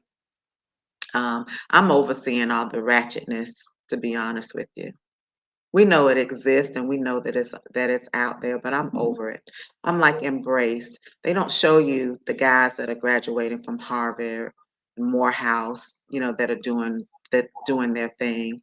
They don't show you the women that are graduating from Spelman and Howard and Meharry medical schools and all of that. Why are we not more focused on that, the people that we can truly impact to make a change in this? Can I go on? Oh, I didn't know you. I thought you're not finished, guys. Yeah, not yet. They're out there. They exist. So let me just piggyback off of what you just said, okay? One of the things about the 22-year-olds, and we got a class issue in the Black community. There's a lot of college graduates, first year, second year college graduates who can be married, who can have families early. We just tell them they can't do it because we put it into their minds that they're too young. That's what we do. That's not what they do. That's what older people do. Go ahead and frolic your 20s and stuff away. One of the things that I'll notice, and I don't know if you're a sports person, but and I don't want to say just because these people are rich, but the athletes, the NFL stars and the basketball stars who get married in their 20s, their careers are better. They're more disciplined. They don't get into trouble. Of course, there's exceptions because especially when a man asks a woman to marry him and he's serious about it, that changes his perspective. He has something to live for and something to do. And he's productive for a whole long time. And I'm going to land it on this thing. I saw this white lady on TikTok who she got a divorce. She's like 45, 50, and she's talking about how free it is because all women don't get nothing out of marriage. And she says, yes, men suck us dry. They live longer. They make more money if they're married. And she turned it into a negative. I said, and I never answered to that. I said, how could you turn a man living longer into, I said, you know why the man lives longer? Because he has something to live for. He has a family and a wife to take care of, and that gives him energy to live long. You know why he makes more money? Because he wants to have a better life for his family. And so you turn this into a negative because now you're a bitter 45, 50-year-old because you left your man under whatever circumstances you left him under. But how are you going to turn a man? I said, in any case, women still live longer than their husbands. So here's my thing. Just like I said, I was going to end it here. I'm going to end on this one. My wife and I, right? Listen, my obligations to her and my family far exceed my expectations for her back to me. And that doesn't say she wouldn't do everything for me, but my responsibility is to take the burdens of life off of her shoulders so she don't carry. And that's the difference. I see women who are carrying their husbands and they're miserable, right? They're staying married by a thin thread because their husbands are not standing up and answering the door and answering the bell when they should. My wife doesn't have to worry about that. Not because I'm Superman. It was just because I made a promise to our father and a vow to God that I'd take care of her. And that's what keeps me around. That's what keeps me around. I mean, I was going to do it anyway, but but that's what keeps me around. And I have kids. They're older now. They're adults, but I want to see how that book plays out as long as I can. They still got chapters to go in their book. I want to see how those pages turn. So that's why I do what I do. And I don't have no problem doing it because the burdens of life on my shoulders don't make no difference. But my wife goes to sleep with her face with no wrinkles on her face, still, even in her 60s, because of me. And I say it's because of me, but it's because of me and her belief in God and all that kind of stuff. So, I'll land it there.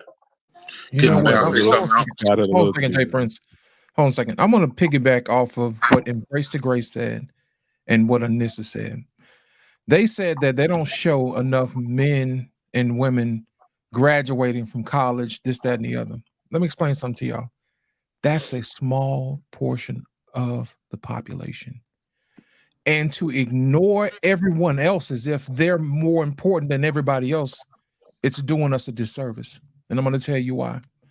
Because the guy who's a plumber needs a wife. The guy who works down at Amazon still needs a wife for support. The guy who's a plumber, the guy who's an electrician, you see what I'm saying? The guy who even freaking drives the bus needs a wife. And for us to have a classist attitude as if those people don't count, well, guess what? Those are the people who are keeping our tails alive during COVID-19. You know what I'm saying? And the killing part about it is I know the reason why. I think I know the reason why is because women want to gravitate those who can provide them with the highest form of lifestyle. It's not even really about the man. It's about what they can afford. And my thing is this, you can still have those things with other men. But my thing is we got to stop glorifying those at the top and forgetting about those at the bottom as well too. And until we start addressing that, we're going to have a problem. We're definitely going to have a problem. And I see that, and I see that's probably the reason why women act the way that they act. They're in survival mode. So their basic instinct is to gravitate toward the top of the mountain. You know what I'm saying? The top 10 or 20% of the population. Well, guess what? The bottom 80% is holding this thing together. And I think we're doing men a disservice when we say, hey, you're not good enough because you don't make enough money, or you don't have a lavish enough job, or I can't brag to you about my friends. I think we got to start looking at this thing for what it really is. You know what I'm saying? And I hate to tell y'all this, but some of y'all women gonna have to put in the work. That's what you're here for, to assist your man. You know what I'm saying? And when you do get a man, be proud of him.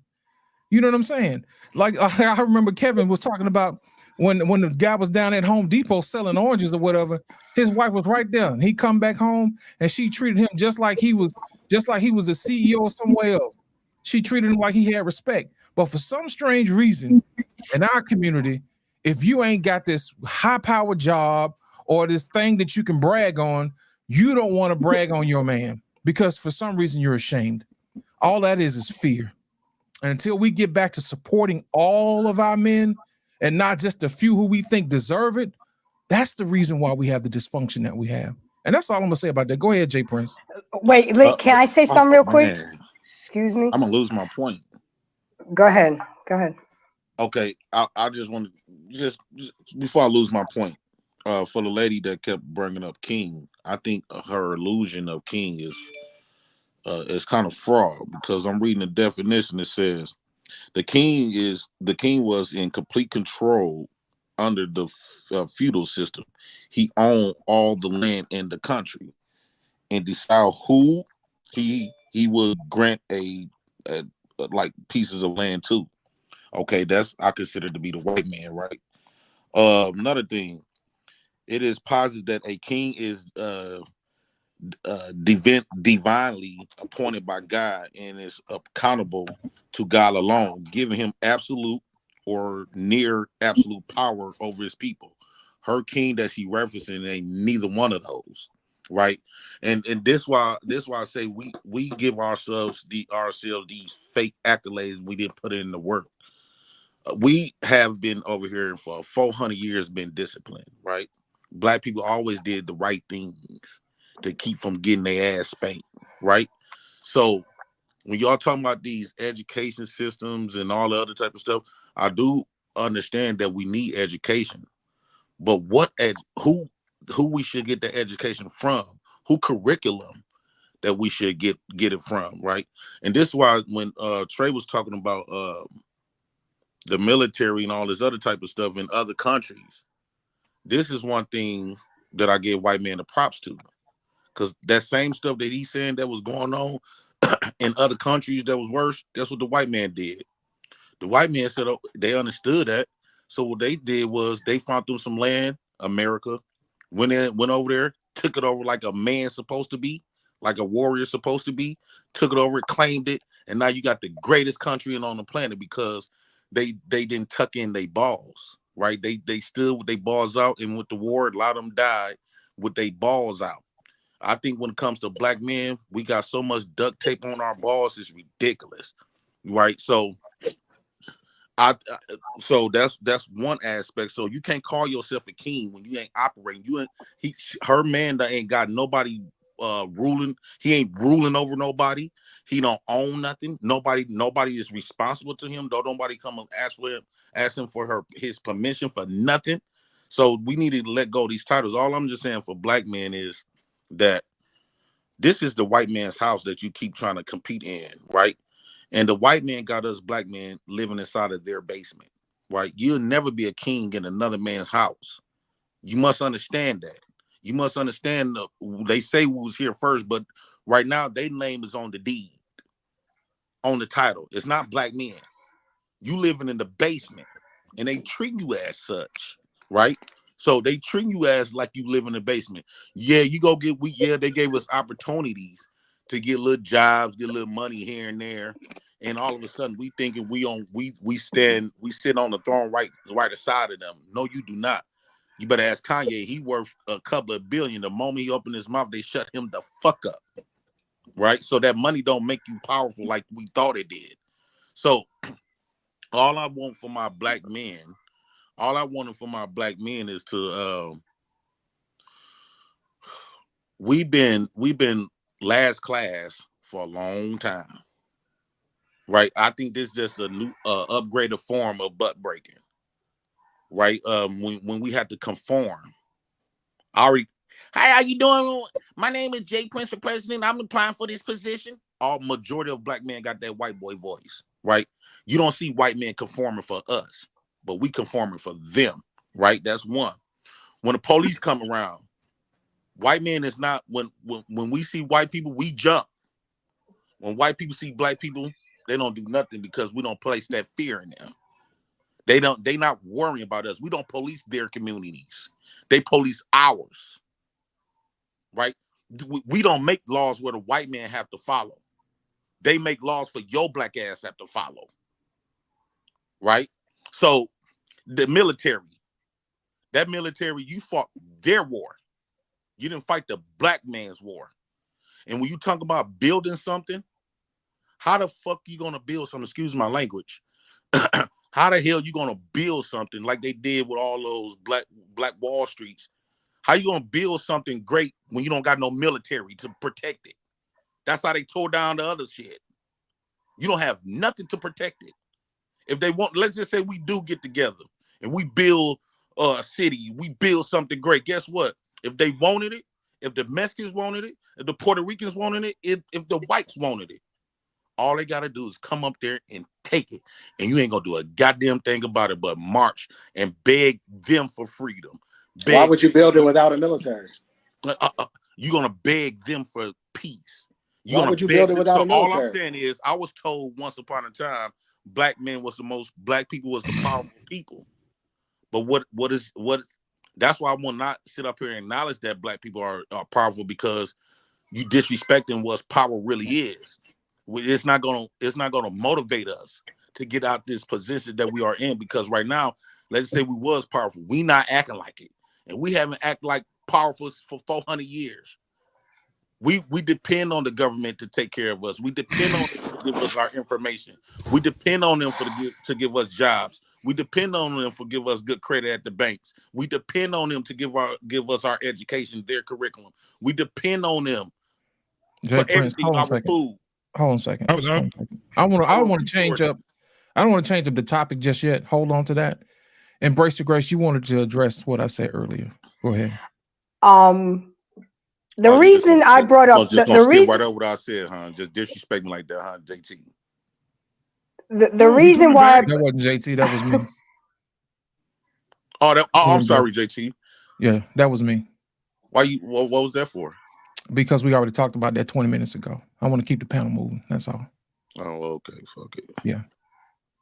Go ahead. The reason I said college was because that was the first thing that came to my mind. But trust me, I'd rather date a blue collar man than a man with money, because they're more grounded, more humble, and are more willing, versus a rich, high powered man because men with money are controlling and want power, and it's a whole different ballgame. So I just wanted to clear that, because that was the first thing that came to it. I'd rather date the guy that drives a bus or the guy that works at McDonald's, because you know what? He's going to come home and be happy and respectful, versus a man with money who's going to think he can do and say whatever he wants. Because I've dated all spectrum. What's a misconception? That's a bad name on a man with money. That It is. really is, because That some really men, is. some money, it's all a choice. Yeah, whether you have a It's lot of true. money or I'm not, you might have anecdotal experience, but the narrative that a man with money is like a no good guy, just controlling. Listen, if I'm not rich, but I control my household. It has nothing to do with money. You got to be a leader, and if you're a leader, now if I had a lot of money, I might have some rules for my wife that I don't have right now for my wife. I don't know what they might be, right? But I'm just telling you that a man with money has a kind of understanding with his woman, and she should have that when he lets her into the gate. On Monday on Black Man Unfiltered, I'm gonna do this little podcast on the man being the gatekeeper of marriage, right? And we'll talk about maybe you should come back for that, because I might need a woman's perspective. Any woman Absolutely. Because but I don't want to get too much into that. I'll wait for you, Payne. No, Yeah, I I'm was gonna end it here. going to say something after you. But I'm gonna end And it here. But I think the misconception about men with money, yes, some could be controlling, but a guy who's rich and dedicated to his wife can be just as faithful and loving as a guy who's a plumber. I agree with you. Okay. Go ahead, Anissa. I'm sorry. Yeah, the only thing I wanted to say, lost in translation, the reason that I brought it up is because of the images of Black women. And all Black women aren't twerking and on the pole and doing, you know what I'm saying? It's some good Black women out here. Right. It's some good Black women out here that want to be wives, that want to be married, that want to be a good wife, that want to be a good mother. It's plenty of Black women. Now, why some Black men can't find them, I don't know, but they exist, and they are not the images that we want to continue to promote on some of these platforms, that this is what our Black women are, and we just don't have our act together. That's absolutely not true, and that was the only reason why I just believe Black men don't deserve no woman. Would you like me to run down a list of the reasons why Black women are can't even protect a woman? Every category. How about I respect you. How about 80% of Black women are overweight? Let's just start there. How many Black men are overweight? What does that have anything to do with? That's not the standard. Obesity is a problem in the U.S. Everybody pretty much is correct. Obesity is a problem, but here's the issue. It is a function of our attraction to a woman, though. Most women don't give a damn. A lot of women don't give a damn if the man is a little bit chubby. They don't care. They'll date him anyway. But men, I absolutely care. I absolutely care. I got a number, 150. She over 150. I can't deal with her.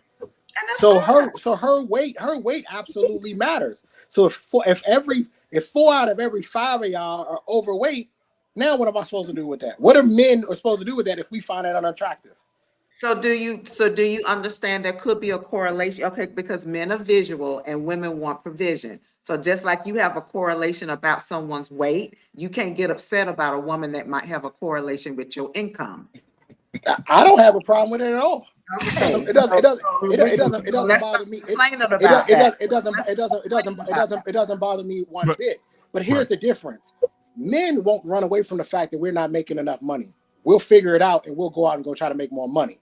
Bang. Are women going to go in the gym and lose weight? I'm in the gym right now. You want me to go tell you how many Black women are in here? Find you one that is. Find you one that is. There's plenty of women that work out. But this is this.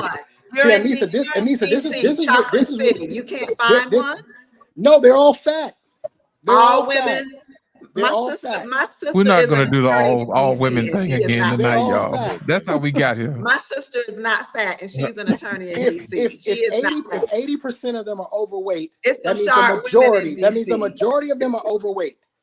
So There's some sharp women in DC. Stop asking men to look for the unicorn. Stop asking me to find a unicorn. How about y'all just get y'all shit together and get it underweight? How about you just do that? The same way y'all want men to make more money, and how about y'all want men to make more money, and we will tell men you need to get your shit together.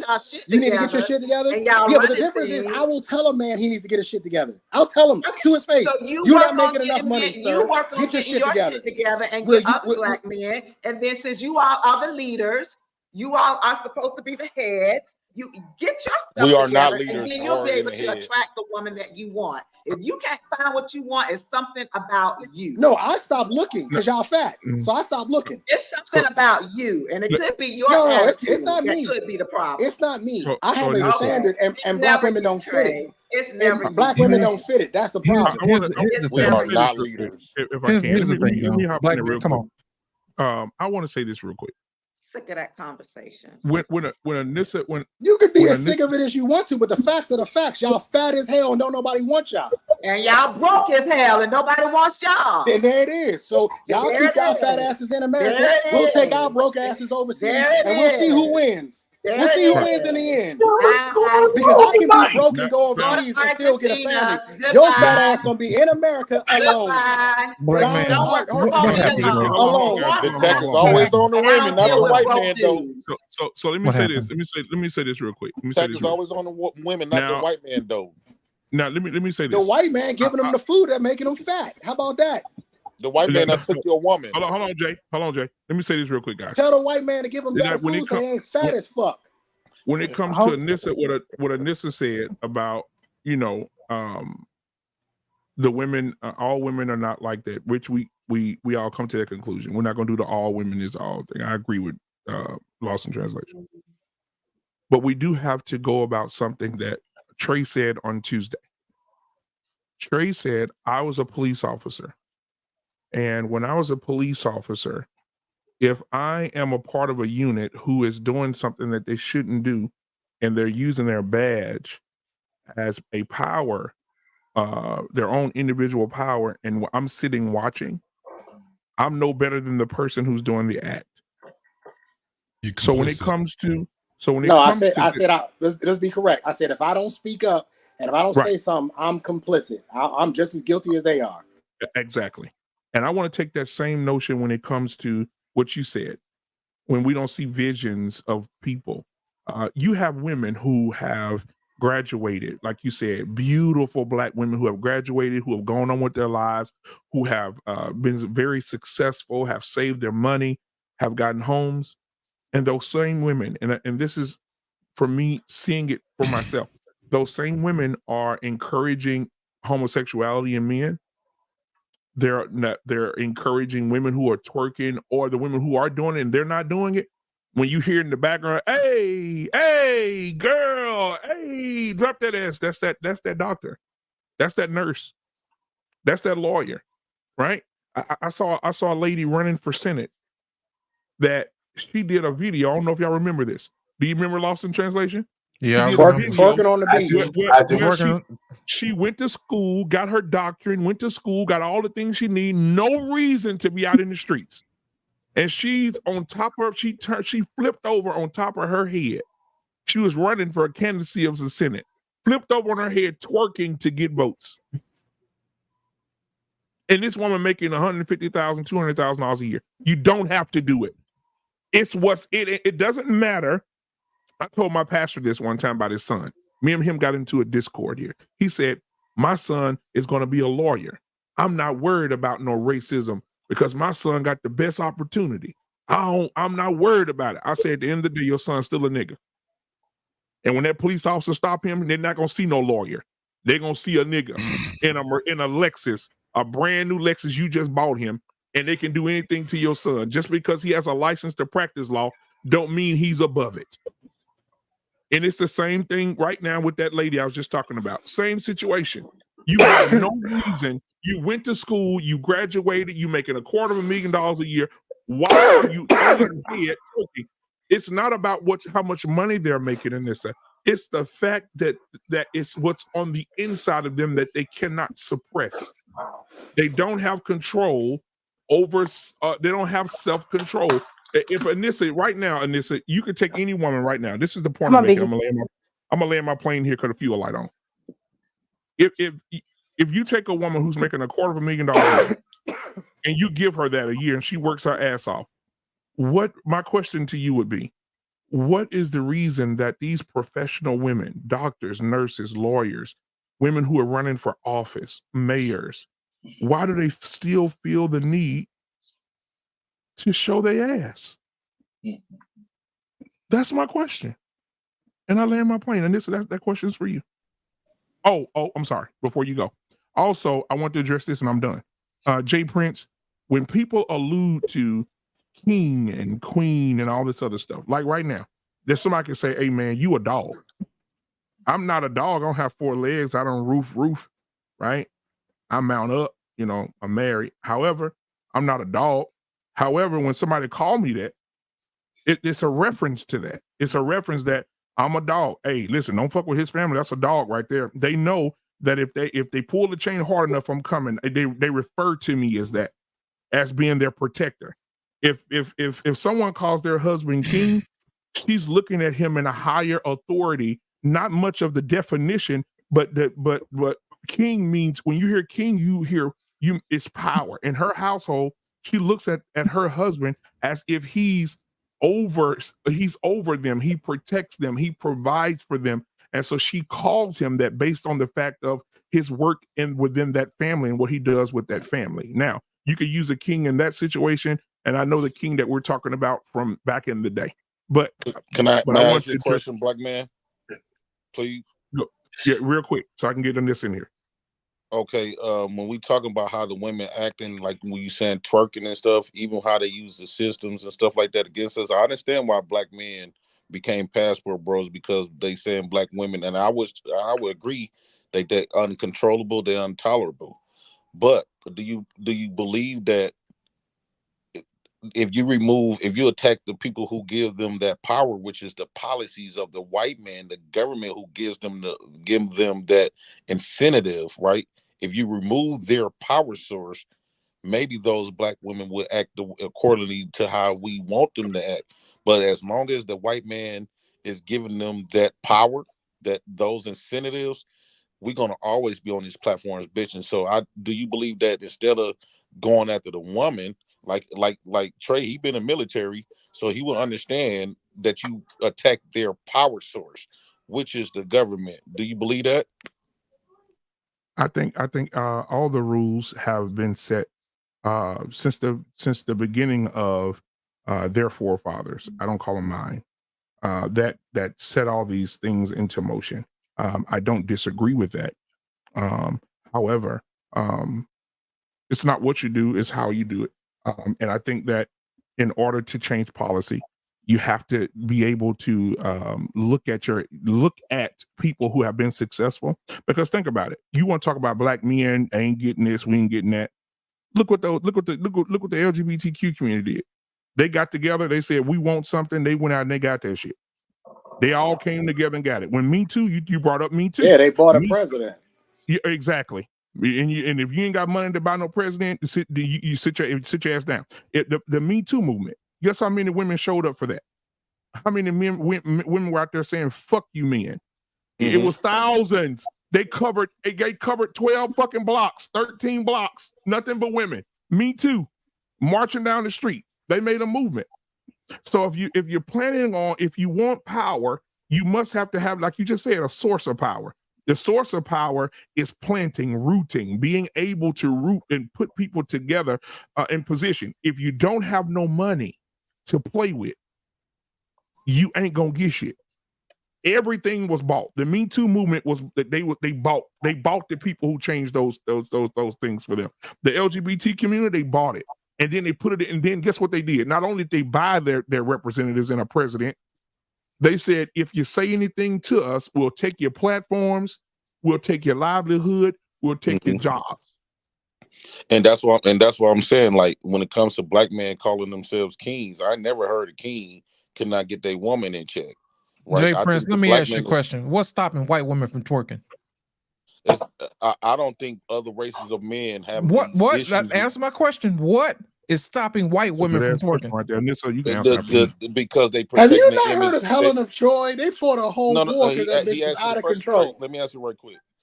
Because they honor their race of men and they understand that that will be embarrassment. And since they respect their race of men, right? Because their races of what they races of men have accomplished and achieved as men, that's why they probably won't do it as much as like black women that we don't. So let me ask you this: what's stopping black women for respecting their men? What's stopping them? Yeah. Black man is powerless. Bullshit. Name a powerful bullshit. I'm gonna tell tell me you why. about yourself that's powerful. Listen, Jay Prince, I'm gonna tell you why it's bullshit. Obedience is a choice. Obey who though? What you got for them to obey? No. Just like them white women obey their husband, black women have a choice to do that too, but they just choose not to. But their husband got something to. Their husband, right, is in a different position. You cannot sit up No, here he's and put not. yourself. No, he's not. You can't equate No, he's not. yourself He with had the the white man. same problem. Following the white man. Bro. Listen, no, he's not. He had the same problem with his woman too. What race of men who follow Why us? you think he went and got some black women to recruit? Those women got some black women to recruit for they problem, but they went home to their husband. But look, when you talk about rulership, black men is the I only didn't say man nothing about rulership. We didn't listen. We never set out. The white man ruling over us. We don't rule over nobody. We never set out to rule over our women. That was never our problem. No, I'm not talking about rule like controlling. What I'm saying is, if you're gonna call yourself a king, right? They ruling over us. White men rule you, right? They tell you what to do. You don't tell nobody what to do. Nothing. You can't even tell your women. That's why they're over here twerking, because you don't have zero control. They don't listen to you because they don't have to, because they're not afraid of you, because guess what? Lost, You're not powerful. I can end this whole thing. Come on, white man. men have always had a Y'all living in delusion. You are not powerful. They've always had a problem with their women. They've had a problem with their women so much so that they were the original passport bros. What would you do if a black woman come and smack you? They started this shit. What would you do if a black woman come and smack you? Because they were having a problem with their women Trey, what they said? Trey, what they said? What would you do if a black woman come and smack you? You know what you're gonna do? You're gonna cry and go run and get away, because you know that if you do something, that white man gonna put you in your place. That's what you gonna do. I know the law, sir. Hold on. You know the law, right? The law of that white man. She just assaulted me. Hold on. Right, you know that white man law, not a black man law. Right? Oh my goodness! Hold on. You better turn your ass around. Hold on, Jay Prince. We're gonna get because derailed. If you do something, that white man gonna be on your ass. Jay Prince, hold on just a second. No, he's gonna be on your ass. I want to Nissa to answer the question. All our asses. No, he won't be on mine because I know the law. No, hold on, Jay. Nissa, go ahead and answer that question, then get back to the conversation. I know JT want to add to what he's saying, not what you're going to answer. So go ahead. I'm sorry. Can you repeat the question? I was referring to the woman, the young lady that was running for Senate. Beautiful woman. If you see her before her action, you say that's a beautiful woman that you would wife up. That she's very educated, very well spoken. But when she ran her campaign, she felt her strength was in her ass, not in her class. and she really did a twerk video to get voters. And I couldn't believe it. I thought, I'll say, no, this is a joke. Got to be. And so what are your thoughts when it comes to women who do things out of line that when they really don't have to? Is it something that's in them? Because if that's the case, then money really doesn't matter. Success really doesn't matter if it's something that's going on the inside. Well, you're right. And if you had listened to what I said there are a lot of good women out here. There are a lot of women out here that want to be wives that aren't twerking. There are a lot of women out here that want to be married, that want to have families, that want to submit to their husband. These women exist. Now, why you can't find them, I don't know. I've said this before. I don't know where some of y'all live, because whoever this lady is that you're talking about, I have no idea who she is.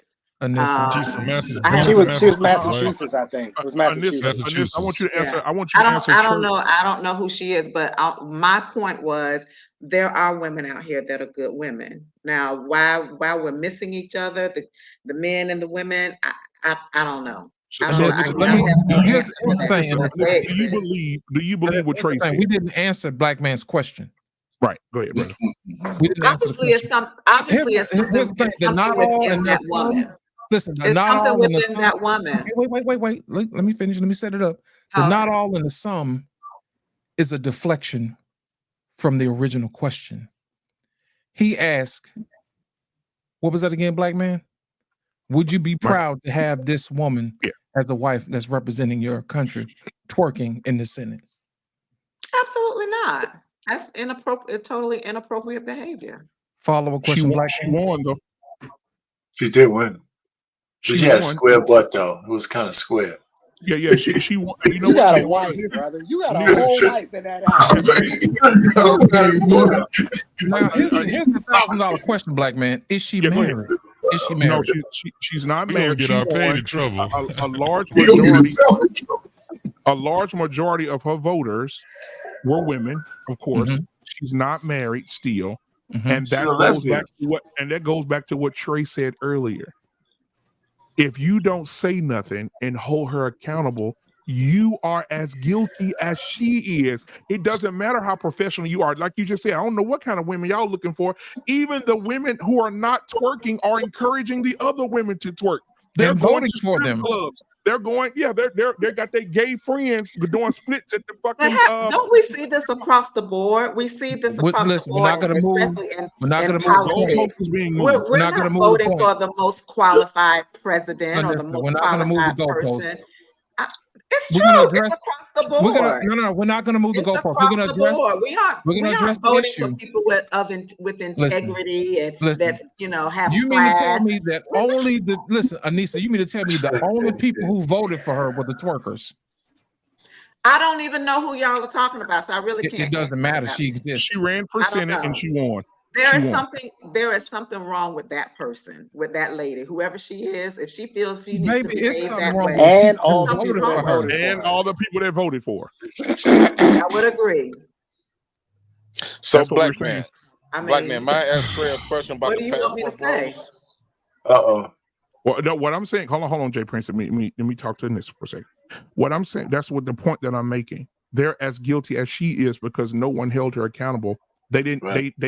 They voted for her regardless of what she had on the inside. They saw the poison. They saw the toxicity. They saw her standing on her head, twerking her ass after she didn't spend over $100,000 on her education, make up $250,000 a year. They see this woman on her head twerking her flat ass in front of the camera, saying, "Vote for me, and I'll twerk for you." And they still voted. Thousands of women showed up and voted for her. And out of those thousands of women, it probably was 200 of those women who were twerkers, and the rest of them were supporters of the twerkers. And that's the point I'm making. It doesn't matter if you twerking that ass. It doesn't matter if you part of a great class. You're still complicit with what is going on. You're okay with it. You're okay with it. If you don't say nothing, you're okay with it. If nobody's holding this woman accountable, if where the black woman was and they walked out there with their posters and said, "Hey, dumb bitch, stop twerking on your head. You are better than this. What are you doing?" Where's her mama on the camera saying, "Don't do that"? Where's her family? Where's the friends? Where are the voters that say, "Hey, listen, we'll vote for you, but goddamn, will you please stop jumping on your fucking head and twerking?" You are as guilty as she is if you are okay with what she is doing. That goes back to what I said. Black women are the biggest supporters of the. I'm talking about classy women. I'm talking about women that don't twerk, don't do nothing. They're the biggest supporters of the gay movement for the men. They're the biggest supporters for women who are out of line. And if you go to some of these clubs, these nice clubs, when you hear them women saying "A," they're lawyers, they're doctors, they're nurses. There are very successful women that don't do the twerk, but they'll pay to watch somebody else work. You know how many female doctors in the strip club throwing $100 bills on strippers?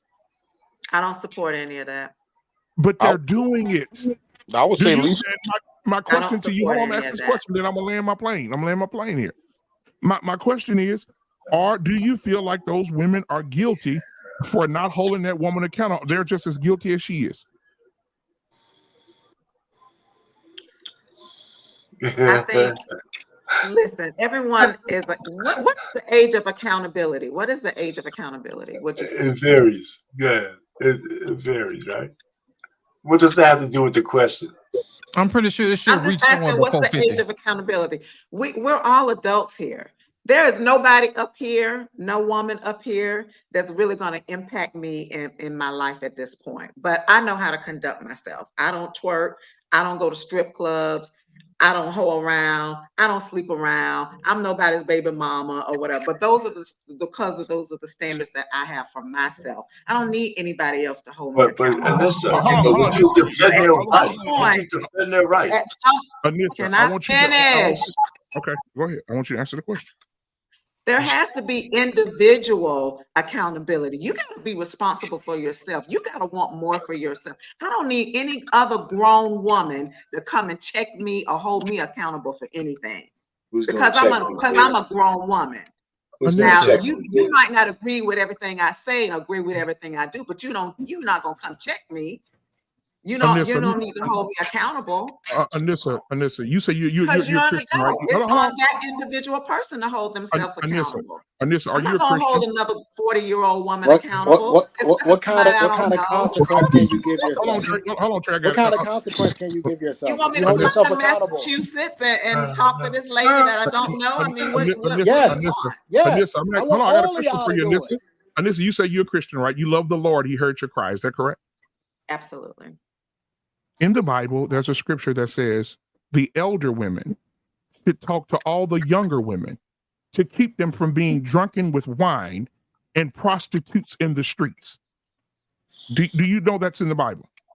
I do know that's It calls on older women to go out to younger women and to teach them how to be women, not twerking, not fucking everybody, not being in the streets, not being prostitutes. It says there in the word that a woman should go, elder women, meaning women who are older in age, should be doing that. And you just said, I'm not going out in those streets telling no woman I don't know nothing. I can impact the people that I can impact. I'm not catching a plane to Massachusetts to talk to whoever this senator is. Okay, Anissa, I'm where not you are doing right that. now, you're in Florida, right? In the last That's 2 what I'm months, saying. how many? I can I mean, no, impact I'm the asking. people that I can impact. I can't impact the whole world, Right, BMU. Anissa, in the last 2 months, how many young women have you talked to between the ages of 17 and 22 about the world they're living in today? The people that I encounter are usually most of the people that I work with. And those are the people that I see on a regular basis. So yeah, I'm not going out. I don't go out on the street corners to talk to young women. I don't. So you don't go to women's meetings, young women meetings who are struggling with sex addiction or sex or No, I don't. young girls. Okay. No, I don't. So if you're not part of the solution, can I answer a question though, BMU? Let me answer a question, please. Go ahead. Can you do this for me, Anissa? Can you say who's gonna check me, boo? Can you just say that? Who's gonna check me, boo? Black man unfiltered. Black, Yo. real quick, black. Can I ask you something real quick, black man? You sure can. Okay, when you say black women, they be out there twerking, which I agree.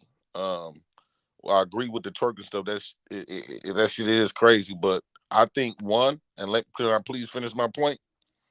She got the W, right? Maybe when it comes to women, that's their form of winning, getting the W, right? I would say black men twerk all the goddamn time to get what they feel is the W. When you got to go out there and conform, when you got to go there, put your smile in these white men's faces, Can y'all hear me? Yeah, we hear you. Go ahead. We hear you. We're stunned to silence. When you got to go to black men twerk by every time he got to go smile in a white man's face, knowing damn well this white man don't give a care about him. He don't like him.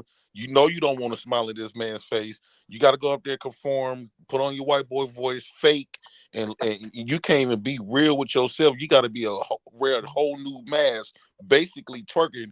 And then when you come home, you just take all the frustration out on. What would you suggest, Jay? No, Trey. That's my question, Trey. So Jay Prince, every man on this panel who works for an employer who may be of the Caucasian persuasion. Oh, I work for the white man. Yeah, I work for him. We're all going to quit our jobs, and I want you to become our leader, and I want you to walk us over to the jobs that you have available for us. But that's what I'm saying. We don't have nothing.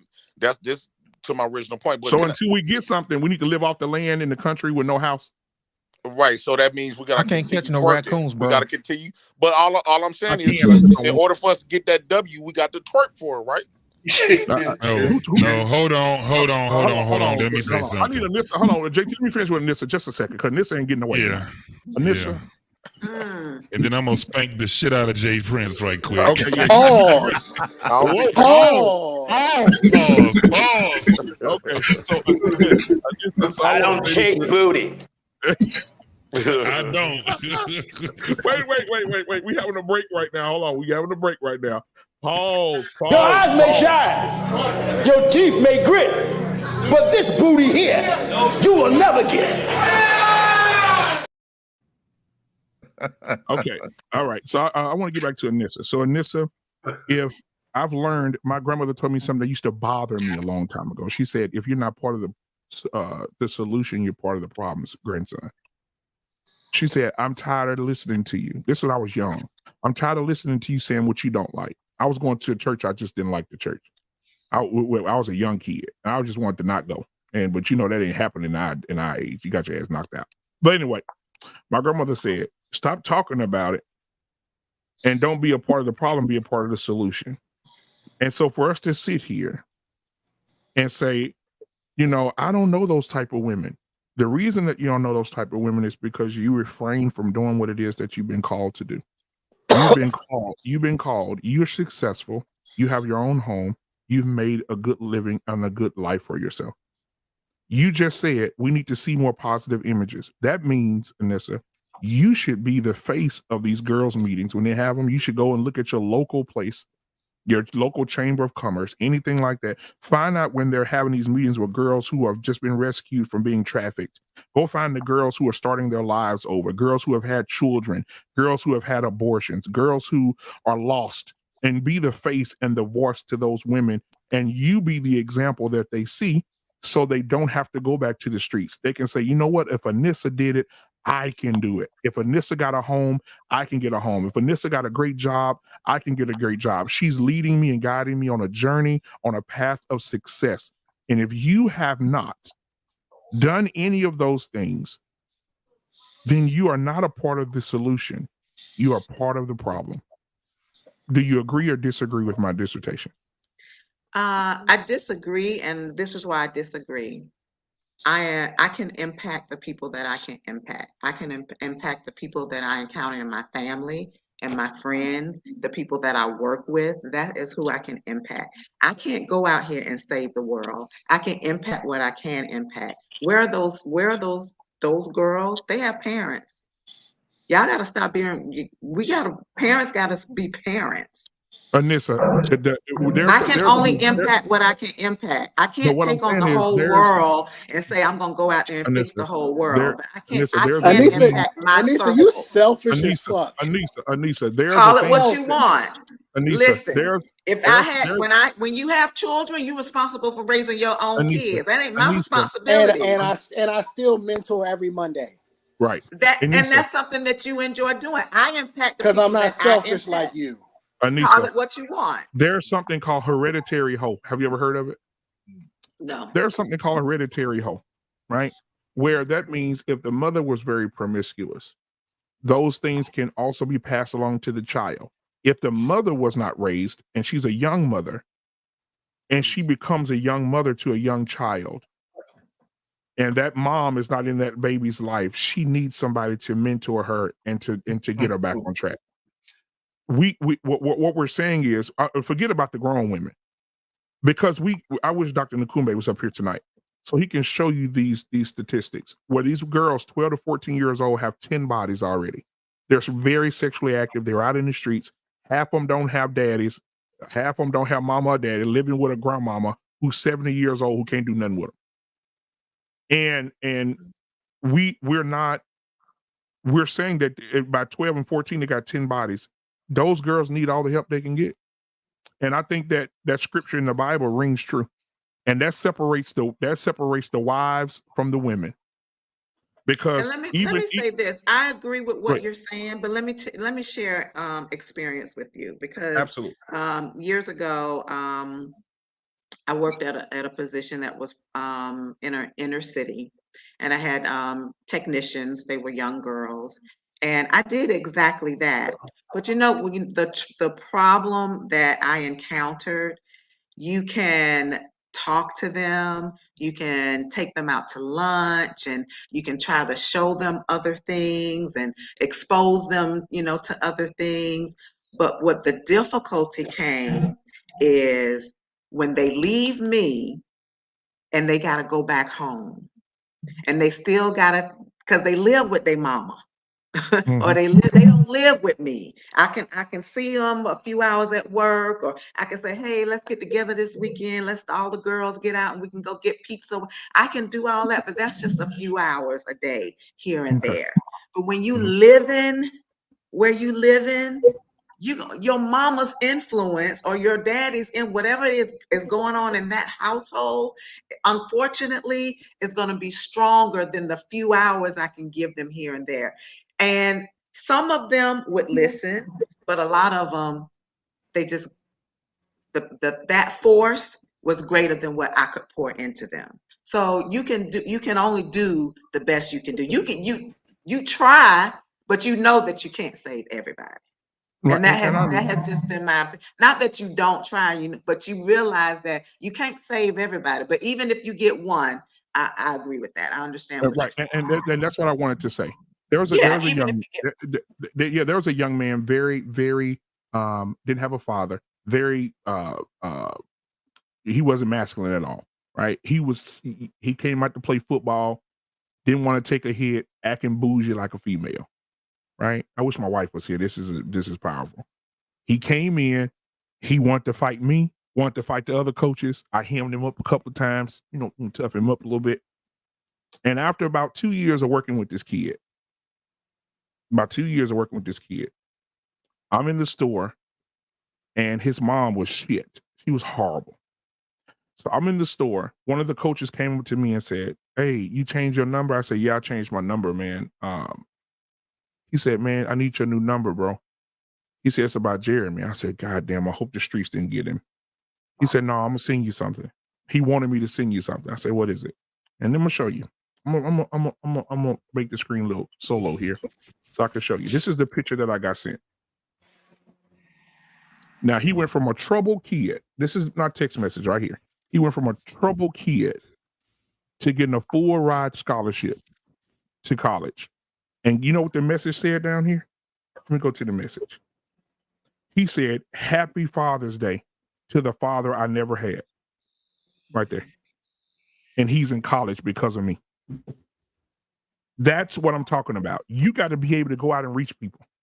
You got to be able to go out and tell these kids, hey, listen, hey, I got you. And that young man right there is going to be successful because I was there with him. This young man came to my house and slept at my house with my boys when his mama didn't have water. He showered in my shower. He ate at my dinner table. He played video games with my sons, went to football games with me. I showed him an example of what life could be. Let's go watch football. Let's go watch college. Let's go watch. And when I showed him that, and when the Cowboys was trash and their tickets were cheap, I took him to a Cowboy game. And I said, they still trash. Yeah, they still trash. And I said, this is what you could be right here. And he took that, he held on to it. And look where he is today. We have to be willing to do the work. If we're not doing the work, like my grandmother said, my grandfather wasn't so nice. My grandfather said, that's why I named the show what I said tonight. My grandfather said, son, if you complained about something and you ain't putting the work in to try to change it at all, shut the fuck up. That's what he told me. My grandmother, she was more godly with it. Baby, Granddaddy said, no, if you can't put in the work and you complain about something, shut the fuck up. Those are his words. And so I can't I would be remiss to sit here and say, yeah, we need to do this and do this and do this and do this. And then y'all come up behind me and say, God damn, Black man, you so talking a lot, but shit, the kids in your neighborhood are fucking terrible. You're not doing nothing. You know what? When I get out work every Friday, it was cold as shit today. So it wasn't none out today. But when I get off on Fridays, I think I've been on the phone with probably JT. I pull up in my yard. It's when I pull up to my beautiful home, it's fucking 15, 16 boys in my fucking driveway waiting on me to get there to throw the ball to them, throw football to them so they can play football. Will you play both ways? You play quarterback both ways. They waiting on me. Come home where I'm tired as shit. And when I come home, guess what? Every Friday, I'm tossing that ball. I'm being an impact on those boys' lives. I throw them in the back of my truck, go take them to get some damn Little Caesars $5 hot and ready pizzas to make sure that they good, make sure they eat, make sure they play. You know, I bring them into my house, play the game. They do man tournaments. You got to be able to reach them where they at. You got to go meet them where they at. And if you're not a part of the solution, you're part of the problem. I land my plane there. Facts. God damn it. Hold on. You get this. Listen. You only need to have one conversation. I've been in many situations with young men, and all I had was one opportunity to have one conversation with them. And I have bumped into them in Walmarts and in Ross's and in malls and say, "Hey, I remember you, officer. I remember what you said to me that night, and I got my shit together. I got better." You know, this idea that you can't help is bullshit. Absolutely, you can help. Absolutely, you can help. And I am a firm believer. I'm just like you, Anissa. Where your parents at? But I realized that a lot of people didn't have what I had. And I grew up with a single parent, and a lot of them don't even have that. They didn't even have that. And so it was incumbent upon me to say these things to these young men. That's why every Monday I'm meeting with them for an hour to teach them what a PE ratio is and how to read a balance sheet and understand what a simple moving average is and all these other things in the stock market so that they can make their money go out and go work for them. I have a phrase, you've heard me say it a million times, black man. Your money should work harder for you than you work for it. Yep, there you go. And so this is what I'm teaching these young black men, boys from 8 to 18. It doesn't take you, and I get it, Anise, because I used to think the same thing. Oh, when they go home, and everything I did is gone. Until I realized when I would meet up with them again, they would say, "Nah, I remember what you said. You was mean." Some of them do. Some of them do. You know, if I have a group of 5 girls that I'm working with, I got 5 technicians, and I'm giving them all the same message. One or two might listen to me and not go out there and get pregnant. The other 3, no matter what I say, they might still do, but at least I have impacted the 1 or the 2. You know, all of them got the same message. Some of them will listen and some of them won't. But I definitely get what you're saying. You do have to interact and make impacts when you can. And I do that. But you can't save everybody. It is what it is. Before you go, because I know you got to go. Did you want to add anything to the conversation before you go, Mr. Bennett? I just had one question for Trey. And I know the work that you're putting in, and I appreciate that. But I recall, now again, I'm not trying to misquote you, but I recall we did a show some time back, and you had said that you do these things because you want to, but you rejected when people said that you had to. And I'm just wondering, like, especially on what Black Man was just saying tonight, would you then agree if he came at you with that, against that, and said, because he's saying, well, you have to do this, and you saying, I don't have to do anything, I want to do this, I do this because it's in my heart to do. But how do you feel about people saying what you need to be doing with your lot time and resources and whatnot versus what you choose to do? I just wanted to get some clarification on that. And that particular night, the conversation we had was leaning more towards shaming men for not doing more, not necessarily what the men were actually doing. My stance is that you can't make a man feel bad because he didn't want to step up and be a stepdad, or he didn't want to do these certain things. That's the point I was coming from. Okay. Thanks for clarifying that. Damn, y'all got some good ass memories, man. Because I knew where he was going with that one. Once he said it, I knew exactly where he was going with it. Because me and Information Man got into it that night. Me and Information Man got into it that night. And no, my stance has always been the same. Don't shame men into doing things and say, "Oh, this is a good guy. We need to shame this man into stepping up because he has something to offer." No, if he chooses to, reward him. But if he chooses not to, there's not really much you can do about it because it's not really his responsibility. Right. So to Black Man's point about what people need to be doing, what he was talking to Anissa about she could be doing more to help young women and whatnot, is that not the similar point? That it doesn't sound like Anissa was doing anything. Sound like she tried and then she said, "Fuck it, this is too hard," and gave up. I don't know what y'all heard, but that's what I heard. I will be completely honest with you. I impact the people that I'm around, but am I going out there? No, I haven't been. And I'm just being honest.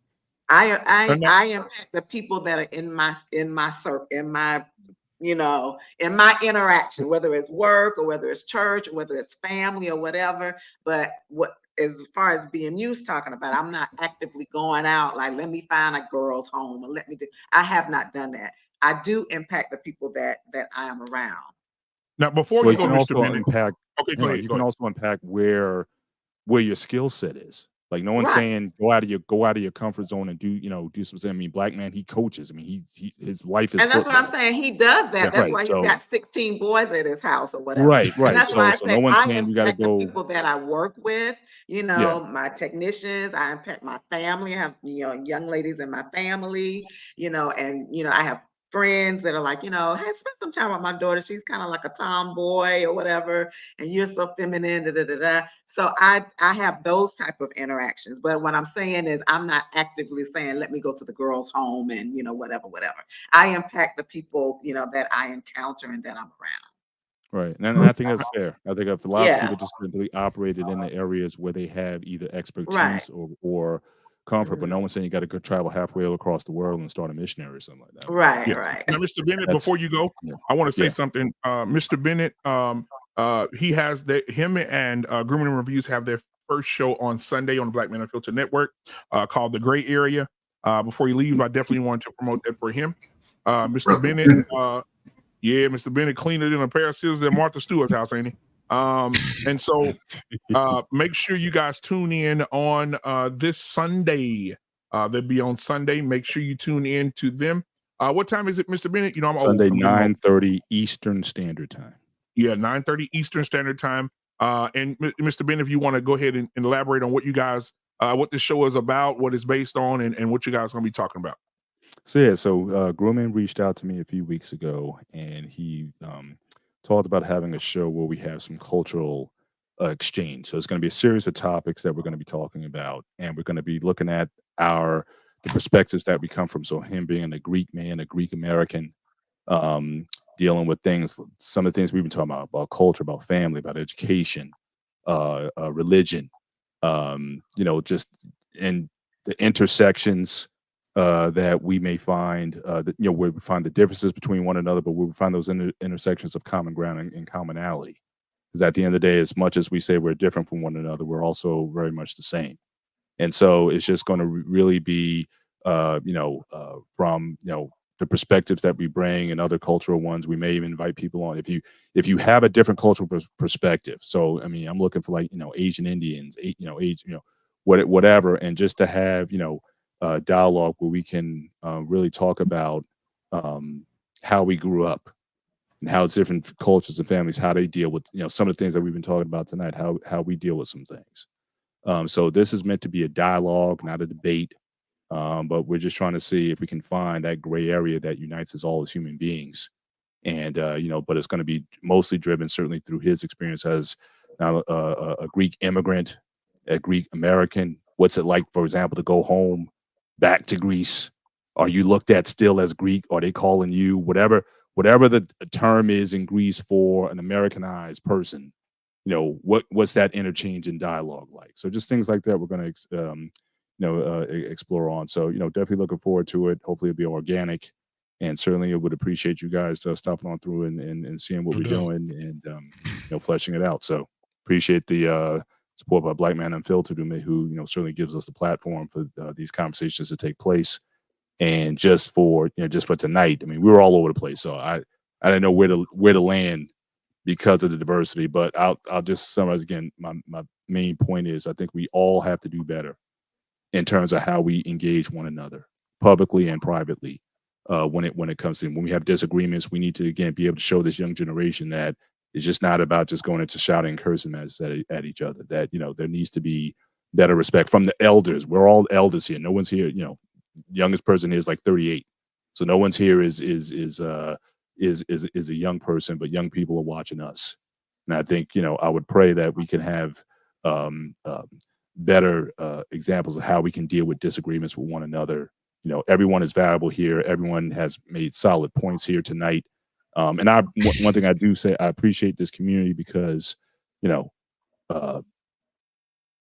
Trey, I mean, when Trey said, y'all coddling Jay, and then Trey was like, he had the stern measures. I think we need all of that. I mean, I think if you're going to have like a group, It's a community, not or. a friendship, yeah, you need the guys going to love on you, and then you're going to have some guys going to kick you in the butt as well. Pause. And that is that's what a true community is. If you have a bunch of yes people who just sound off on everything that you agree with, we're not going to get anywhere with that. So I appreciate the tough love from Trey. And Trey, you're the uncaringest person I think I've met in this species. You care a lot. All this stuff you be talking about. You said it right, and who else? Reckless. Reckless is he comes off one. He's one of the most humble people that I've seen in these spaces. And so I just appreciate what all of you bring to this platform, and I just hope that it continues to grow, because people need this environment where you're going to be yelled at, but you're going to be loved on, you're going to be respected, especially in the back. Y'all still doing because we haven't done this in a while, but y'all still doing the after shows and stuff. I know people got to get up. When the show ends, when the show ends, we'll be in the back. So again, I mean, this one's gonna be funny. Oh yeah, it is. So I love getting back there, when I can with you guys on those as well. But just respect, love, honor. I mean, y'all. I mean, this is we are all of us are successes, and we need to show this community, show the world, show this YouTube platform, how we can really do it. And I think there's so much potential here that this is why I'm a part of it. And I want to help this channel grow, and I want to help this community grow, and I want people to be bonded. We should be getting stronger. All this stuff, all this crap we've been talking all this time, we should be growing stronger as a family, more so than driven apart. So appreciate you guys. Look forward to seeing you guys on Sunday. And so, thank you guys again. And you guys have a great way. And shout out to Jabari, man. My son Jabari got accepted into the Marine Military Academy. Oh wow! Congratulations. And yeah. I'm gonna miss my boy, man. He's leaving Sunday.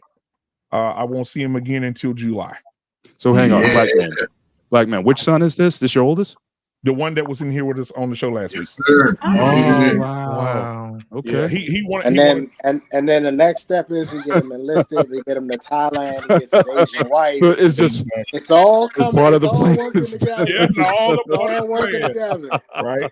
He came to me with the idea. I said, man, you sure this is what you want to do, man? We looked into it. He was on the waiting list for a long time, and they finally got him in. And they say we need to have him there Sunday by 10:30 in the morning.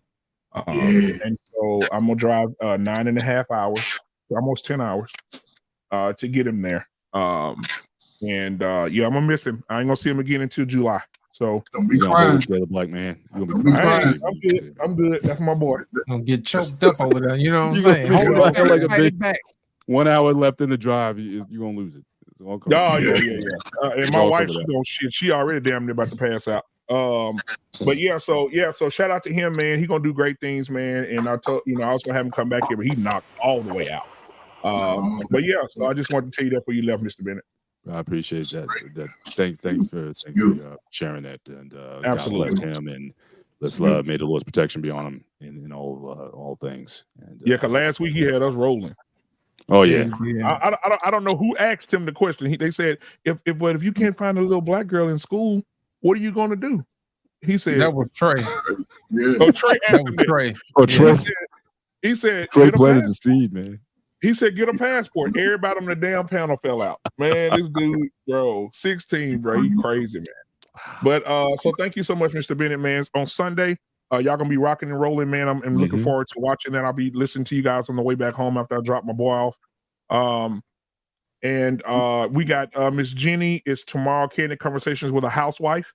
She'll be having her show on tomorrow. Y'all tune in. Yeah, make sure you tune into that as well. Turn your notifications on for that. Because she's really talking from a housewife's perspective. She is a housewife. That's what she does. Her man does not want her working at all. We only get her like once a month, so please tune in. Yeah, she called me and said she's ready to be on every Tuesday on Talk That Talk Tuesday, and she's ready to come back every Saturday. So I'm like, okay, hey, that's work. So shout out to Miss Jenny and her husband for sure. Yeah. And then next week you guys have a great night. Have a great weekend. And go Steelers! Steelers over the Bills. If we beat the Bills, we're going to the Super Bowl. I just said it right here. Don't mess up my parlay, bro. Mr. Benny. You know what I like? That they both cold weather teams and they playing in cold weather.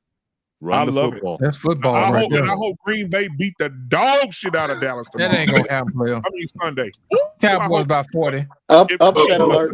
Upset alert. Southern boys, boy, y'all funny. Can I? Yo, Can I? Southern boy. don't Green give up Bay on finna love. put it on their Don't ass, give boy. up on love. Can I? All right, guys. Y'all question. Black man, good can I night, ask Trey that question now? Yeah, absolutely. Go ahead. First, I want to start off. Let me share what I have who I have impacted. Right. You know, a lot of people a lot of people on YouTube. Remember, I used to talk about my food truck and stuff. Black Man Unfiltered. Yeah. A lot of people on YouTube don't really think much of it, but the people that I used to be homeless with, and we used to be living in the streets and stuff with. They see me out there, man. People really think I did something big, major, to have my little truck out there, man. And you'd be surprised. I even impacted like older men. Like they were like, man, dog, you doing so much, dog. I wish I want to do this. When I get my tests, man, give me a hot dog cart. They all asking me how do I go about doing all this type of stuff. So I impacted a lot of people with that hot dog cart and everything like that. I just want to share that, because I think that So should yeah, be. so basically you're saying Do you think you he was doing encourage, something major? did you In my think mind, that's I all? did. All right, good. Because feeding people is a big deal. I think people overlook that. Right. Feeding people is a big. I realized that there were times where some people hadn't eaten days. So Yeah, feeding people is a big deal. It is. yeah, it is, and man, I feel good. They make me feel like I did something great. You know what I'm saying? So that's why I keep motivating me, continue to keep that up. You did. You kept them alive. Right. Even if it Yeah. was with glizzies, but I'm gonna let you rock though. That's No, all I right, sell though. wings. I just bought a gyro machine to go with it. Oh, okay, that's dope. Everybody they love my food. And I want to talk to you about the passport thing. When I think about the Passport Bros, because I remember watching the Passport Bros a few years. The Passport Bros, I think he came out 2018, 2019 running time, and then we just hit 2024. Before then, I wasn't seeing no black men talking about no Passport Bros. So when you talk about the Passport Bros, I think that I understand they need somewhere to escape, but the Passport Bros haven't been over there long enough to even understand. They haven't been there long enough to really say that those women are better. And I would ask those, I would ask those Passport Bros, when you went over there, did you get a wife? How long did you live with that wife? Right? Because you can find a woman over here in America and be with her for 5 or 10 years. A lot of y'all said y'all been in relationships more than 12 years before. But when you talk about Passport Bros, then you got to ask yourself, if those women overseas is so great and better than the women over here, why are they so available? Because they're plentiful. Why their own men doesn't want them, They do. or their men is using them, or they go to class to train how to treat Americans and to look at you like a dollar bill. So they train the women to be nice, super nice, because I have not seen that one Passport Bro go over there and find a wife. Hold And on. they What never about the men? You just aren't looking hard enough. Yeah. What about the men that move there and become and open his own business over there and not come back here? I'll give you. Hold on, Jay. I won't even say that's a handful. Jay Prince. I'll give you one. I'll give you one, and you can look up his content. You can look up Andre and Andrea Love Crossing Borders. That's one right there. He lives in Colombia. That's one What right about there. the man that was going over there getting robbed? El Guapo got a wife. Hang on. You said that you didn't take. Hang on. Let's take this step by step, because you asked a lot of questions. Yeah. You said that you didn't see anybody going overseas and getting married. I just gave you one, and he has an entire channel, and his channel has a bunch of other couples that are over there. How long have they been married? It don't matter. They married, bro. It actually does. I want to say it's been like 4 or 5 years. It's been a little while. Because the reason why I say it does, because a lot of men over here, they had been in 10 or 15-year relationships, and then it didn't work out. It went ended bad or whatever. Now they Passport Bro. So, but that's what I'm saying. Like, you can go over there and be good in relationship for 4 or 5 years, and those women could turn out just the same as this or even Jay worse. Prince. I think with the passport bros, I think they should give it another 5 years before they just start, Why? Why should suggesting they have to wait? Why? to put in some time because Why? the Is reason it why I say is why this the reason why I prison? say You why have to the put reason in why I say time. why Why? we're gonna need more time, more for 1 year, 2 year, 3 year. Come on, that's not enough time But to brothers been figure using out a passport. woman yet. J Prince, Jay brothers Prince. been going on. Brothers been having passports for years. They just never really spoke about it in these spaces. They were doing their thing. They wasn't out here doing that. It Most of wasn't a those guys, thing. we talking. It's almost like we talking. A great big ass generational gap because men were marrying those women. There's more women on earth than it is on men. You can go to any country, you're gonna Yeah, find but more. I seen live videos like let's say in But Brazil, that's right? just recent though. Guys that do that, they not. This recent. That's what I'm saying. It's recent. But guys wasn't doing that 8, 10 No, no, years no, no, no, ago, no. videotaping I get what those you type said. of I get what you relationships. said. I could concede with that point. Now I have seen live videos, right, in Brazil. Y'all talking about the black women twerking here, but in Brazil, right, they got these women. They got like a damn near sex dance, That's right? Where because that's the But original isn't Brazil? Brazilian Isn't butt Brazil? lip, baby. but they doing the What you think? same type of stuff, even What worse you over think? Isn't there. Brazil America? Isn't Brazil South America? Isn't Brazil in Yes. South Yeah. America? Yeah, It's in America. but a lot of passport bros said go to Brazil. But listen, hold on, That's because their money. They can do what they want to do. you said something, and we have to change this narrative. First and foremost, yeah, passport bros. That saying is just a thing now. Right. Secondly, guys was not just going overseas just so they can find a damn wife. They were going overseas for all kind of different reasons. They were over there. So when they went over there, this is what you get exposed to, what you around, right? Just like if you was in a hood, that's what you're gonna be. If that's where you're gonna stay. So when you going somewhere, you don't just go there so you can find it. Ain't gonna never work. It's like motherfuckers trying to find happiness. You never find it. You're not going to find a wife if that's all. And if you're comparing women from America to women over there, you're doing it wrong. What you're doing is broadening.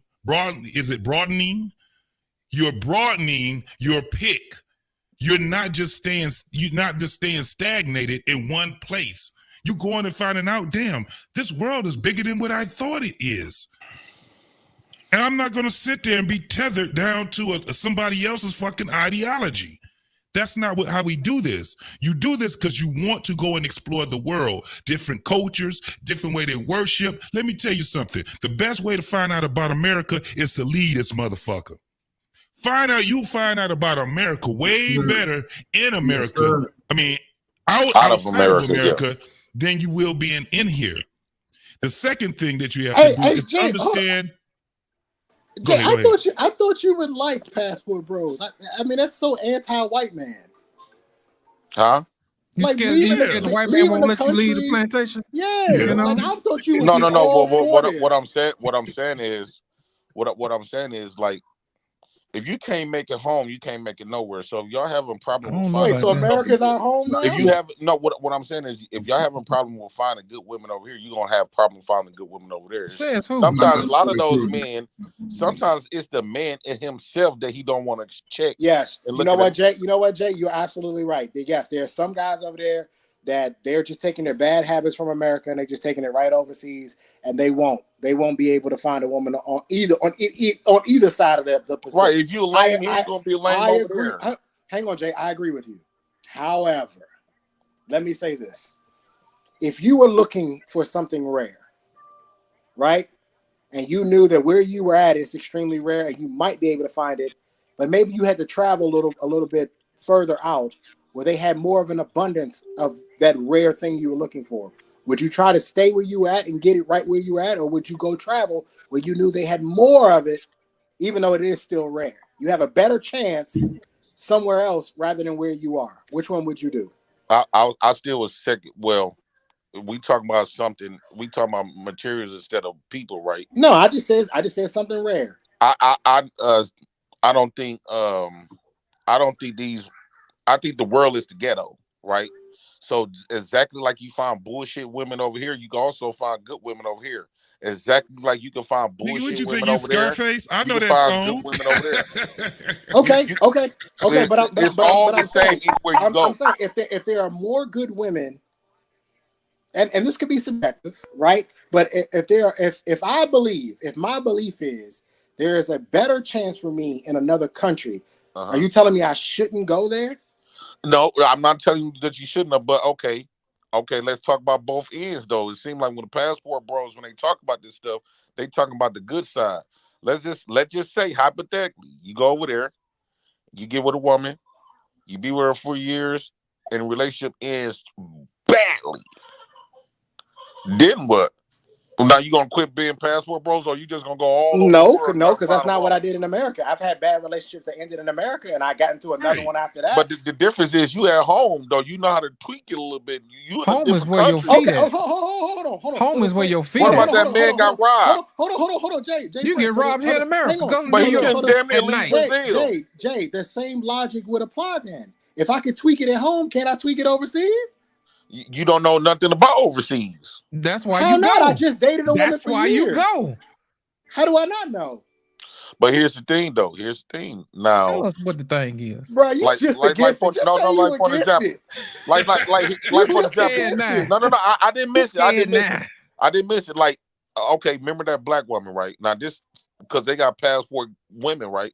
She went to Brazil, right? Now she been used to America, right? To do whatever she want to men, whatever. A man yelled at that woman. She yelled back. Got her and what happened? put in jail. She got her butt put in jail, right? Okay. So let's just say you go down there and you used to American way, but now you get to, let's just say, Thailand or whatever the case. And it's totally different. The outcome is not just a simple divorce. The outcome is for you is totally different to your detriment though. But Are you saying I would? Are you saying? Hang on. Because he asked me the question. Are you saying that I wouldn't do my homework? I wouldn't do my due diligence? Because I would do it here in America. So in order for you to do your homework, you have to be there. No, you don't. Okay, it's a plane ride, Jay Jay. Prince, that man ex-military. He's been all over the world. Hold on, Jay, look at my wrist. I'm not bound. I can go wherever I want. I have a passport. I have money. I can get on a plane. So I can go. He ex-military too. He's been all over the world. Man, let me cut to the chase. Jay Prince, why are you worried about what are you afraid of? That you wanting to know why men don't want to stay here. Jay, why you got is it that daughters? you want them to stay here? You got daughters, Jay? It seems like the man that's really having problem with women is the men that don't want to look at themselves, right? And those are the lame guys. How do you know that? Those ain't the I don't know no lame bros. Because the men that don't have problem with women, because there is a lot of men here in America, especially black men, is not having those issues with women, right? They usually get a lot of submission out of women. So they not the ones sign up to be passport bros. To me, it's the winklings, it's the rejects, the men that women are rejecting. What we call rejects are the ones that they gotta go overseas or find a new race. Ask you this. So my thing is this: so if these guys are rejects, so why are you worried about them leaving?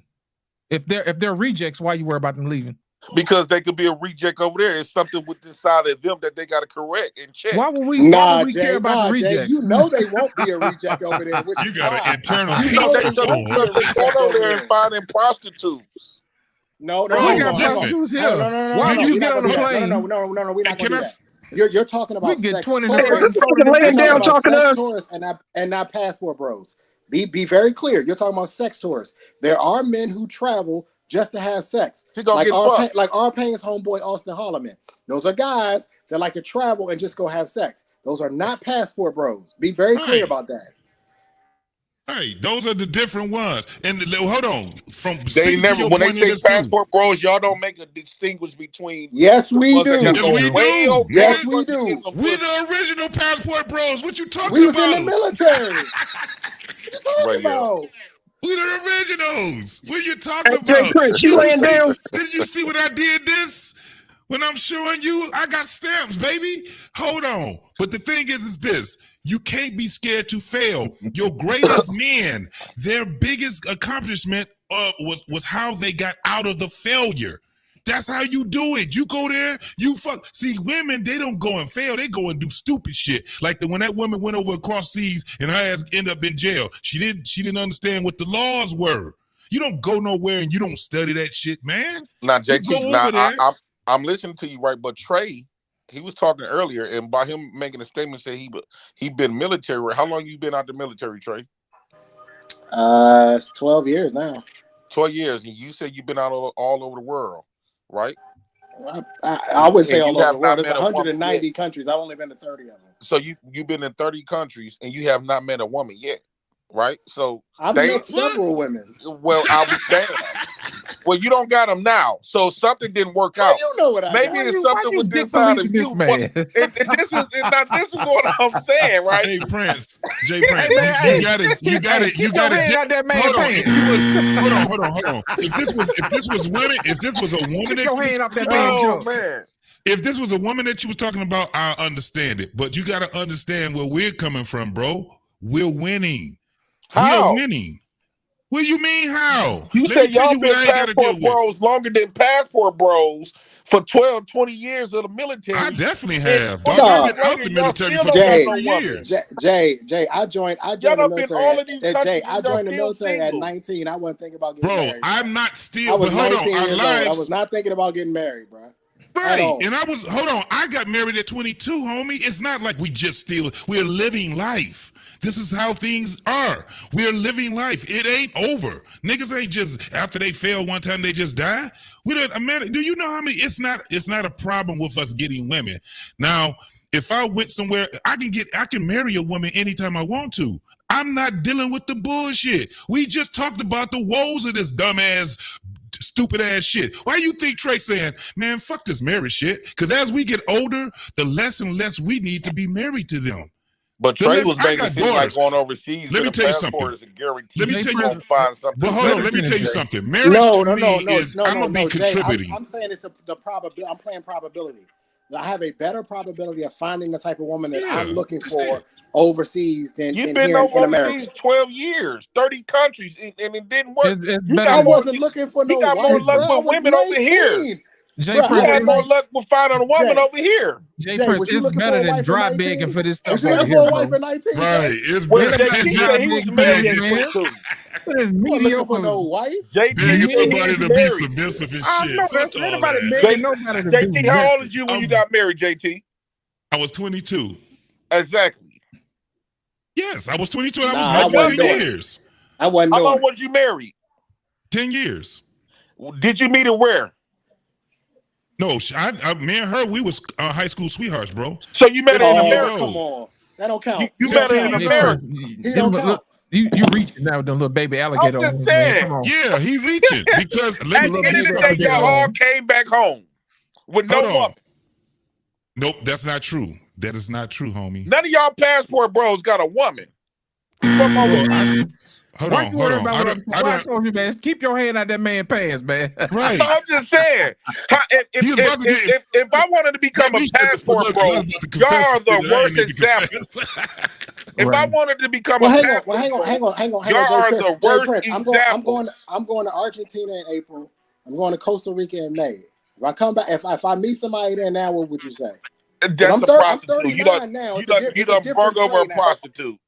Yeah, I'm going to Costa Rica in May. This is what we're going to do, y'all. I'm saying you've been overseas No. 12 years. What we're going to do, we're going to get all our money up together. We're going to take Jay Prince down to Brazil and see if we can change his mind. He going to lose his mind. Yeah. Jay Prince will lose his mind. Hey, man, y'all, Jay Prince going to say, hey, y'all put going the muscle on him. Hey, Clement, you right. I cancel Put my a muscle on him. bro. Y'all go ahead. No fly white linen suits, bro. We're going to have you looking smooth in, bro. We got to put a leash on Jay Prince. We take him. Yeah, put a muscle on him. Yeah, he gonna go crazy. He gonna lose his mind, bro. I can't believe it's like that down there. Hey, he could have all of you in jail. But hold on, bro. Hold on. Because we are going to have to go backstage. Y'all not showing. Y'all not representing that experience, my guy. That experience, nigga, is. We got all the souvenirs in our head right here. That's all we need. And I'm gonna tell you right now, when you get those experiences, have you ever been out? Serious question. Have you ever been out the country? Twice. Where'd you go? Mexico and Egypt and Kemet. I meant. What I tell you, JT? What the statistics say? Most people only go Mexico. where? Mexico. What I tell you. But you No, said where was the other Still, place? my thing is, Where was the other y'all place? been all over the globe, right? Egypt, All over the globe to find out the longest relationship y'all had was with a woman here in America. No, it wasn't.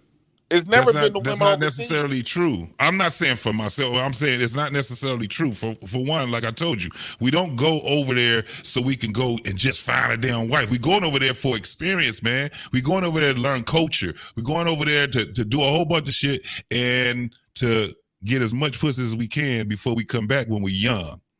Hey man, Right, but not that y'all. Yeah, not that y'all. When we trade. I thought passport bros. Conversation, man. Passport bros. Listen, JT, I was in my 20s. I was traveling. I had money in my pocket. Yeah. What do Make you a think was man going to out happen when I touched down in Germany? What do you think was going to happen? I wasn't And thinking then about getting married. I wasn't don't thinking go about with a getting flock married of at 23. And don't go with a flock of dudes, man. What you talking about? And they all got their shit together too? Man, come on, bro. It's an experience, man. You go in there and you out here talking about something, I'm trying to find a goddamn wife. That shit will come. First and foremost, you got to have your money right before you even start talking about doing some shit like that. You got to be serious about that shit. You bring some woman over here if you want to, and she ain't got you ain't got no goddamn money for her. Jay Prince, going I to the guarantee highest you, bidder. if we take you to Salvador Bahia, Brazil, you ain't gonna want to come back. I guarantee you ain't gonna want to come back. We take you to Salvador Bahia, Brazil, which is basically the black part of Brazil, and you see what these women look like. You are not gonna want to come back, bro. And how it's not necessarily how friendly they are, but just how like warm they are. Like they're just nice. Edward people. Gilbert? Yeah, they're just Edward nice Gilbert? people, bro. Edward Gilbert, he said it on point. The motherfucker is lit over there in Germany, bro. And you ain't gonna just go over just to Germany. Wait, He lives in Germany. He moved to Germany. Hold on. And Germany is the boring part. You go over to Amsterdam, you start going over to Brussels, you take your ass to Hungary, Budapest, you start going over there. You be like, shit, Germany ain't got shit on these motherfucking spots over here. And Germany is lit.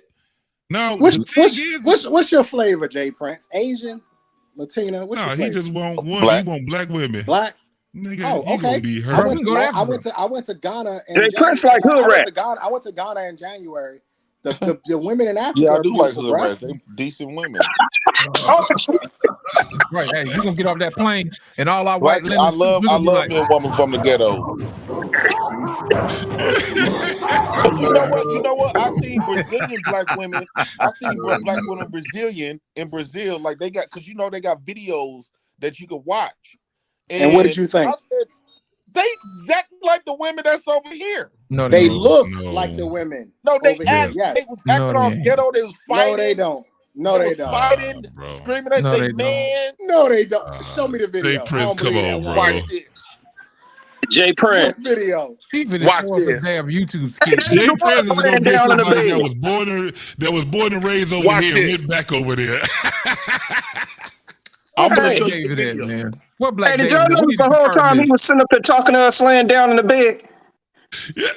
Black David, hey, listen, Jay Prince, here's what I want you to do. We're gonna take you to Africa, bring you about You a 50 fool, goats Jay with you. Prince, I'm telling you. Hey, bring you about 50 goats with you. We can get you the top of the line African princes. I'm telling you.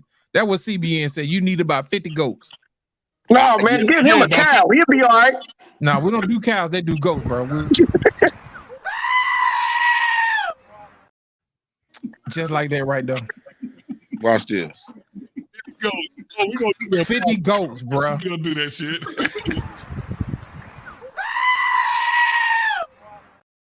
Let me ask you this: while you looking that up, Jay Prince, why is it that? Because let's just say, okay, you'll find the video, right? But why is it that when we say go overseas, it's like, oh, they have to be perfect? Like, you know, there's feminism overseas too, right? You know, there's women overseas that want businesses and don't want to be wives. No, again, I'm trying to explain. This is a probability game. I have a better chance of finding what I'm looking for overseas. I'm not saying that the women overseas are perfect. No, they got some fucked up ass women overseas too. But the idea of what I'm looking for, and there's a better shot of me finding it overseas. than it is here. I done spent the last 20 years looking for it here. I ain't found it. Hey Trey. Hey Trey. Hey Trey, have you ever visited a convalescent home? Yeah. Hey, all I say is, man, you don't want to end up like that, man. Find you a wife, homie, on the real. Yeah. Oh yes, I know what he said, bro. Hey, I'm just being real, man. At the end of the day, and this was something I was going to say if I got back in early. Yeah. I think those of us that married, we need to really focus on the marriages that's already existing. Right. The only way that the only way we're going to be able to help people like Trey, for them to believe in a marriage, is that they see successful marriages through us. It's too many marriages that's sitting up there that's actually going through divorces and everything else, to where the ones that are single, and they don't want to be bothered with that, because look at the example that we as married people have set. You look into the churches and I mean, honestly, we spend a whole lot of time. Huh? This in Brazil. Yes, they're poor. What else is new? we know that. I mean, do you want to live like that? Trey, what did you tell him? live like that. Brother. What did you tell him, Trey? This is the best country in the world. Did you just tell him that? This is the best country overseas. You're going to find out how good it is over here. Jay Prince. Hey, man, if I want to live like that, I just go to Louisiana. No, you can just go to damn. Look at them with guns. Go to the fifth ward in Louisiana. There you go, right there. I knew that Louisiana comment was gonna get him back. I knew that Louisiana comment was gonna get him back. You heard that shit. Hey, who said something about Louisiana? I said it. Clement did. Clement, hey, you want one of them? You need to go somewhere like the backwoods of Detroit. You don't come over here. Oh, not Detroit getting straight right now. Hey, hold up, BMU. Get you an East Side, bro. It don't matter whether it's swamp water or contaminated water. They all it's all bad water. Hey, JT, you know what the bad part is? My daughter's mom from Detroit. Bro, y'all different up there. It's a whole y'all women groove, different up man. there, man.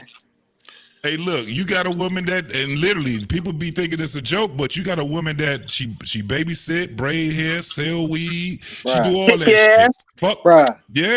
Yeah, and she'll be able to shoot it for you. You got him. That's the East Side, though. Yeah, I know. Anybody in Detroit, that's the East Side. That's some East Side women right there. Look how them little kids fighting. Shout out to all the married couples in America. Shout out Hey, to Jay all the Prince, married I thought couples you in was gonna America. show me something that was crazy. You ain't showing. No, I was trying to find the women. I know I watched the video. We're looking at some of the boys. You just gotta go over there, homie. Every place got a ghetto. Don't. Right. Hey, guess what? It's a ghetto in Thailand. It's a ghetto in the Philippines. It's a ghetto everywhere. It's a ghetto all through Jamaica. Yep. Oh shit! You better watch yourself. You better watch. Okay. You better take a. Hey, JT. Hey, JT. You remember the name of the neighborhood in Japan? They got a ghetto too. I can't think of it. Damn. Yeah, that's that shit. God, I can't think of it. They got a ghetto in Japan. So they got a clean. It's a clean ghetto, but it's a ghetto. Goddammit. Yeah. Have y'all heard of this dance called? Y'all talking about twerking, but it's called FAVELA funk. And according to their dance, they basically fucking favela funk, favela dance. These are the women here, and watch how they get down. Do you know why that is though, Jay Prince? Do you know that more slaves went to South America than they did North America? Majority of the slaves went to Brazil. The majority of them. Hey, Jay Prince, went to Brazil. If one dick come out on that screen, I'm gonna kill you, boy. No. You know I ain't gonna do no stuff like that. Okay, I got you. All right. But I'm just glad y'all was able to get Jay Prince out of bed. Okay, he go to women. Laid up. He had to straighten up his Hey, Clement, notice it took some booty to get him out of bed too. Right. Well, them young girls. These are teenage girls, man. Man, get off Man, what are you doing, Jay Prince? He went and got the most. No. That. Are you out of your fucking mind? Are you crazy? No, those women are grown. You sure? They about to scrap. Yeah, they grown. They look like they about to fight? teenagers. All I'm saying is, you might go over there and find the same type of woman that you probably could do better over here. I don't know. Then I about deserve what I get. Then Jay Prince, if I go over there and that's the best I can Trey, do, you might I have to deserve check everything your that own came that I get. big dog. So Jay Prince, somebody's gonna fly over there and just go right straight to the ghetto. Straight to the ghetto. I mean, they're gonna find the most magic place. Come on, man. Hey, no, R-Pain, you got to understand. No matter where he goes, whether it's in country or out the country, he got to go find the hood rat. So that's where he's gonna go. I love my hood women.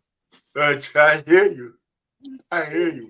You know, in real life, once you get to know them hood women, they are to me, those women are better women than a lot of these uppity, up-nosed women. Don't you ever say another motherfucking word to me. Hey, but the problem is, Jay Prince, you can't take them nowhere. That's the Why problem. not? Why you can't take them nowhere? They know you can't take no hood shit. All hood women don't act all loud and ghetto. You'd be surprised.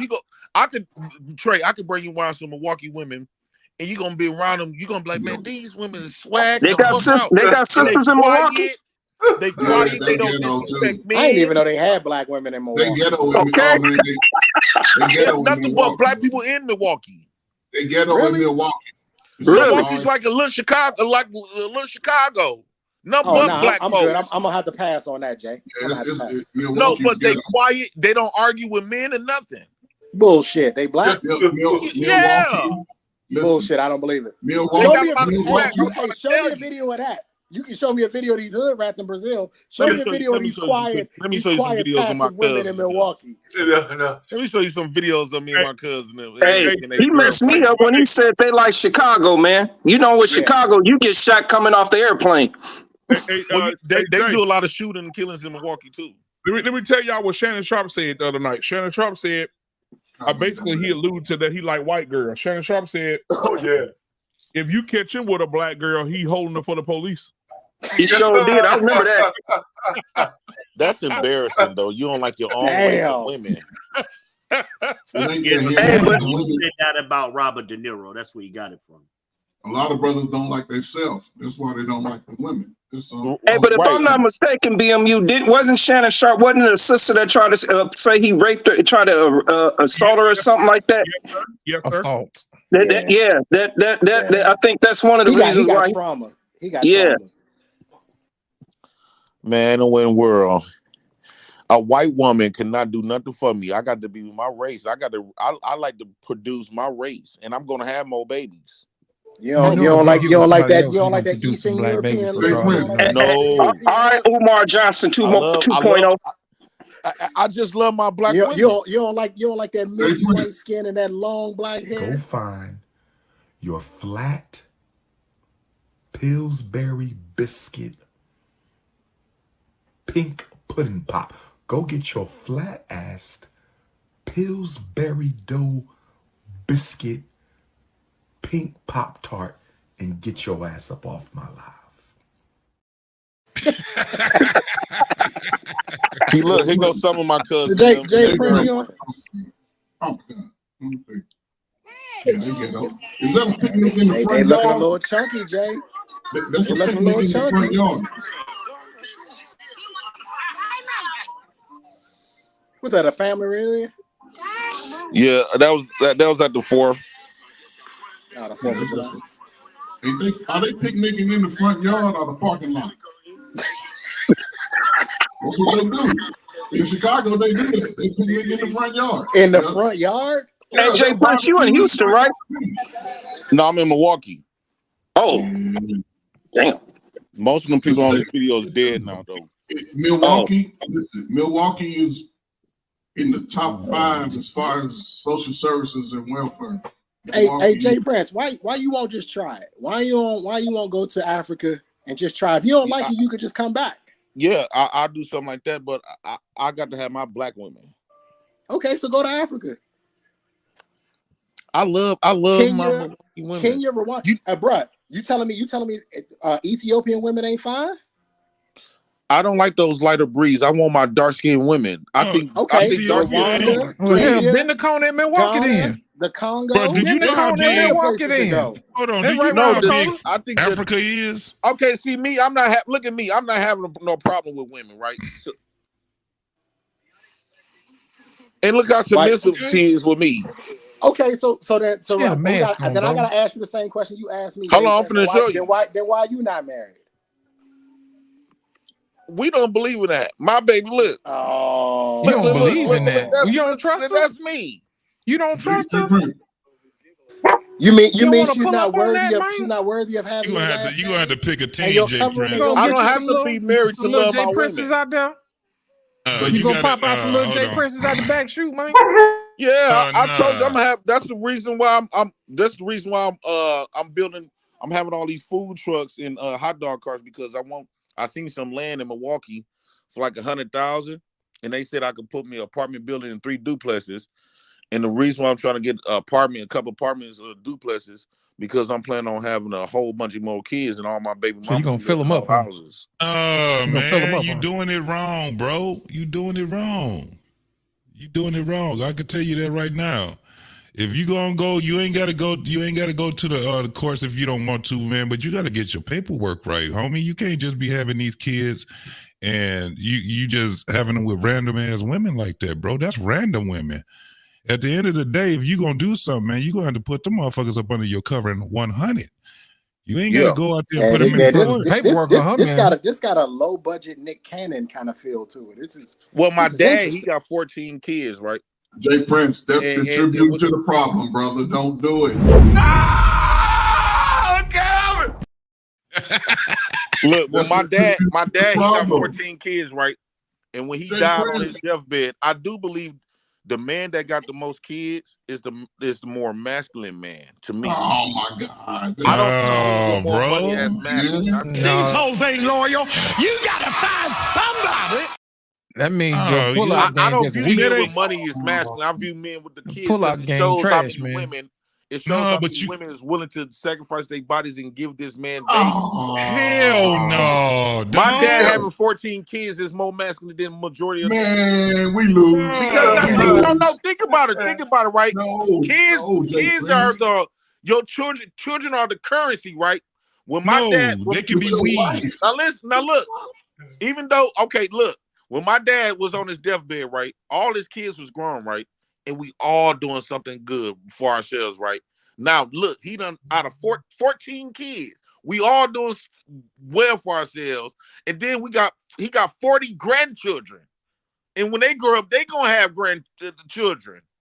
No. He started a tribe. You can't get no better than that. I don't care how much money you got. Oh, bro, you got it wrong, bro. Bitch.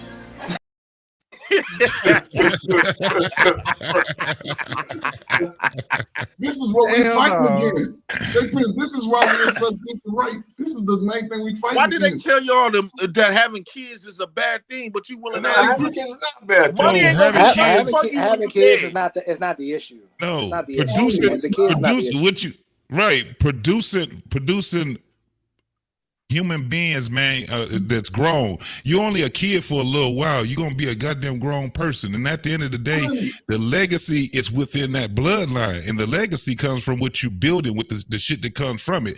So this is the thing: your kids are not gonna be fully invested into their kids until they see how that shit look. And in order for you to love your kids the way that they need to be loved, you gotta love them through their mama.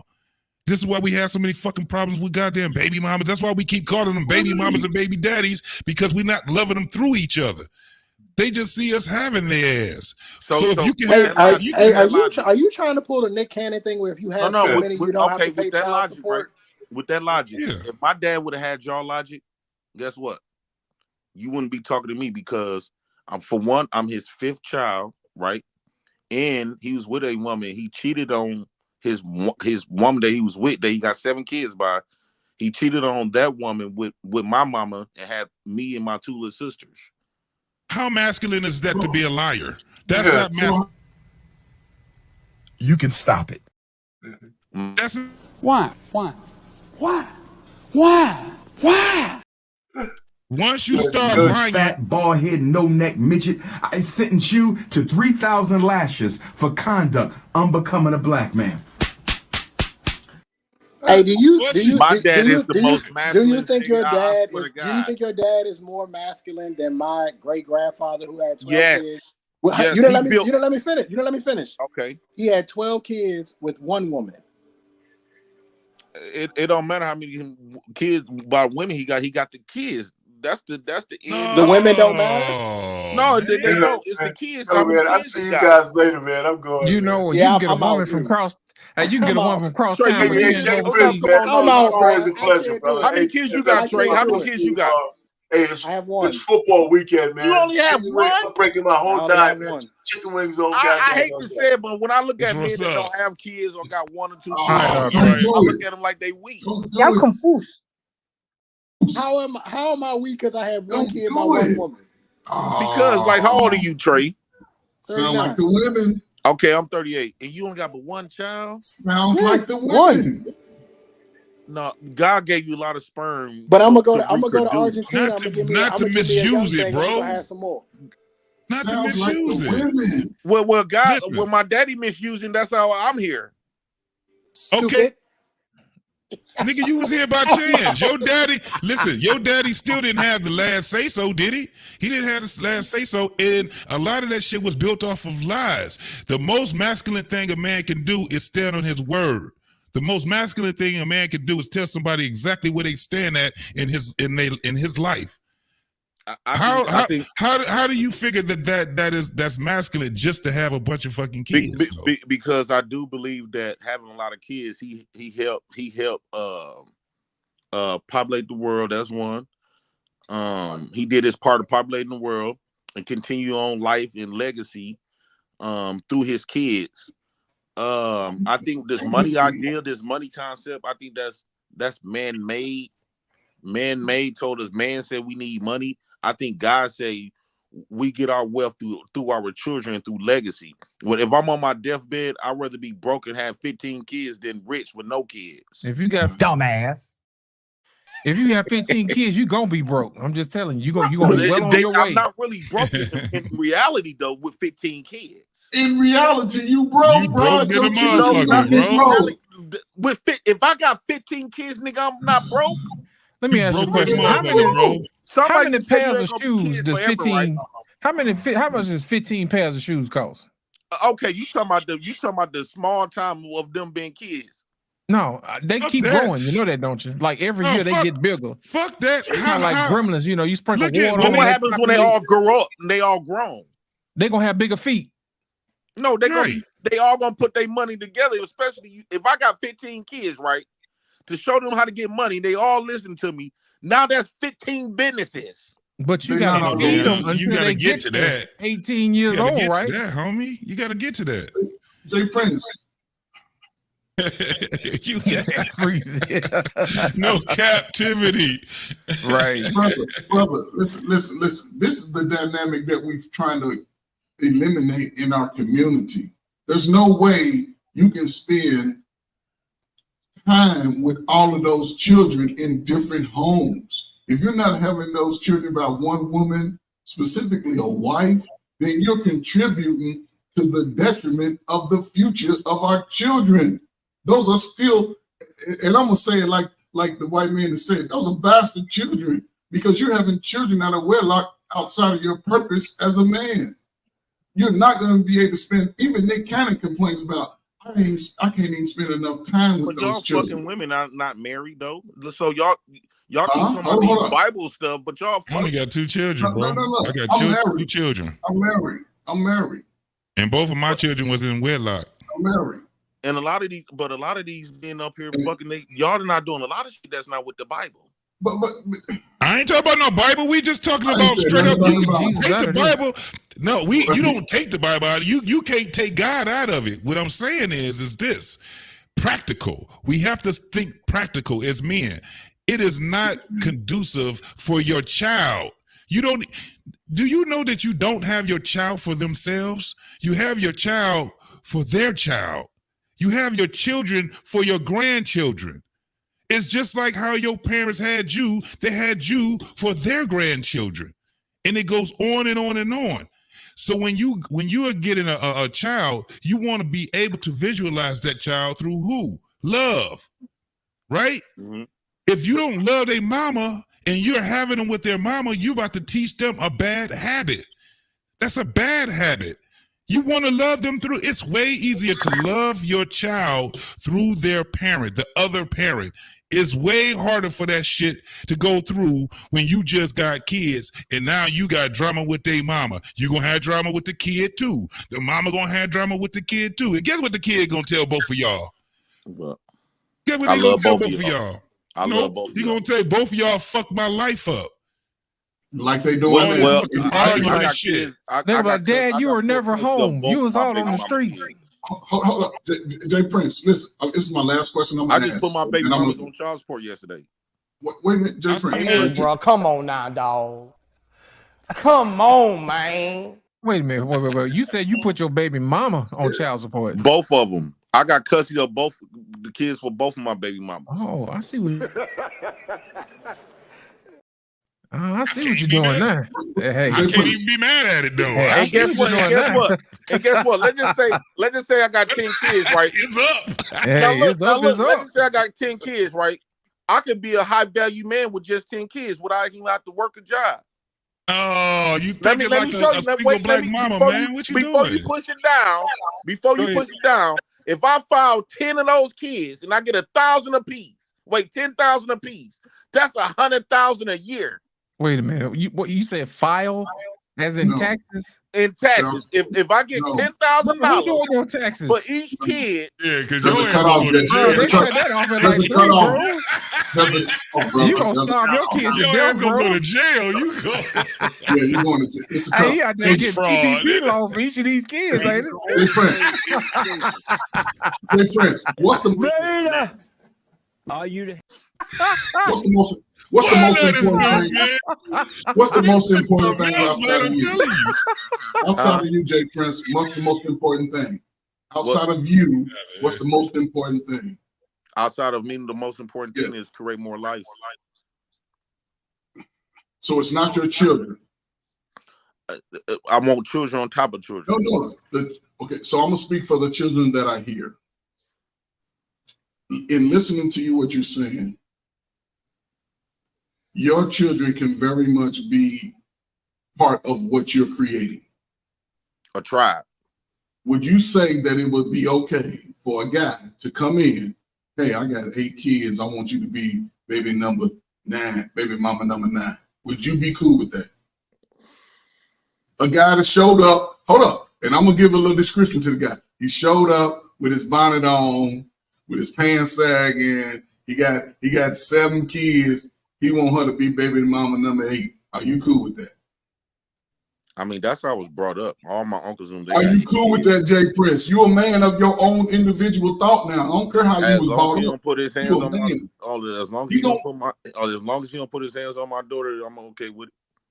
So you almost saying that it's okay for your child to pretty much to perpetuate the life that yourself and other young men your age are damn near beating the older generation up about. Y'all ain't leave me shit. Y'all ain't being nothing for me. You saying that it's okay for your children to basically live in that life going forward, brother? I'm just saying, man, life is not perfect, and we shouldn't stop creating life because of all these other stuff. But could you create a legacy and a path to sort of break the cycle of what you're used to? You're used to a certain life, and you're cool in that life. I don't think you really want to move past that.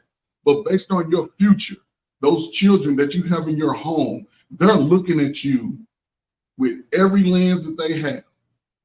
And at one time, and at some point in their life, they're going to have an age of reasoning where they're going to understand daddy's lifestyle. And if they see that, they're going to think it's okay. I can be baby mama number 8. I can have 4 or 5 baby daddies myself. You're cool with your daughters living that lifestyle and perpetuating their future. in that capacity, brother? Well, no, one thing my daughter's gonna say, I don't care what nobody say about my daddy. My daddy didn't. He had his own business. He worked for himself, and he was a Mac on these bitches. Okay, so they know that daddy's a womanizer, and it's okay if somebody womanizes me. They're gonna learn from your behavior. Well, what you don't tell them, they're gonna watch you, brother. See, when y'all ask these questions about our personal kids, right? Every man on these platforms is hypocrites when it comes to their daughters or women who they revere and care about. We all are hypocrites when it comes to the women. If it was left to up to each one of us on this panel right now, and we had the option and this say so, we won't let our daughters know fucking man until she about 30-some years old. No, that's not true. Hold on, but I can tell you this: you're not 100% wrong. It's a lot of hypocritical ass dudes. I give you that. It's a whole bunch. When it comes to our kids, we are very hypocritical. But watch this. That's the thing where we have to start being more conscious of who we are, right? And what we want out of our, like I said, when you have your kids, you don't have your kids for them. You have your kids for their kids, for your grandchildren. So what happens is that no matter where we come, and this is what, as men, how we innovate our shit. I was womanizing and all that shit, fucking around and all kind of shit. I was. But when I had daughters, I swear to God, I felt how hypocritical I was, right? I seen the contrast that was in there. So it started making me be more of a man. It started inspiring me to want more because I don't want my daughter to be done the same way I was doing women. That's why if my daughter bring a dude over by me, she bring him to me because I can pick that nigga out. Because I'd be like, that nigga is me. I had no problem with telling my daughters how I was when I was younger. I have no problem. Remember, I told you, my daughters, I married their mother at 22. We were together at 15. I got caught up so much in when I was a teenager, man, because I was working with their mama. We got the stories. Me and their mama got the stories. But what I am now today, I'm nothing like that guy. And that was thanks to me wanting better, not only for my kids, but for my family, period. Once I became a husband, I actually end up becoming a husband. It took a little time. It took some years for that to happen. It's the same way with now. If I marry a woman, she gonna know I'm a way different type of dude now because I know what I need. I'm never gonna give a woman no goddamn kids, and I ain't planning on being with her. Fuck that shit. All my baby mamas, it was like a one night stand. So that's what excludes you from being high value. But I'm still here with all of them raising them though. No doubt. And that's what I'm saying. So that's the reality, but you have to be able to elevate from it, bro. That's all it is. You just elevate from it. I told you, the way your charisma is, the way you got the stories, but you don't want to stay stagnated. This is what we do as men. I agree with you. It's a whole bunch of niggas that be on these YouTube channels talking shit like they ain't never did a goddamn thing. I agree with you on that. But there's some niggas out here to tell you right now, nope, this was the nigga I was. I can tell the stories. I can definitely tell them now because I'm a whole different guy. I'm the same human being, but my thought pattern is something totally different, and I want to elevate. No, it's not, because if you have a son let's say you got a son and a daughter, they both 19 years old, right? Mm-hmm. Your son coming in, he remind you of the good old days when the women was all over you, right?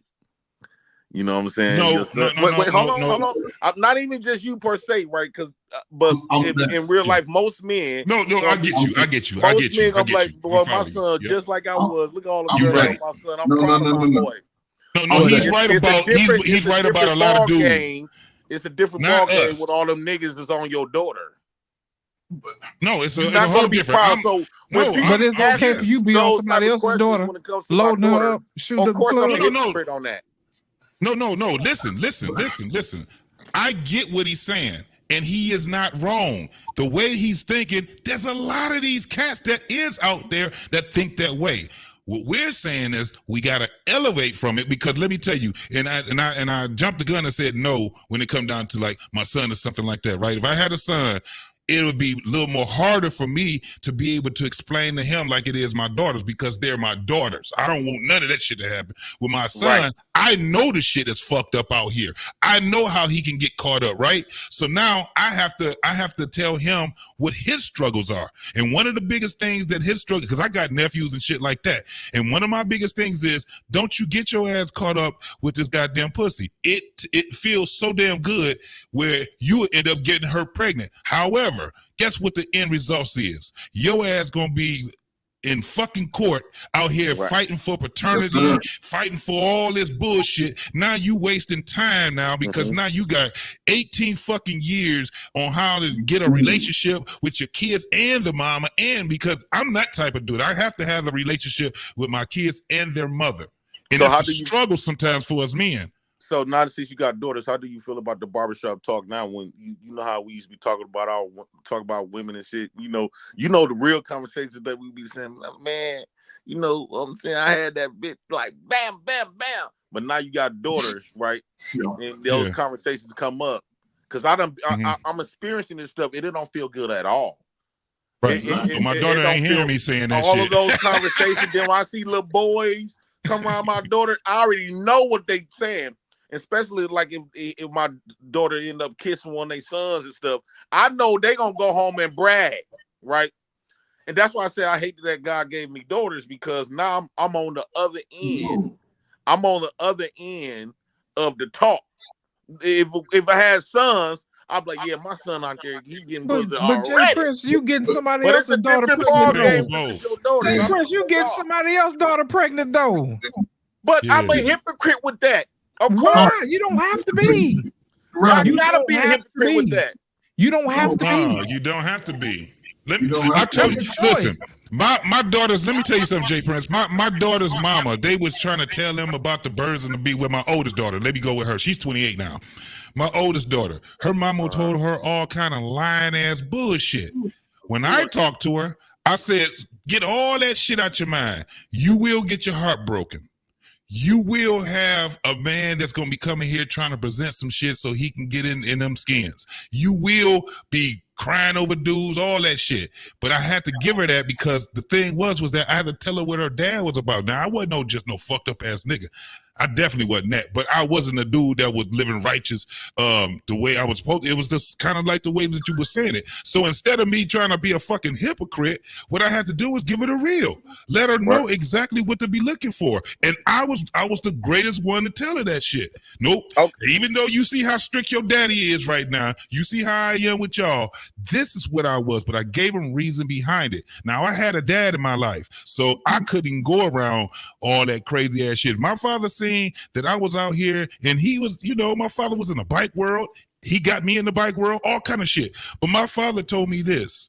You run this shit, and in order for you to run shit, first and foremost, you got to build yourself so you can have some money. You don't never have a woman telling you get the fuck out of her motherfucking house. You never tell a woman that you ain't shit. You don't have a woman calling you a dog when you ain't. Now, if your ass is out there and you screwing all these goddamn women, then you're going to have to take what it comes down to it. But my thing, because my father's whole thing was, nope, you find you a good woman, you get married, right? That shit sounded outdated to me. 17, 16, man, that shit wasn't clicking. But in 22, I ended up getting fucking married anyway because it was what I saw. I knew it was in my future, all of that shit.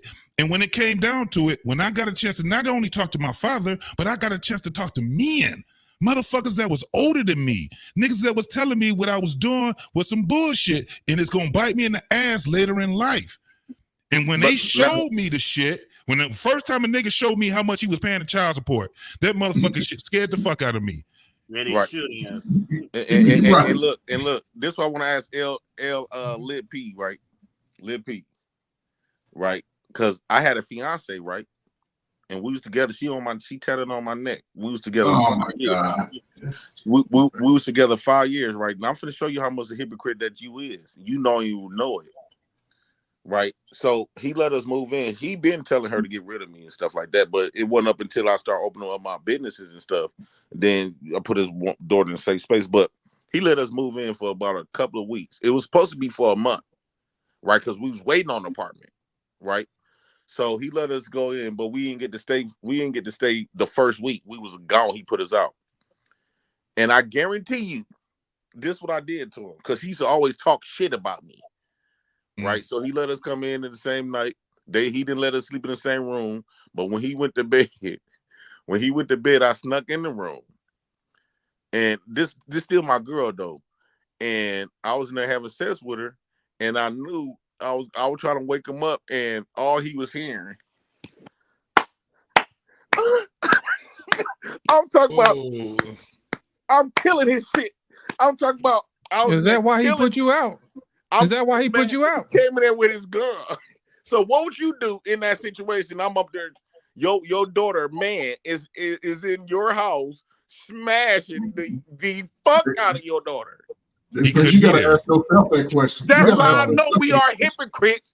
Even though we brag about, I beat the shit out that pussy, but you would not want no motherfucker to do that to your daughter. He wouldn't be there. Let me answer the He question. wouldn't be there. Hold on, JT. Let me answer the question. First of all, I give it to you. First of all, I don't have any kids because I have dick discipline, so I don't have a You problem. was too old to be dick discipline. How old is you? I'm not married. We don't do that in our family. Nigga, the kids is the marriage. No, it's not. You better go have you some babies. No, it's not. What the fuck is wrong with this? You know what? The next motherfucker say they got dick discipline, I'm just gonna die. Well, I don't have any kids. So that's pretty Hey, much how old true. is you? 51. You is 51 with no kids? That's right. Yeah. That's not an accomplishment to me. That is sad. I'm not on child support. No, it's a either. way. It's a I'm way. not It's on a way child of support. life. I don't have STDs either. I don't got STDs. Go ahead and take more kids. You keep if having you them want. kids, you're gonna be running the, you're gonna be running. So you ain't running fucking your at rails all dry. neither, huh? You didn't say Wait, that. hold on. But the thing is that the man. Hold on, Prince. If he's This is the dying, thing. his legacy is dead. I'm cool with Bro, that. he's You know cool why? with it because if You know he why? wasn't, he could have been married to somebody, or he could have been. You know why? could've been- If I'm not gonna do it my way, I'm not gonna do it at all, brother. I'm cool with that. Man, the highest pinnacle of manhood is becoming a father. Ain't nothing else higher, greater than being a father. You know Yes, what it it is? is. Let me tell you what it is. Yes, it is. What's better than It's being a being- father? A good father. What you call a just good father is relative. No, just- What do you call a good just a father? man- A good father is the one who's married to his wife and takes care of his kids. That's according to another man perspective. No, that's according to me because those are my rules. Those the are the rules I that set was for me. implemented in you was raised. No, Just because those are the tradition rules don't make that it I fact. set for myself. All right, Jay Prince, hold on. You said it's according to a man. Tell me what's not according to a man then. What's not according to the man? Okay, when like for an example, my dad got 14 kids. I got kids. A lot of people say what he did was wrong, but God clearly gave him them kids, right? How you figure that? It was in No, God's that's not will true. That's because not there's true. a lot of men. It's a lot of That's people. not true. No, it's You a lot gotta of people stop can't even putting have God kids on and they everything. did everything right. You gotta stop No. putting God on They everything. did everything right and still bust Get the him, blame. Ben. All Get rewards him, don't Ben. come from God. It's up to God to allow you to have these kids. No, that's the God. I just gave you the scripture, brother. God seen I don't represent the Bible at all. me. It don't matter if you listen. It doesn't matter if you represent it. Hold on, Jay. Sense. God speak through me through common sense. I don't need no God Bible. speak to us through the Bible, brother. You can't make up your own shit. No. I don't worship. No, I don't believe nothing in the Bible. So why you keep talking about God? God don't equate the Bible. That Bible was mimicked from Egypt. No, I don't need no book. We didn't get If the we was Bible here, from Egypt. it was What the people hell? here. wasn't from Egypt, No, it bro. was people here I before never the brought up the Bible. Bible. I never brought up the Bible. Right. No, I'm You talking did. about him. It was people No, that even- before the Bible. I didn't bring it up. But I'm Jay, talking just about V. hold on, Ben. I'm gonna let you cook. This is what I'm trying to tell you, Jay. As men, Fuck that Bible. Hold on. As men, this is the thing. This is where that mutual respect shit has to come from. Just like how you talk, how you say, how you go about life. The only thing we can do is disrespect. I mean, not disrespect, but disagree I don't with mean it. to disrespect We ain't got to nobody. disrespect. Right. But what I'm saying is, maybe if Ben can put something down, and you don't have to subscribe to the Bible. However, the way we go through life, the Bible is a guide through life, and you don't have to go through it. But sometimes it is good. Sometimes it is good to hear what another person has to say about the wisdom. This is how we learn from one another. As men, this is why we do this shit. This is what the barbershop is about. You right. I ahead, Ben. apologize for that. Nah, You brother, I good, didn't bro. take it as no offense. You good? But a 51-year-old man with no babies, man, that's not a good thing. I'm disappointed in him. According to who? According to the nut that God gave you, he gave you that shit to have babies. He also gave me common damn unless sense it wasn't blamed. Yeah. Listen, he also gave me common damn sense too. I've seen what happens when you do it your way. I've seen what happens when I do it my way. You want to die with a whole tribe of kids. You do it your way, you gonna die and you just gone. I'm not gonna do that. Hold on a second, Clement. I got you. You just gone. Ain't no legacy. You know what? It's better than having a legacy of bastards. You know what I'm saying? Yes. Those are man-made titles. I need for us to get rid of these labels. No, everything man-made, bro. We work through the grace of God. I really would appreciate him to go fuck some and have some babies. Everything I want that man to go fuck and have babies. For what? What the fuck?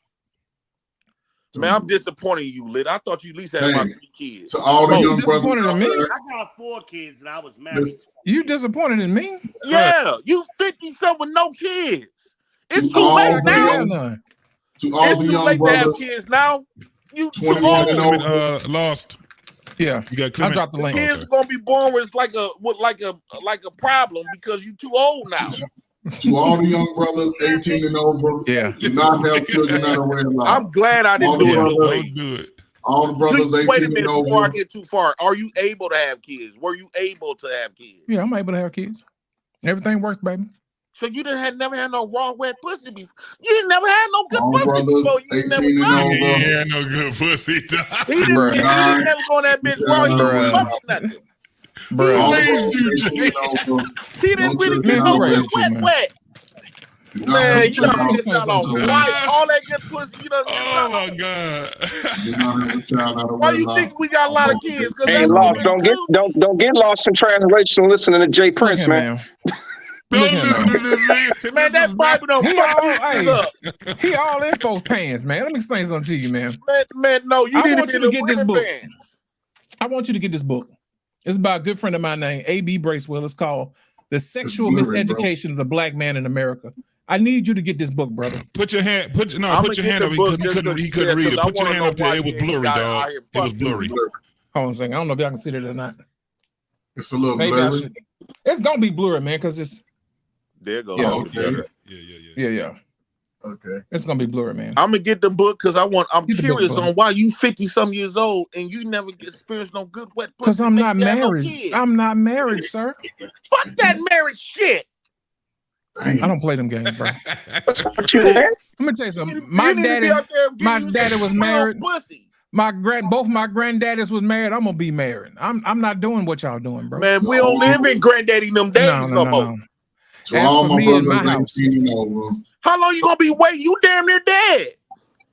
All my brothers 18 and over. How long y'all expect to be living? He already 51. I'm gonna live until I live. B look like he about 60, 53. How long y'all expect to be living? I think I'm Hey, Jay Prince, how many kids you got? I got 3 and a couple of possibles. I got some more in the making. Goddamn possible. Yeah, we were talking about that nigga got a space in. Hell no. I have some possibles. I got 1 in Mississippi, possible, and I got 1 in Texas.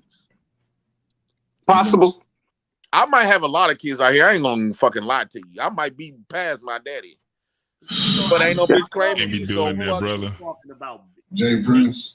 Better for the next generation. Yes, at least I populate the fucking world with my sperm. Can I finish? But you ain't doing nothing with it. You leaving them in Mississippi. It's my sperm. It don't matter. You leaving them in Mississippi. Hey, let Ben Israel get at him. So if that's what we supposed to be doing, how is telling these young boys coming up after us, just go out here and make a bunch of babies the solution to anything? And go to jail. And populate and go to jail. baby. And go to jail. It's just like three. They ain't got a goddamn job to sit up there and take care of themselves, let alone a bunch of goddamn babies. Okay. Just like, if I get me a British pit bull, right, or whatever, a British bulldog, the daddies don't be there. You use that daddies to breed. We are not dogs. That's why we got a population. We are not dogs, sir. Not according to the women. They say we are dogs. No, that's the ones who make babies who don't marry them. Those are the dogs. That move the goalpost shit. Yeah, they give that's the problem. They gave they gave all the wet pussy to us. All us the nigga that bark. What the fuck pussy ain't wet? That light skin, you must got that. You don't got that light skin. That light skin. You trolling, brother. You trolling. Really? You trolling. You trolling. I'm not trolling. I'm real mad at him. Yo, Prince, hey, JT and Lit. And Ferg, I think we made a mistake. I think we should have left him laying down on the bed. He sounded a lot more calm. No, if a nigga tell me that he's 50-some years old, how long you plan on living? He keep waiting on this right woman. But Jay Prince, you gotta understand. Be waiting on that bitch. But you know what though, Jay? Oh my God, we lose. Listen. We lost. To all my brothers, he lost his life waiting on a dream woman that's never gonna show up. At this point, if he find a woman that's 51 years old, she got grandkids, great grandkids. I'm not dating a woman with grandkids. I don't think he's gonna find someone his age, man, because they basically women that age is aged out on that. Wait a minute. He living in so are you telling me, Lit P? Are you trying to find a woman that's in her 50s that's a virgin? You asking me? Where did that come from? Right. So are you not a virgin? Are you trying to find a woman that's in her 50s with no kids? I'm looking for a woman who doesn't have any kids and that's obedient to me. One around your age group, because it seems no, like I didn't say that. Because they can't have no kids. Why you gonna have a problem with them young girls? Judging by your character, them young girls gonna get on your nerves because you seem very mature. You seem you not tolerating bullshit. Listen, let me tell you something. something. So them young women just gonna get on your nerves. Jay Prince, let me explain something to you. I give them all hell. I give them all hell. No. I don't pull no punches. I give them all hell. Nobody popped up with your baby. I give them all hell. Hey, Jay Prince. Lit ain't saying nothing, but Lit could probably find his wife overseas somewhere, man. So you gotta go have a baby and wife all the way in Methuselah because you can't pop a nut here. That shit no, don't make because no here's sense the difference. Let me tell you something. The difference between me and everybody else, I want to raise my kids myself every day. Shit, I heard that every day. Put like this. Okay, let's do the math. If you have a kid right now at 51, 53, you say? Right. At 53, right? By the time the baby turns 7, you 60. And by the time the baby turns 17, you are 70. And you might have it develop dementia or whatever. I worked in those fields, right? That's around the time you start getting that. Or you might not even be alive to see that baby at 18. How do you know that? 5 years after Black men retired, he rocked in to have dementia. Come on, Bill Cosby. Who want a daddy at Bill Cosby at fucking age? Like 1,000. You're not gonna live long enough to be with that kid in the adult ages. Well, listen. Here's the thing. Teach him anything. Here's the thing. I'm gonna be here to teach him. It's better. Listen. It's better for me to have my child for a short period of time than to leave them in Mississippi and not know who I am. Somebody gonna you damn right. But you is too late to be trying to have some how kids you gonna now. tell me, bro? I'm a man. I don't have eggs. Do you know how this thing works? Yeah, but you talking about raising do you know them? how this works? What child want a daddy that's finna die by the time he hits 7, 8 years old? But he'll have a daddy. Black men ain't. But he'll That's have a gonna hurt daddy. him, especially if he know you. But he'll have a daddy. How? The daddy dead and gone. Trust me, I know how it is. My mama died in my face when I was 10 years old. It don't feel good. I'd rather have known that I ain't never experienced no mama than experience of having a mama and she gone at 10. Well, here's the thing. How you get here? With my daddy. No, how did you get here on this earth? My mama and daddy. No, your mother. She had you, right? Well, I got birthed by my mama, yeah. Okay, good. Thank God for having you. You say you rather not. Right, but my mama died when she was 30, though. What I'm saying is, bro, you on here trying to prove a good point to who?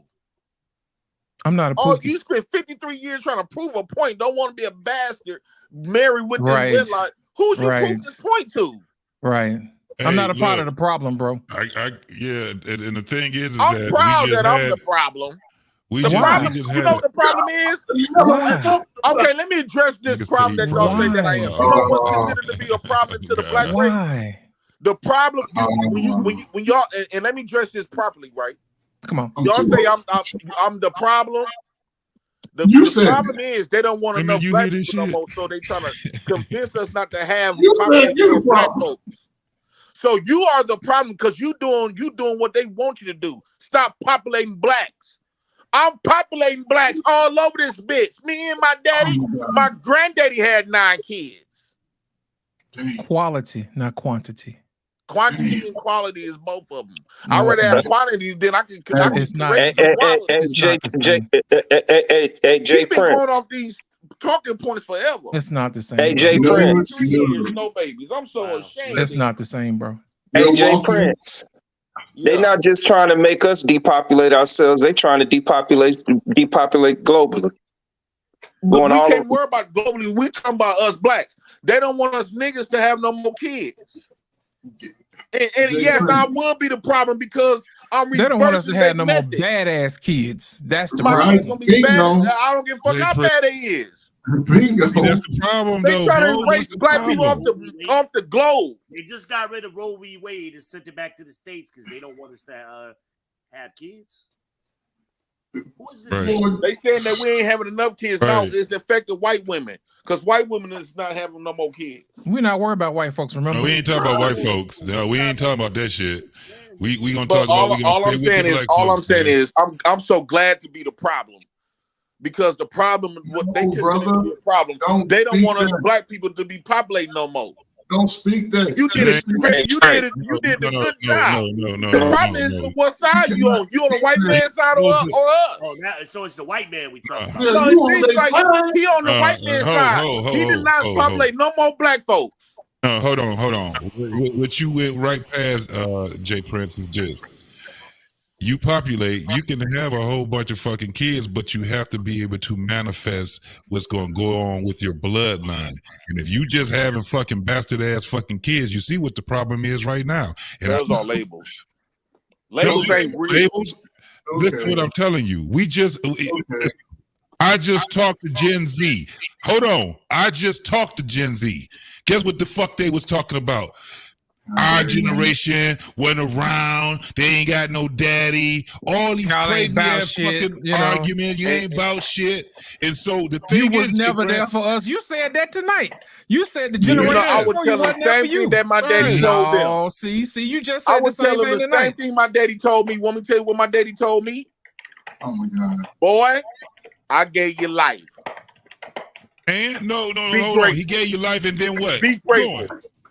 And that's what the fuck I would tell him. They gave you life. Now be grateful. So Jay, this is my thing. You don't believe in populating with discernment. You don't believe in populating and cultivating. You're not building the community, dog. You building, bro. Listen, he need to stop listening to you niggas. What he ain't doing is giving birth to problems. Can I ask Jay Prince a question real quick? He didn't give birth. Yes, please. He done had all his life and nothing to show for it.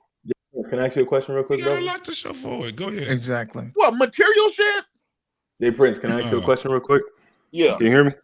Peace to the panel and peace to the chat. First and foremost, thanks for letting me on. Real quick, Jay Prince, and then I'm gonna let y'all keep cooking, and I'm gonna just chill and take turns. But yo, Jay Prince, real quick, bro. You just mentioned something about working for the white man and population control, right? Working for the white. How you get to working for the white man? You just said that it was supporting the white man to not push the population higher, right? Because they're trying to depopulate us, and you creating more people is going against that agenda. That's what you just said, right? Yeah, it's reversing the agenda. All right, cool. So if you don't have no plans for these people, as the fine gentleman JT alluded to, and a lot of these kids end up in the penitentiary where all these white men are invested in, isn't that also working for the white man? If then now your kids become slaves on the stock market that they then get paid on? If you only think pessimistic, yeah. No. We're not talking about thinking pessimistic. We grown men. That's females, brother. I'm not in jail. Jay Prince, you haven't done time, brother? But I'm so you was working for the white man for free. Yes, sir. Yes, Jay. What about Yes or no? they got mamas and daddies and they still Jay Prince, you was working for the white man for free. Yes or no? Yeah, so okay, so you about to set children up to work for the white man for free while you telling us on the panel we should just be free without seed to let these kids all go work for the white man for free. Man, them white men done shook y'all out of y'all's nuts. Jay Prince, do you own stocks Jay Prince, do you own stocks in prison companies? Y'all dick too? Jay Prince, you own stock in prison companies? Fuck out of here. Jay Prince, do you own stocks in prison companies? Fuck a stock. Do you own a prison? No. So you sending your children to prison that people own, but talking about fuck a white man. You don't need it. You did it the right way. You don't own no stock. You sending your children to prisons white folks own, talk about fuck a white man. It seems like ain't no way around that. No matter if you did it the so-called right way or the wrong way. That's white people own, Jay Prince. But what I'm saying is, it don't matter if you do it the right way or the wrong way. That's bullshit, Jay Prince. Show me examples of people doing it the right way and their kids ending up in a bunch of white people's prisons, Jay Prince. Man, I hear what you're trying to say, but I don't really ending up in prisons doing it the right way, Jay Prince. I don't really give a damn about that. You don't give a damn, Jay Prince. That's the problem. That's not the problem. The problem is, just be honest. You're not going to scare me of not fucking and making babies. You just be honest, Jay Prince. You don't care what happens to them kids. Shit out of this man. Shook the shit out of a man. Kids. I don't give a damn what you say. Jay Prince, you do understand everybody should have a natural amount of fear, right? You understand fear is a healthy thing that allows you to survive in society, right? What are you talking about? No, Jay Prince, stop. Jay Prince, you ever been in the military? You ever been in like martial arts training? You ever been in boxing? The first thing they teach you is how to defend yourself. You know why? Because the fear in your body will stop you from and just make you freeze in your tracks. So you need people to teach you things to make you take that fear and handle it properly. The same thing could be examined in the situation with life and children. Let me handle this properly. Let me examine this situation. Okay, I have fear. What can I do properly? Let me marry before I put babies in people so I can have a better chance of these children not ending up in white people's prisons, since I don't own any prisons and neither do my brothers. Why would that not make more sense? Why would that not be taken? Okay. Jay Prince, stop. I hear what you're saying, right? But this the other part, right? You automatically assume because you have bastard kids that all kids with no daddy's gonna end up in prison. What about Jay the kids? Prince, you know what history is, Jay Prince? One of You know those what history is? make your whole family rich. Jay Prince, there's this thing called history, Jay Prince.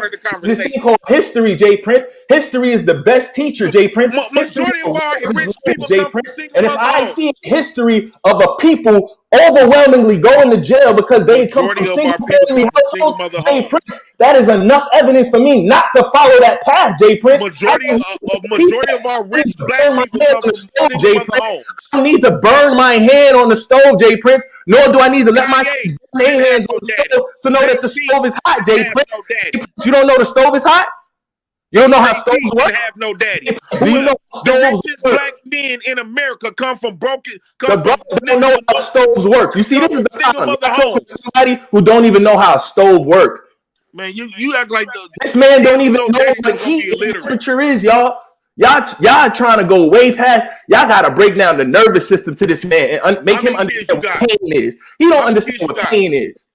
He don't understand what pain is. How many kids you got? How many kids? I have 4 beautiful children, sir. And I'm married, brother. I've been married for 10 years, brother.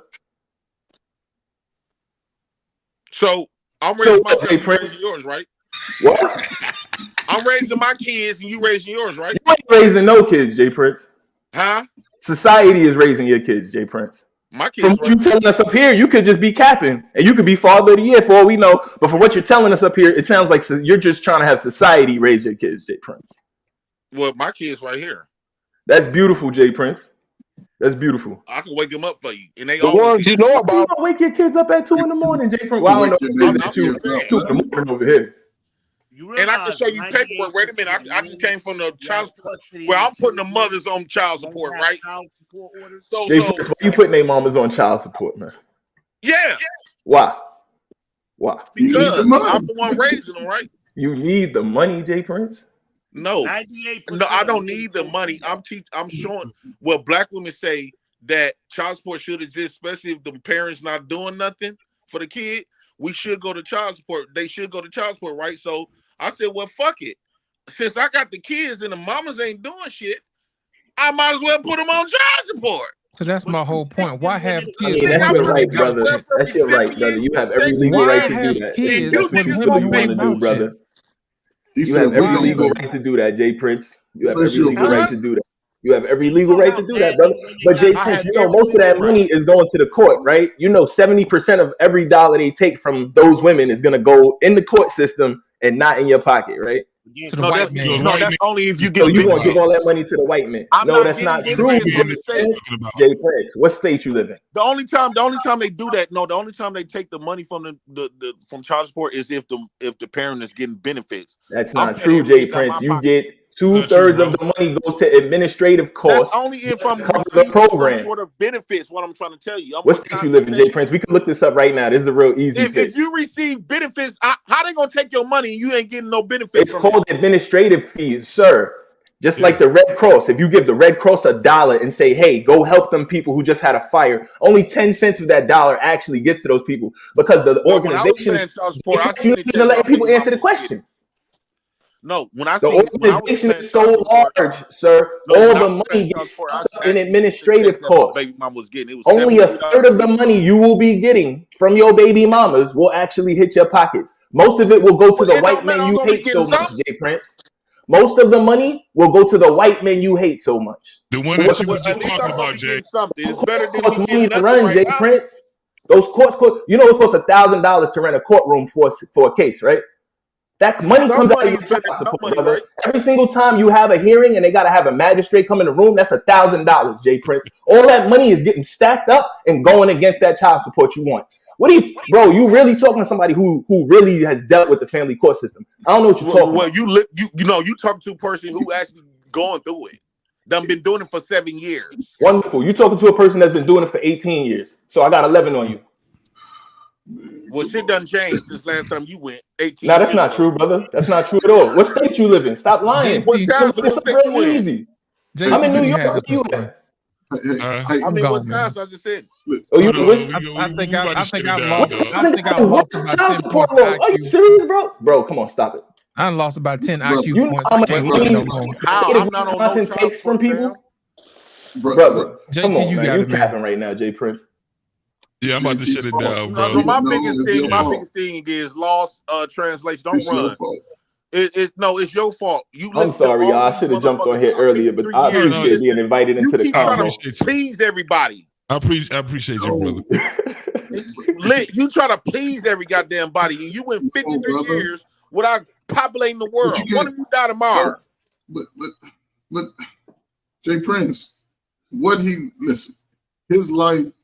I'm tired of him already. But his choice to do that. Hold on a second. You tired of who?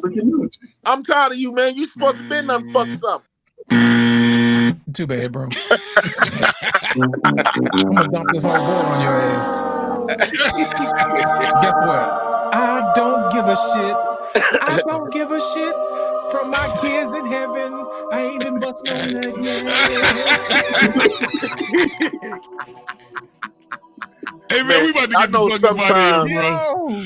Why you doing this? Why who you trying to people please for? Like I don't people who please you nobody. trying to win a trophy? No. What is the not having a bastard child or not in wedlock? What is the prize you're gonna get from that? The prize I'm gonna get, my name is gonna be Prince, you ain't gonna be able to your name's not gonna be remembered. But Jay Prince, because why you there's can't no just be enjoying babies. his life You like you remember enjoying your yours? name. Right. You remembered it. Jay Prince, you enjoying There's your no life, right? babies out there Why to can't he be remember your enjoying his name. the way he wants to? Exactly. I got babies out here gonna Why remember can't he my be name if enjoying I his die without having today. to go see the magistrate every few months My and blood's have to still go through all flowing that even stuff? though I'm dead. Jay Prince, those possibles I'm ain't gonna gonna always remember be nothing. alive. They sure ain't. Possibles Especially ain't one down gonna in do it. Mississippi. All And one right, over y'all. there. We got to go here. It's 3:00, man. We done did almost 6 hours Damn, on this 3 o'clock motherfucker, man. already? Your fault, man. Man, it's 3:00, man. Go pop y'all the baby. It's I don't 3 over think here so. Eastern time. Instead of putting them it's, babies in your 2 hands and o'clock. fingertips, you need to put that in some coochie. No. Jay Prince, man, I just want you to know, man. You the first light-skinned nigga I ever seen talking about they ain't got no woman pregnant. Jay Prince, I just want you to learn one thing, man. I got one thing to say. You big dummy. And I'm out. You one light-skinned nigga that I ever heard that got no woman pregnant at all. Peace out, man. Ain't got nobody pregnant.